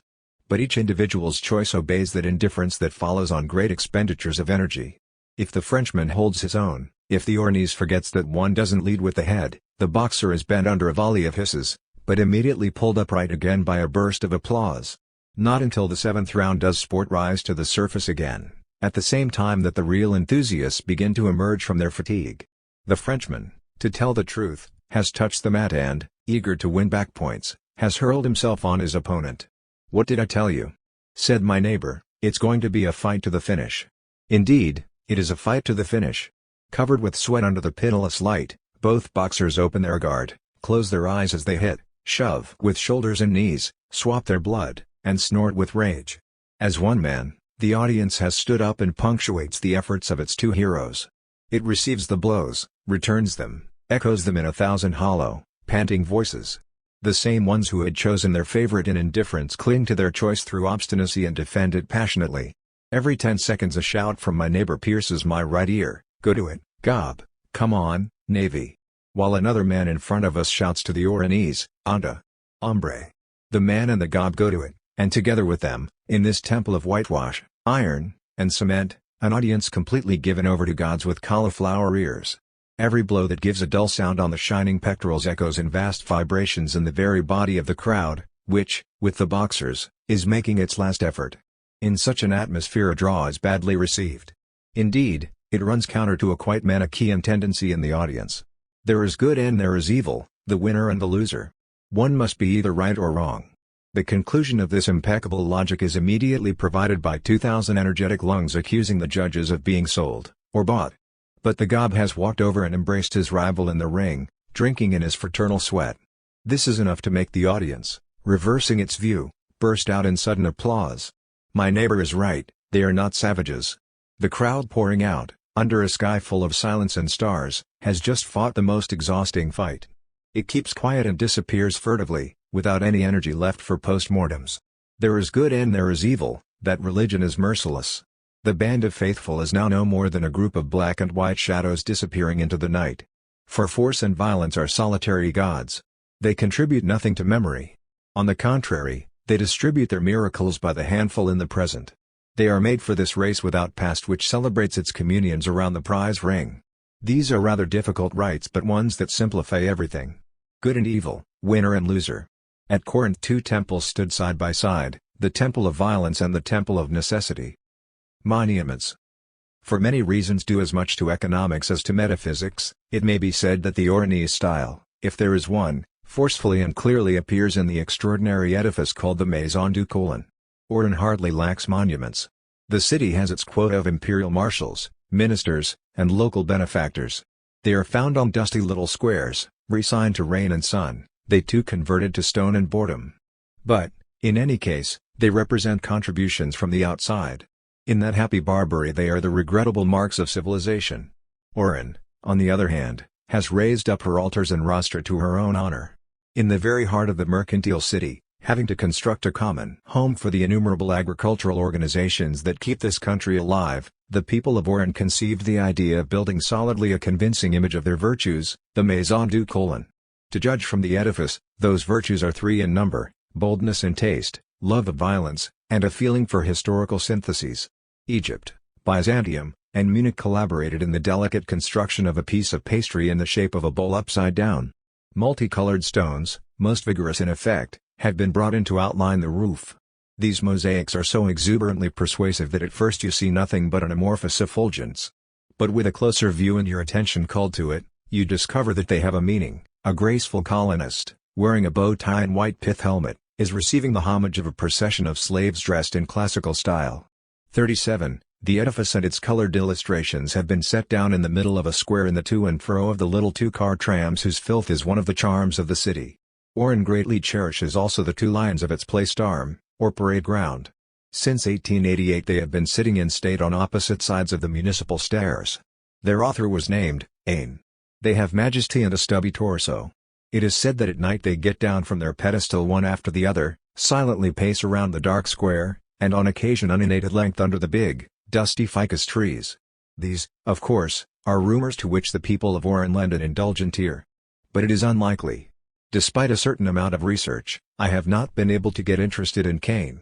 I merely learned that he had the reputation of being a skillful animal sculptor. Yet I often think of him. This is an intellectual bent that comes naturally in Oran. Here is a sonorously named artist who left an unimportant work here. Several 100,000 people are familiar with the easy-going beasts he put in front of a pretentious town hall. This is one way of succeeding in art. To be sure, these two lions, like thousands of works of the same type, are proof of something else than talent. Others have created the night watch. Saint Francis receiving the stigmata. David, or the Pharsalian bas-relief called the glorification of the flower. Cain, on the other hand, set up two hilarious snouts on the square of a mercantile province overseas. But the David will go down one day with Florence and the lions will perhaps be saved from the catastrophe. Let me repeat, they are proof of something else. Can one state this idea clearly? In this work there are insignificance and solidity. Spirit counts for nothing and matter for a great deal. Mediocrity insists upon lasting by all means, including bronze. It has refused a right to eternity, and every day it takes that right. Is it not eternity itself? In any event, such perseverance is capable of stirring, and it involves its lesson, that of all the monuments of Oran, and of Oran herself. An hour a day, every so often, it forces you to pay attention to something that has no importance. The mind profits from such recurrences. In a sense this is its hygiene, and since it absolutely needs its moments of humility, it seems to me that this chance to indulge in stupidity is better than others. Everything that is ephemeral wants to last. Let us say that everything wants to last. Human productions mean nothing else, and in this regard Cain's lions have the same chances as the ruins of Angkor. This disposes one toward modesty. There are other Oranese monuments. Or at least they deserve this name because they, too, stand for their city, and perhaps in a more significant way. They are the public works at present covering the coast for some 10 kilometers. Apparently it is a matter of transforming the most luminous of bays into a gigantic harbor. In reality it is one more chance for man to come to grips with stone. In the paintings of certain Flemish masters a theme of strikingly general application recurs insistently, the building of the Tower of Babel. Vast landscapes, rocks climbing up to heaven, steep slopes teeming with workmen, animals, ladders, strange machines, cords, pulleys. Man, moreover, is there only to give scale to the inhuman scope of the construction. This is what the Oran coast makes one think of, west of the city. Clinging to vast slopes, rails, dump cars, cranes, tiny trains, under a broiling sun, toil like locomotives round huge blocks of stone amid whistles, dust, and smoke. Day and night a nation of ants bustles about on the smoking carcass of the mountain. Clinging all up and down a single cord against the side of the cliff, dozens of men, their bellies pushing against the handles of automatic drills, vibrate in empty space all day long and break off whole masses of rock that hurtle down in dust and rumbling. Farther on, dump carts tip their loads over the slopes, and the rocks, suddenly poured seaward, bound and roll into the water, each large lump followed by a scattering of lighter stones. At regular intervals, at dead of night or in broad daylight, detonations shake the whole mountain and stir up the sea itself. Man, in this vast construction field, makes a frontal attack on stone. And if one could forget, for a moment at least, the harsh slavery that makes this work possible, one would have to admire. These stones, torn from the mountain, serve man in his plans. They pile up under the first waves, gradually emerge, and finally take their place to form a jetty, soon covered with men and machines which advance, day after day, toward the open sea. Without stopping, huge steel jaws bite into the cliff's belly, turn round, and disgorge into the water their overflowing gravel. As the coastal cliff is lowered, the whole coast encroaches irresistibly on the sea. Of course, destroying stone is not possible. It is merely moved from one place to another. In any case, it will last longer than the men who use it. For the moment, it satisfies their will to action. That in itself is probably useless. But moving things about is the work of men, one must choose doing that or nothing. 38. Obviously the people of Oran have chosen. In front of that indifferent bay, for many years more they will pile up stones along the coast. In 100 years, tomorrow, in other words, they will have to begin again. But today these heaps of rocks testify for the men in masks of dust and sweat who move about among them. The true monuments of Oran are still her stones. Ariadne's stone. It seems that the people of Oran are like that friend of Flaubert who, on the point of death, casting a last glance at this irreplaceable earth, exclaimed, "Close the window, it's too beautiful." They have closed the window, they have walled themselves in, they have cast out the landscape. But Flaubert's friend, Le Poitevin, died, and after him days continued to be added to days. Likewise, beyond the yellow walls of Oran, land and sea continue their indifferent dialogue. That permanence in the world has always had contrary charms for man. It drives him to despair and excites him. The world never says but one thing: first it interests, then it bores. But eventually it wins out by dint of obstinacy. It is always right. Already, at the very gates of Oran, nature raises its voice. In the direction of Canastel there are vast wastelands covered with fragrant brush. Their sun and wind speak only of solitude. Above Oran there is the mountain of Santa Cruz, the plateau and the myriad ravines leading to it. Roads, once carriageable, cling to the slopes overhanging the sea. In the month of January some are covered with flowers. Daisies and buttercups turn them into sumptuous paths, embroidered in yellow and white. About Santa Cruz everything has been said. But if I were to speak of it, I should forget the sacred processions that climb the rugged hill on feast days, in order to recall other pilgrimages. Solitary, they walk in the red stone, rise above the motionless bay, and come to dedicate to nakedness a luminous, perfect hour. Oran has also its deserts of sand, its beaches. Those encountered near the gates are deserted only in winter and spring. Then they are plateaus covered with asphodels, peopled with bare little cottages among the flowers. The sea rumbles a bit, down below. Yet already the sun, the faint breeze, the whiteness of the asphodels, the sharp blue of the sky, everything makes one fancy summer, the golden youth then covering the beach, the long hours on the sand and the sudden softness of evening. Each year on these shores there is a new harvest of girls in flower. Apparently they have but one season. The following year, other cordial blossoms take their place, which, the summer before, were still little girls with bodies as hard as buds. At 11 a.m., coming down from the plateau, all that young flesh, lightly clothed in motley materials, breaks on the sand like a multicolored wave. One has to go farther, strangely close, however, to that spot where 200,000 men are laboring, to discover a still virgin landscape, long, deserted dunes where the passage of men has left no other trace than a worm-eaten hut. From time to time an Arab shepherd drives along the top of the dunes the black and beige spots of his flock of goats. On the beaches of the Oran country every summer morning seems to be the first in the world.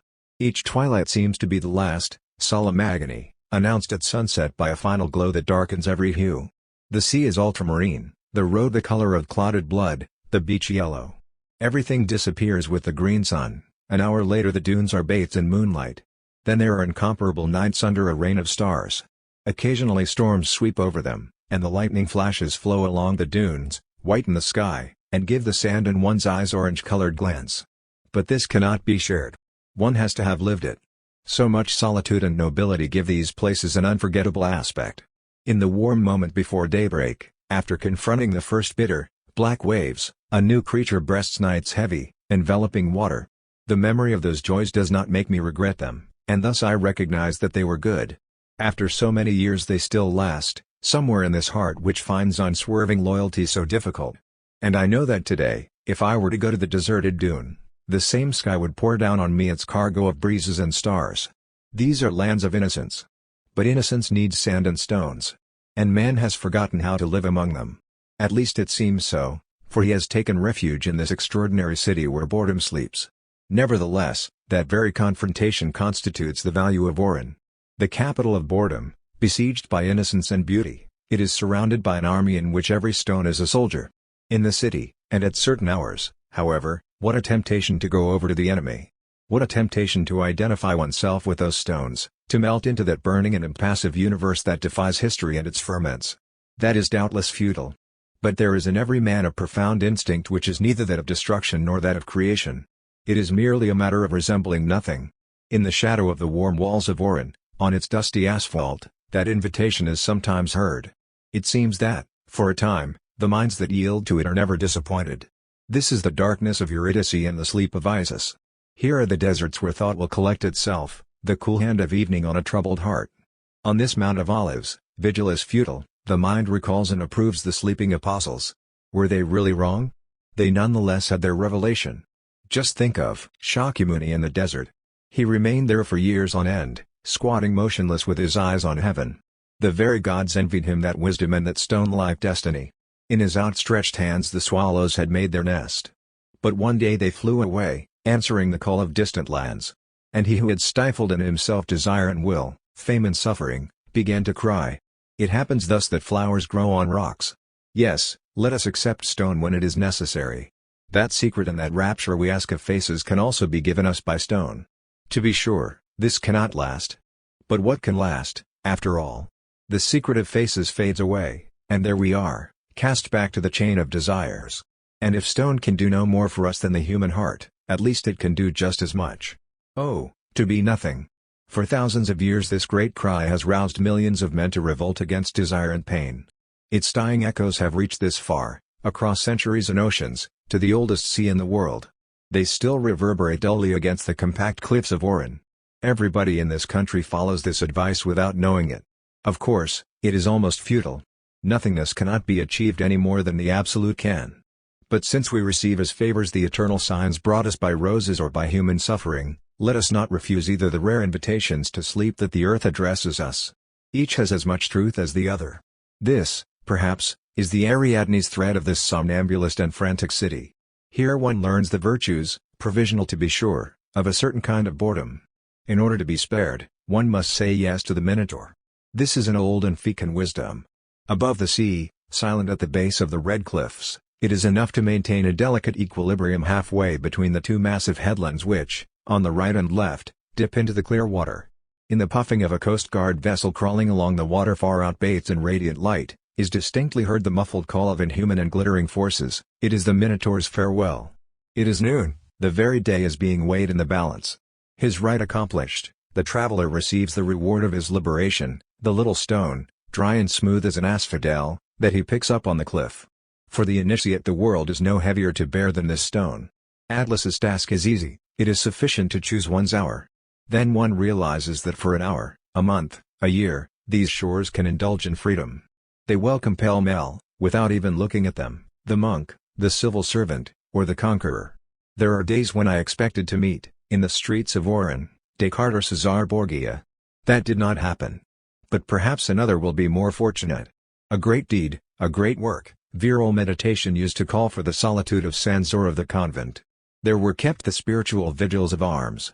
Where could they be better celebrated now than in the emptiness of a big city established for some time in unintellectual beauty? Here is the little stone, smooth as an asphodel. It is at the beginning of everything. Flowers, tears, if you insist, departures, and struggles are for tomorrow. In the middle of the day when the sky opens its fountains of light in the vast, sonorous space, all the headlands of the coast look like a fleet about to set out. Those heavy galleons of rock and light are trembling on their keels as if they were preparing to steer for sunlit isles. O mornings in the country of Oran. From the high plateaus the swallows plunge into huge troughs where the air is seething. The whole coast is ready for departure, a shiver of adventure ripples through it. Tomorrow, perhaps, we shall leave together. 1939. Helen's exile. The Mediterranean sun has something tragic about it, quite different from the tragedy of fogs. Certain evenings at the base of the seaside mountains, night falls over the flawless curve of a little bay, and there rises from the silent waters a sense of anguished fulfillment. In such spots one can understand that if the Greeks knew despair, they always did so through beauty and its stifling quality. In that gilded calamity, tragedy reaches its highest point. Our time, on the other hand, has fed its despair on ugliness and convulsions. This is why Europe would be vile, if suffering could ever be so. We have exiled beauty, the Greeks took up arms for her. First difference, but one that has a history. Greek thought always took refuge behind the conception of limits. It never carried anything to extremes, neither the sacred nor reason, because it negated nothing, neither the sacred nor reason. It took everything into consideration, balancing shadow with light. Our Europe, on the other hand, often the pursuit of totality, is the child of disproportion. She negates beauty, as she negates whatever she does not glorify. And, through all her diverse ways, she glorifies but one thing, which is the future rule of reason. In her madness she extends the eternal limits, and at that very moment dark Erinyes fall upon her and tear her to pieces. Nemesis, the goddess of measure and not of revenge, keeps watch. All those who overstep the limit are pitilessly punished by her. The Greeks, who for centuries questioned themselves as to what is just, could understand nothing of our idea of justice. For them equity implied a limit, whereas our whole continent is convulsed in its search for a justice that must be total. At the dawn of Greek thought Heraclitus was already imagining that justice sets limits for the physical universe itself. The sun will not overstep his measures. If he does, the Erinyes, the handmaids of justice, will find him out. We who have cast the universe and spirit out of our sphere laugh at that threat. In a drunken sky we light up the suns we want. But nonetheless the boundaries exist, and we know it. In our wildest aberrations we dream of an equilibrium we have left behind, which we naively expect to find at the end of our errors. Childish presumption which justifies the fact that child nations, inheriting our follies, are now directing our history. A fragment attributed to the same Heraclitus simply states, presumption, regression of progress. And, many centuries after the man of Ephesus, Socrates, facing the threat of being condemned to death, acknowledged only this one superiority in himself: what he did not know he did not claim to know. The most exemplary life and thought of those centuries close on a proud confession of ignorance. Forgetting that, we have forgotten our virility. We have preferred the power that apes greatness, first Alexander and then the Roman conquerors whom the authors of our schoolbooks, through some incomparable vulgarity, teach us to admire. We, too, have conquered, moved boundaries, mastered Bywater's translation. Translator's note. Heaven and earth. Our reason has driven all away. Alone at last, we end up by ruling over a desert. What imagination could we have left for that higher equilibrium in which nature balanced history, beauty, virtue, and which applied the music of numbers even to blood tragedy? We turn our backs on nature, we are ashamed of beauty. Our wretched tragedies have a smell of the office clinging to them, and the blood that trickles from them is the color of printer's ink. This is why it is improper to proclaim today that we are the sons of Greece. Or else we are the renegade sons. Placing history on the throne of God, We are progressing toward theocracy like those whom the Greeks called barbarians and whom they fought to death in the waters of Salamis. In order to realize how we differ, one must turn to him among our philosophers who is the true rival of Plato. Only the modern city, Hegel dares write, offers the mind a field in which it can become aware of itself. We are thus living in the period of big cities. Deliberately, the world has been amputated of all that constitutes its permanence: nature, the sea, hilltops, evening meditation. Consciousness is to be found only in the streets, because history is to be found only in the streets. This is the edict. And consequently our most significant works show the same bias. Landscapes are not to be found in great European literature since Dostoevsky. History explains neither the natural universe that existed before it nor the beauty that exists above it. Hence it chose to be ignorant of them. Whereas Plato contained everything, nonsense, reason, and myth, our philosophers contain nothing but nonsense or reason because they have closed their eyes to the rest. The mole is meditating. It is Christianity that began substituting the tragedy of the soul for contemplation of the world. But, at least, Christianity referred to a spiritual nature and thereby preserved a certain fixity. With God dead, there remains only history and power. For some time the entire effort of our philosophers has aimed solely at replacing the notion of human nature with that of situation, and replacing ancient harmony with the disorderly advance of chance or reason's pitiless progress. Whereas the Greeks gave to will the boundaries of reason, we have come to put the will's impulse in the very center of reason, which has, as a result, become deadly. For the Greeks, values pre-existed all action, of which they definitely set the limits. Modern philosophy places its values at the end of action. They are not but are becoming, and we shall know them fully only at the completion of history. With values, all limit disappears, and since conceptions differ as to what they will be, since all struggles, without the break of those same values, spread indefinitely, today's messianisms confront one another and their clamors mingle in the clash of empires. Disproportion is a conflagration, according to Heraclitus. The conflagration is spreading, Nietzsche is outdistanced. Europe no longer philosophizes by striking a hammer, but by shooting a cannon. Nature is still there, however. She contrasts her calm skies and her reasons with the madness of men. Until the atom too catches fire and history ends in the triumph of reason and the agony of the species. But the Greeks never said that the limit could not be overstepped. They said it existed and that whoever dared to exceed it was mercilessly struck down. Nothing in present history can contradict them. The historical spirit and the artist both want to remake the world. But the artist, through an obligation of his nature, knows his limits, which the historical spirit fails to recognize. This is why the latter's aim is tyranny whereas the former's passion is freedom. All those who are struggling for freedom today are ultimately fighting for beauty. Of course, it is not a question of defending beauty for itself.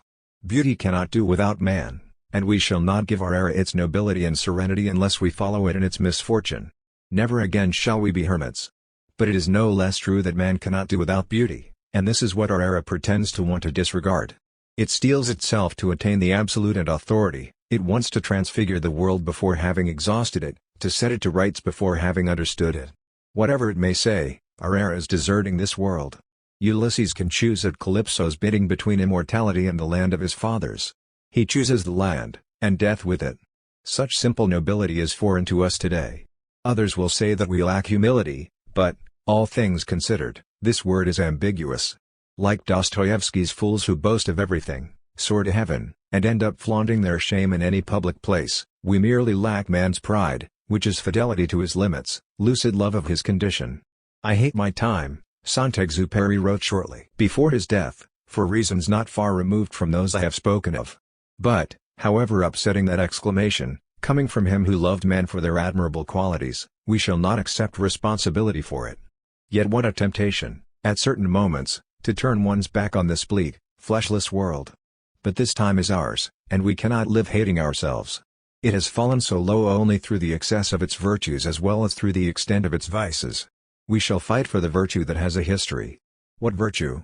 The horses of Patroclus weep for their master killed in battle. All is lost.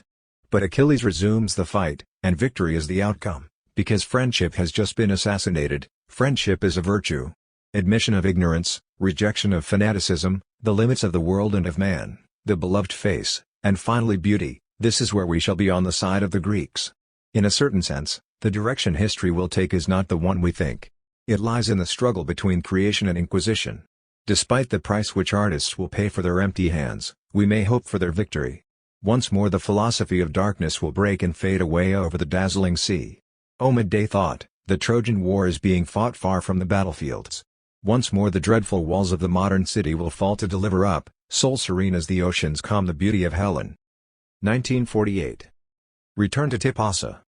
You have navigated with raging soul far from the paternal home, passing beyond the sea's double rocks, and you now inhabit a foreign land. Medea.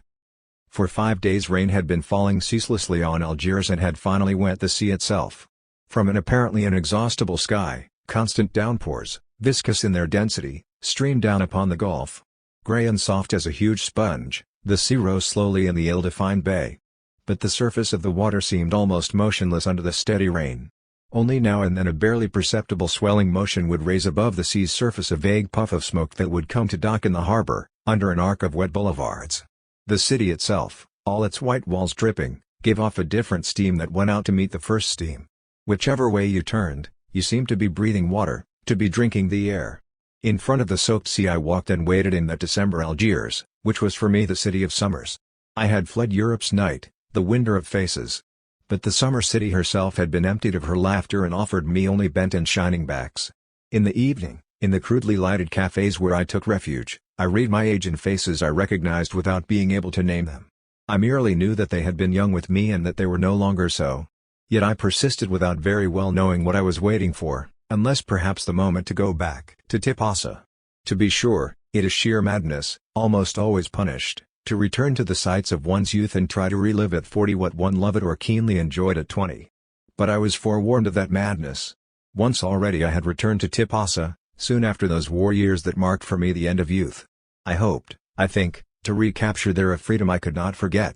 In that spot, indeed, more than 20 years ago, I had spent whole mornings wandering among the ruins, breathing in the wormwood, warming myself against the stones, discovering little roses, soon plucked of their petals, which outlived the spring.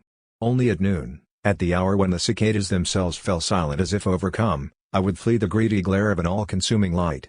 Sometimes at night I would sleep open-eyed under a sky dripping with stars. I was alive then. 15 years later I found my ruins, a few feet from the first waves. I followed the streets of the forgotten walled city through fields covered with bitter trees, and on the slopes overlooking the hay I still caressed the bread-colored columns. But the ruins were now surrounded with barbed wire and could be entered only through certain openings.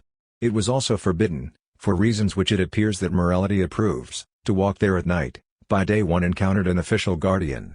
It just happened, that morning, that it was raining over the whole extent of the ruins. Disoriented, walking through the wet, solitary countryside, I tried at least to recapture that strength, hitherto always at hand, that helps me to accept what is when once I have admitted that I cannot change it. And I could not, indeed, reverse the course of time and restore to the world the appearance I had loved which had disappeared in a day, long before. The 2nd of September 1939, in fact, I had not gone to Greece, as I was to do. War, on the contrary, had come to us, then it had spread over Greece herself. That distance, those years separating the warm ruins from the barbed wire were to be found in me, too, that day as I stood before the sarcophaguses full of black water or under the sodden tamarisks. Originally brought up surrounded by beauty which was my only wealth, I had begun in plenty. Then had come the barbed wire, I mean tyrannies, war, police forces, the era of revolt. One had had to put oneself right with the authorities of night, the day's beauty was but a memory. And in this mighty Tipasa the memory itself was becoming dim. It was indeed a question of beauty, plenty, or youth. In the light from conflagrations the world had suddenly shown its wrinkles and its wounds, old and new. It had aged all at once, and we with it. I had come here looking for a certain lift, but I realize that it inspires only the man who is unaware that he is about to launch forward. No love without a little innocence. Where was the innocence? Empires were tumbling down, nations and men were tearing at one another's throats, our hands were soiled. Originally innocent without knowing it, we were now guilty without meaning to be, the mystery was increasing with our knowledge. This is why, oh mockery, we were concerned with morality. Weak and disabled, I was dreaming of virtue. In the days of innocence I didn't even know that morality existed. I knew it now, and I was not capable of living up to its standard. On the promontory that I used to love, among the wet columns of the ruined temple, I seemed to be walking behind someone whose steps I could still hear on the stone slabs and mosaics but whom I should never again overtake. I went back to Paris and remained several years before returning home. Yet I obscurely missed something during all those years. When one has once had the good luck to love intensely, life is spent in trying to recapture that ardor and that illumination. Forsaking beauty and the sensual happiness attached to it, exclusively serving misfortune, calls for a nobility I lack. But, after all, nothing is true that forces one to exclude. Isolated beauty ends up simpering, solitary justice ends up oppressing. Whoever aims to serve one exclusive of the other serves no one, not even himself, and eventually serves injustice twice. A day comes when, thanks to rigidity, nothing causes wonder anymore, everything is known, and life is spent in beginning over again. These are the days of exile, of desiccated life, of dead souls. To come alive again, one needs a special grace, self-forgetfulness, or a homeland.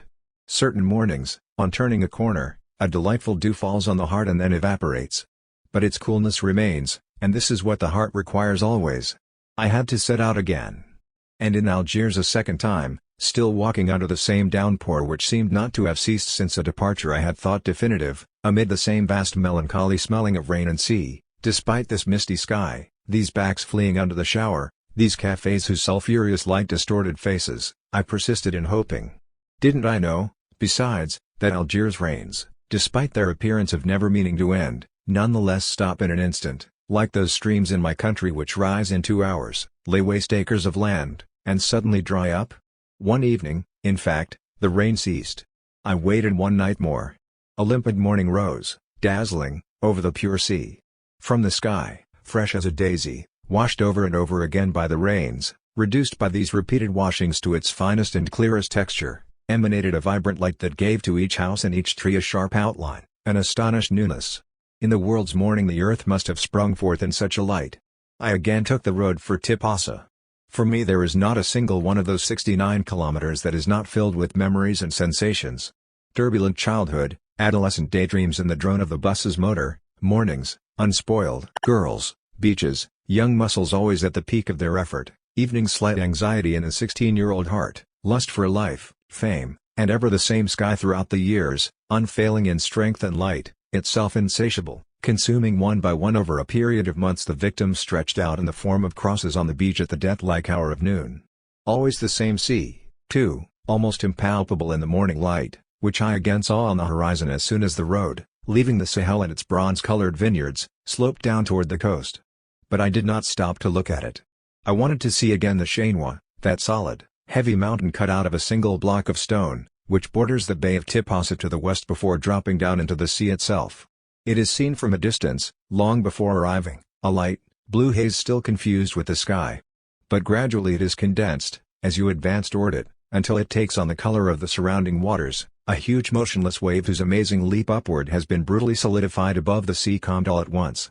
Still nearer, almost at the gates of Tipasa, here is its frowning bulk, brown and green, here is the old mossy god that nothing will ever shake, a refuge and harbor for its sons, of whom I am one.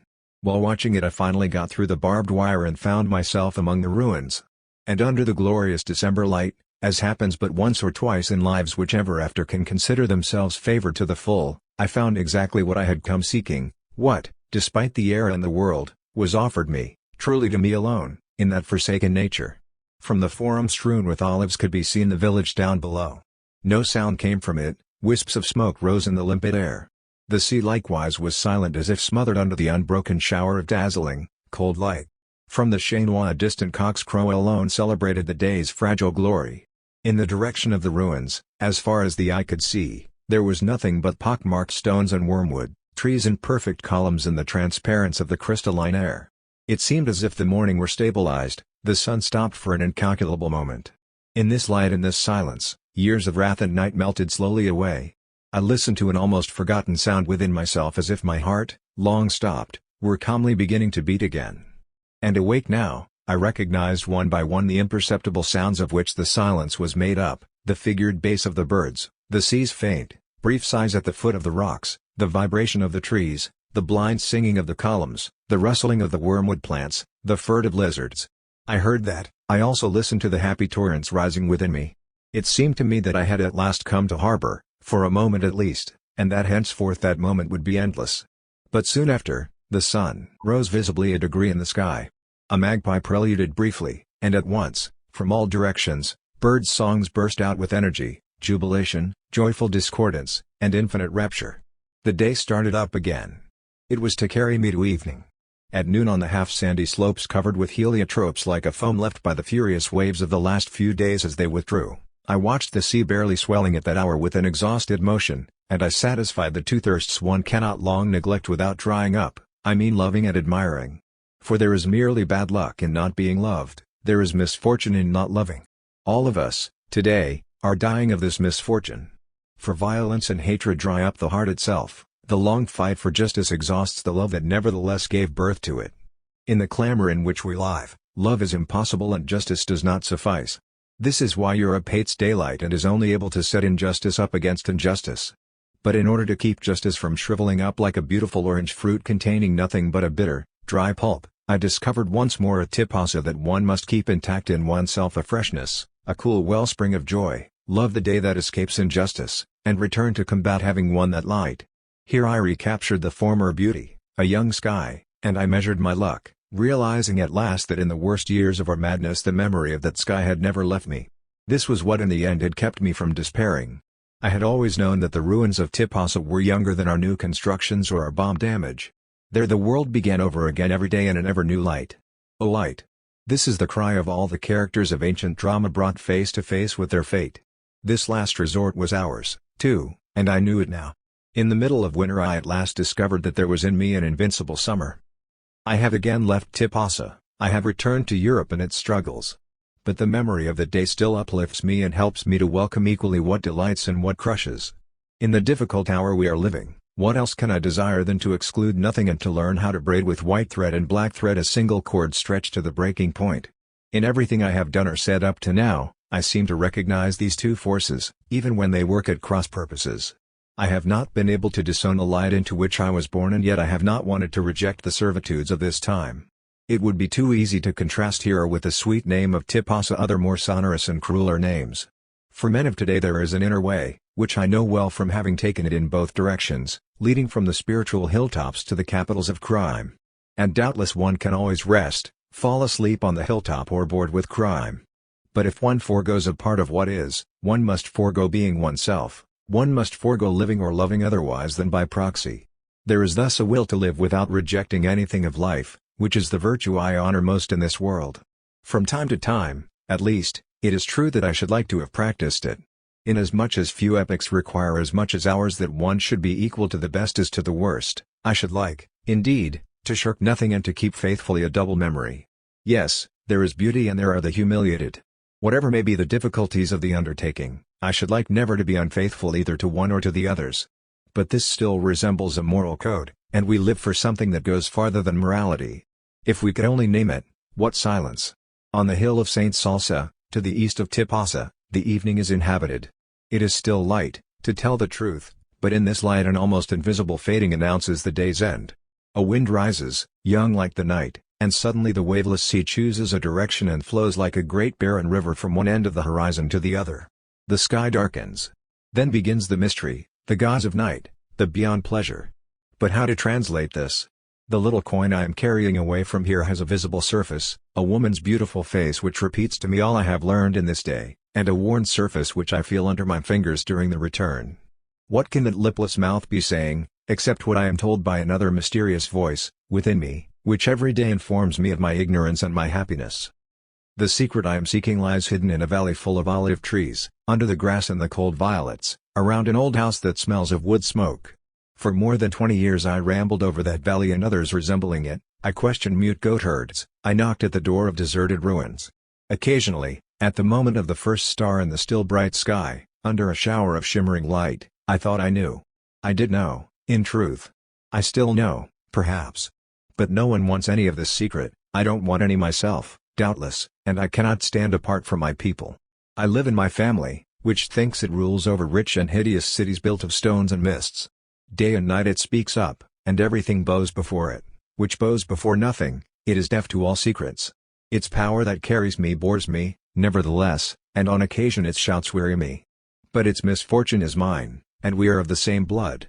A cripple, likewise, an accomplice and noisy, have I not shouted among the stones? Consequently, I strive to forget, I walk in our cities of iron and fire, I smile bravely at the night, I hail the storms, I shall be faithful.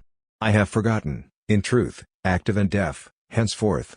But perhaps someday, when we are ready to die of exhaustion and ignorance, I shall be able to disown our garish tombs and go and stretch out in the valley, under the same light, and learn for the last time what I know.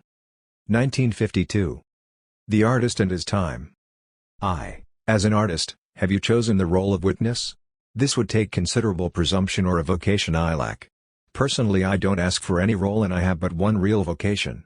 As a man, I have a preference for happiness. As an artist, it seems to me that I still have characters to bring to life without the help of wars or of law courts. But I have been sought out, as each individual has been sought out. Artists of the past could at least keep silent in the face of tyranny. The tyrannies of today are improved, they no longer admit of silence or neutrality. One has to take a stand, be either for or against. Well, in that case, I am against. But this does not amount to choosing the comfortable role of witness. It is merely accepting the time as it is, minding one's own business, in short. Moreover, you are forgetting that today judges, accused, and witnesses exchange positions with exemplary rapidity. My choice, if you think I am making one, would at least be never to sit on a judge's bench, or beneath it, like so many of our philosophers. Aside from that, there is no dearth of opportunities for action, in the relative. Trade unionism is today the first, and the most fruitful among them. 2. Is not the quixotism that has been criticized in your recent works an idealistic and romantic definition of the artist's role? However words are perverted, they provisionally keep their meaning. And it is clear to me that the romantic is the one who chooses the perpetual motion of history, the grandiose epic, and the announcement of a miraculous event at the end of time. If I have tried to define something, it is, on the contrary, simply the common existence of history and of man, everyday life with the most possible light thrown upon it, the dogged struggle against one's own degradation and that of others. It is likewise idealism, and of the worst kind, to end up by hanging all action and all truth on a meaning of history that is not implicit in events and that, in any case, implies a mythical aim. Would it therefore be realism to take as the laws of history the future, in other words, just what is not yet history, something of whose nature we know nothing? It seems to me, on the contrary, that I am arguing in favor of a true realism against a mythology that is both illogical and deadly, and against romantic nihilism whether it be bourgeois or allegedly revolutionary. To tell the truth, far from being romantic, I believe in the necessity of a rule and an order. I merely say that there can be no question of just any rule whatsoever. And that it would be surprising if the rule we need were given us by this disordered society, or, on the other hand, by those doctrinaires who declare themselves liberated from all rules and all scruples. 3. The Marxists and their followers likewise think they are humanists. But, for them human nature will be formed in the classless society of the future. To begin with, this proves that they reject at the present moment what we all are. Those humanists are accusers of man. How can we be surprised that such a claim should have developed in the world of court trials? They reject the man of today in the name of the man of the future. That claim is religious in nature. Why should it be more justified than the one which announces the kingdom of heaven to come? In reality, the end of history cannot have, within the limits of our condition, any definable significance. It can only be the object of a faith and of a new mystification. A mystification that today is no less great than the one that of old based colonial oppression on the necessity of saving the souls of infidels. 4. Is not that what in reality separates you from the intellectuals of the left? You mean that is what separates those intellectuals from the left? Traditionally the left has always been at war against injustice, obscurantism, and oppression. It always thought that those phenomena were interdependent. The idea that obscurantism can lead to justice, the national interest to liberty, is quite recent. The truth is that certain intellectuals of the left, not all, fortunately, are today hypnotized by force and efficacy as our intellectuals of the right were before and during the war. Their attitudes are different, but the act of resignation is the same. The first wanted to be realistic nationalists, the second want to be realistic socialists. In the end they betray nationalism and socialism alike in the name of a realism henceforth without content and adored as a pure, and illusory, technique of efficacy. This is a temptation that can, after all, be understood. But still, however the question is looked at, the new position of the people who call themselves, or think themselves, leftists consists in saying, certain oppressions are justifiable because they follow the direction, which cannot be justified, of history. Hence there are presumably privileged executioners, and privileged by nothing. This is about what was said in another context by Joseph de Maistre, who has never been taken for an incendiary. But this is a thesis which, personally, I shall always reject. Allow me to set up against it the traditional point of view of what has been hitherto called the left: all executioners are of the same family. What can the artist do in the world of today? He is not asked either to write about cooperatives or, conversely, to lull to sleep in himself the sufferings endured by others throughout history. And since you have asked me to speak personally, I am going to do so as simply as I can. Considered as artists, we perhaps have no need to interfere in the affairs of the world. But considered as men, yes. The miner who is exploited or shot down, the slaves in the camps, those in the colonies, the legions of persecuted throughout the world, they need all those who can speak to communicate their silence and to keep in touch with them. I have not written, day after day, fighting articles and texts. I have not taken part in the common struggles because I desire the world to be covered with Greek statues and masterpieces. The man who has such a desire does exist in me. Except that he has something better to do in trying to instill life into the creatures of his imagination. But from my first articles to my latest book I have written so much, and perhaps too much, only because I cannot keep from being drawn toward everyday life, toward those, whoever they may be, who are humiliated and debased. They need to hope, and if all keep silent or if they are given a choice between two kinds of humiliation, they will be forever deprived of hope and we with them. It seems to me impossible to endure that idea, nor can he who cannot endure lie down to sleep in his tower. Not through virtue, as you see, but through a sort of almost organic intolerance, which you feel or do not feel. Indeed, I see many who fail to feel it, but I cannot envy their sleep. This does not mean, however, that we must sacrifice our artist's nature to some social preaching or other. I have said elsewhere why the artist was more than ever necessary. But if we intervene as men, that experience will have an effect upon our language. And if we are not artists in our language first of all, what sort of artists are we? Even if, militants in our lives, we speak in our works of deserts and of selfish love, the mere fact that our lives are militant causes a special tone of voice to people with men that desert and that love. I shall certainly not choose the moment when we are beginning to leave nihilism behind to stupidly deny the values of creation in favor of the values of humanity, or vice versa. In my mind neither one is ever separated from the other and I measure the greatness of an artist, Molière, Tolstoy, Melville, by the balance he managed to maintain between the two. Today, under the pressure of events, we are obliged to transport that tension into our lives likewise. This is why so many artists, bending under the burden, take refuge in the ivory tower or, conversely, in the social church. But as for me, I see in both choices a like act of resignation. We must simultaneously serve suffering and beauty. The long patience, the strength, the secret cunning such service calls for are the virtues that establish the very renaissance we need. One word more. This undertaking, I know, cannot be accomplished without dangers and bitterness. We must accept the dangers, the era of chair-bound artists is over. But we must reject the bitterness. One of the temptations of the artist is to believe himself solitary, and in truth he bears this shouted at him with a certain base delight. But this is not true. He stands in the midst of all, in the same rank, neither higher nor lower, with all those who are working and struggling. His very vocation, in the face of oppression, is to open the prisons and to give a voice to the sorrows and joys of all. This is where art, against its enemies, justifies itself by proving precisely that it is no one's enemy. By itself art could probably not produce the renaissance which implies justice and liberty. But without it, that renaissance would be without forms and, consequently, would be nothing. Without culture, and the relative freedom it implies, society, even when perfect, is but a jungle. This is why any authentic creation is a gift to the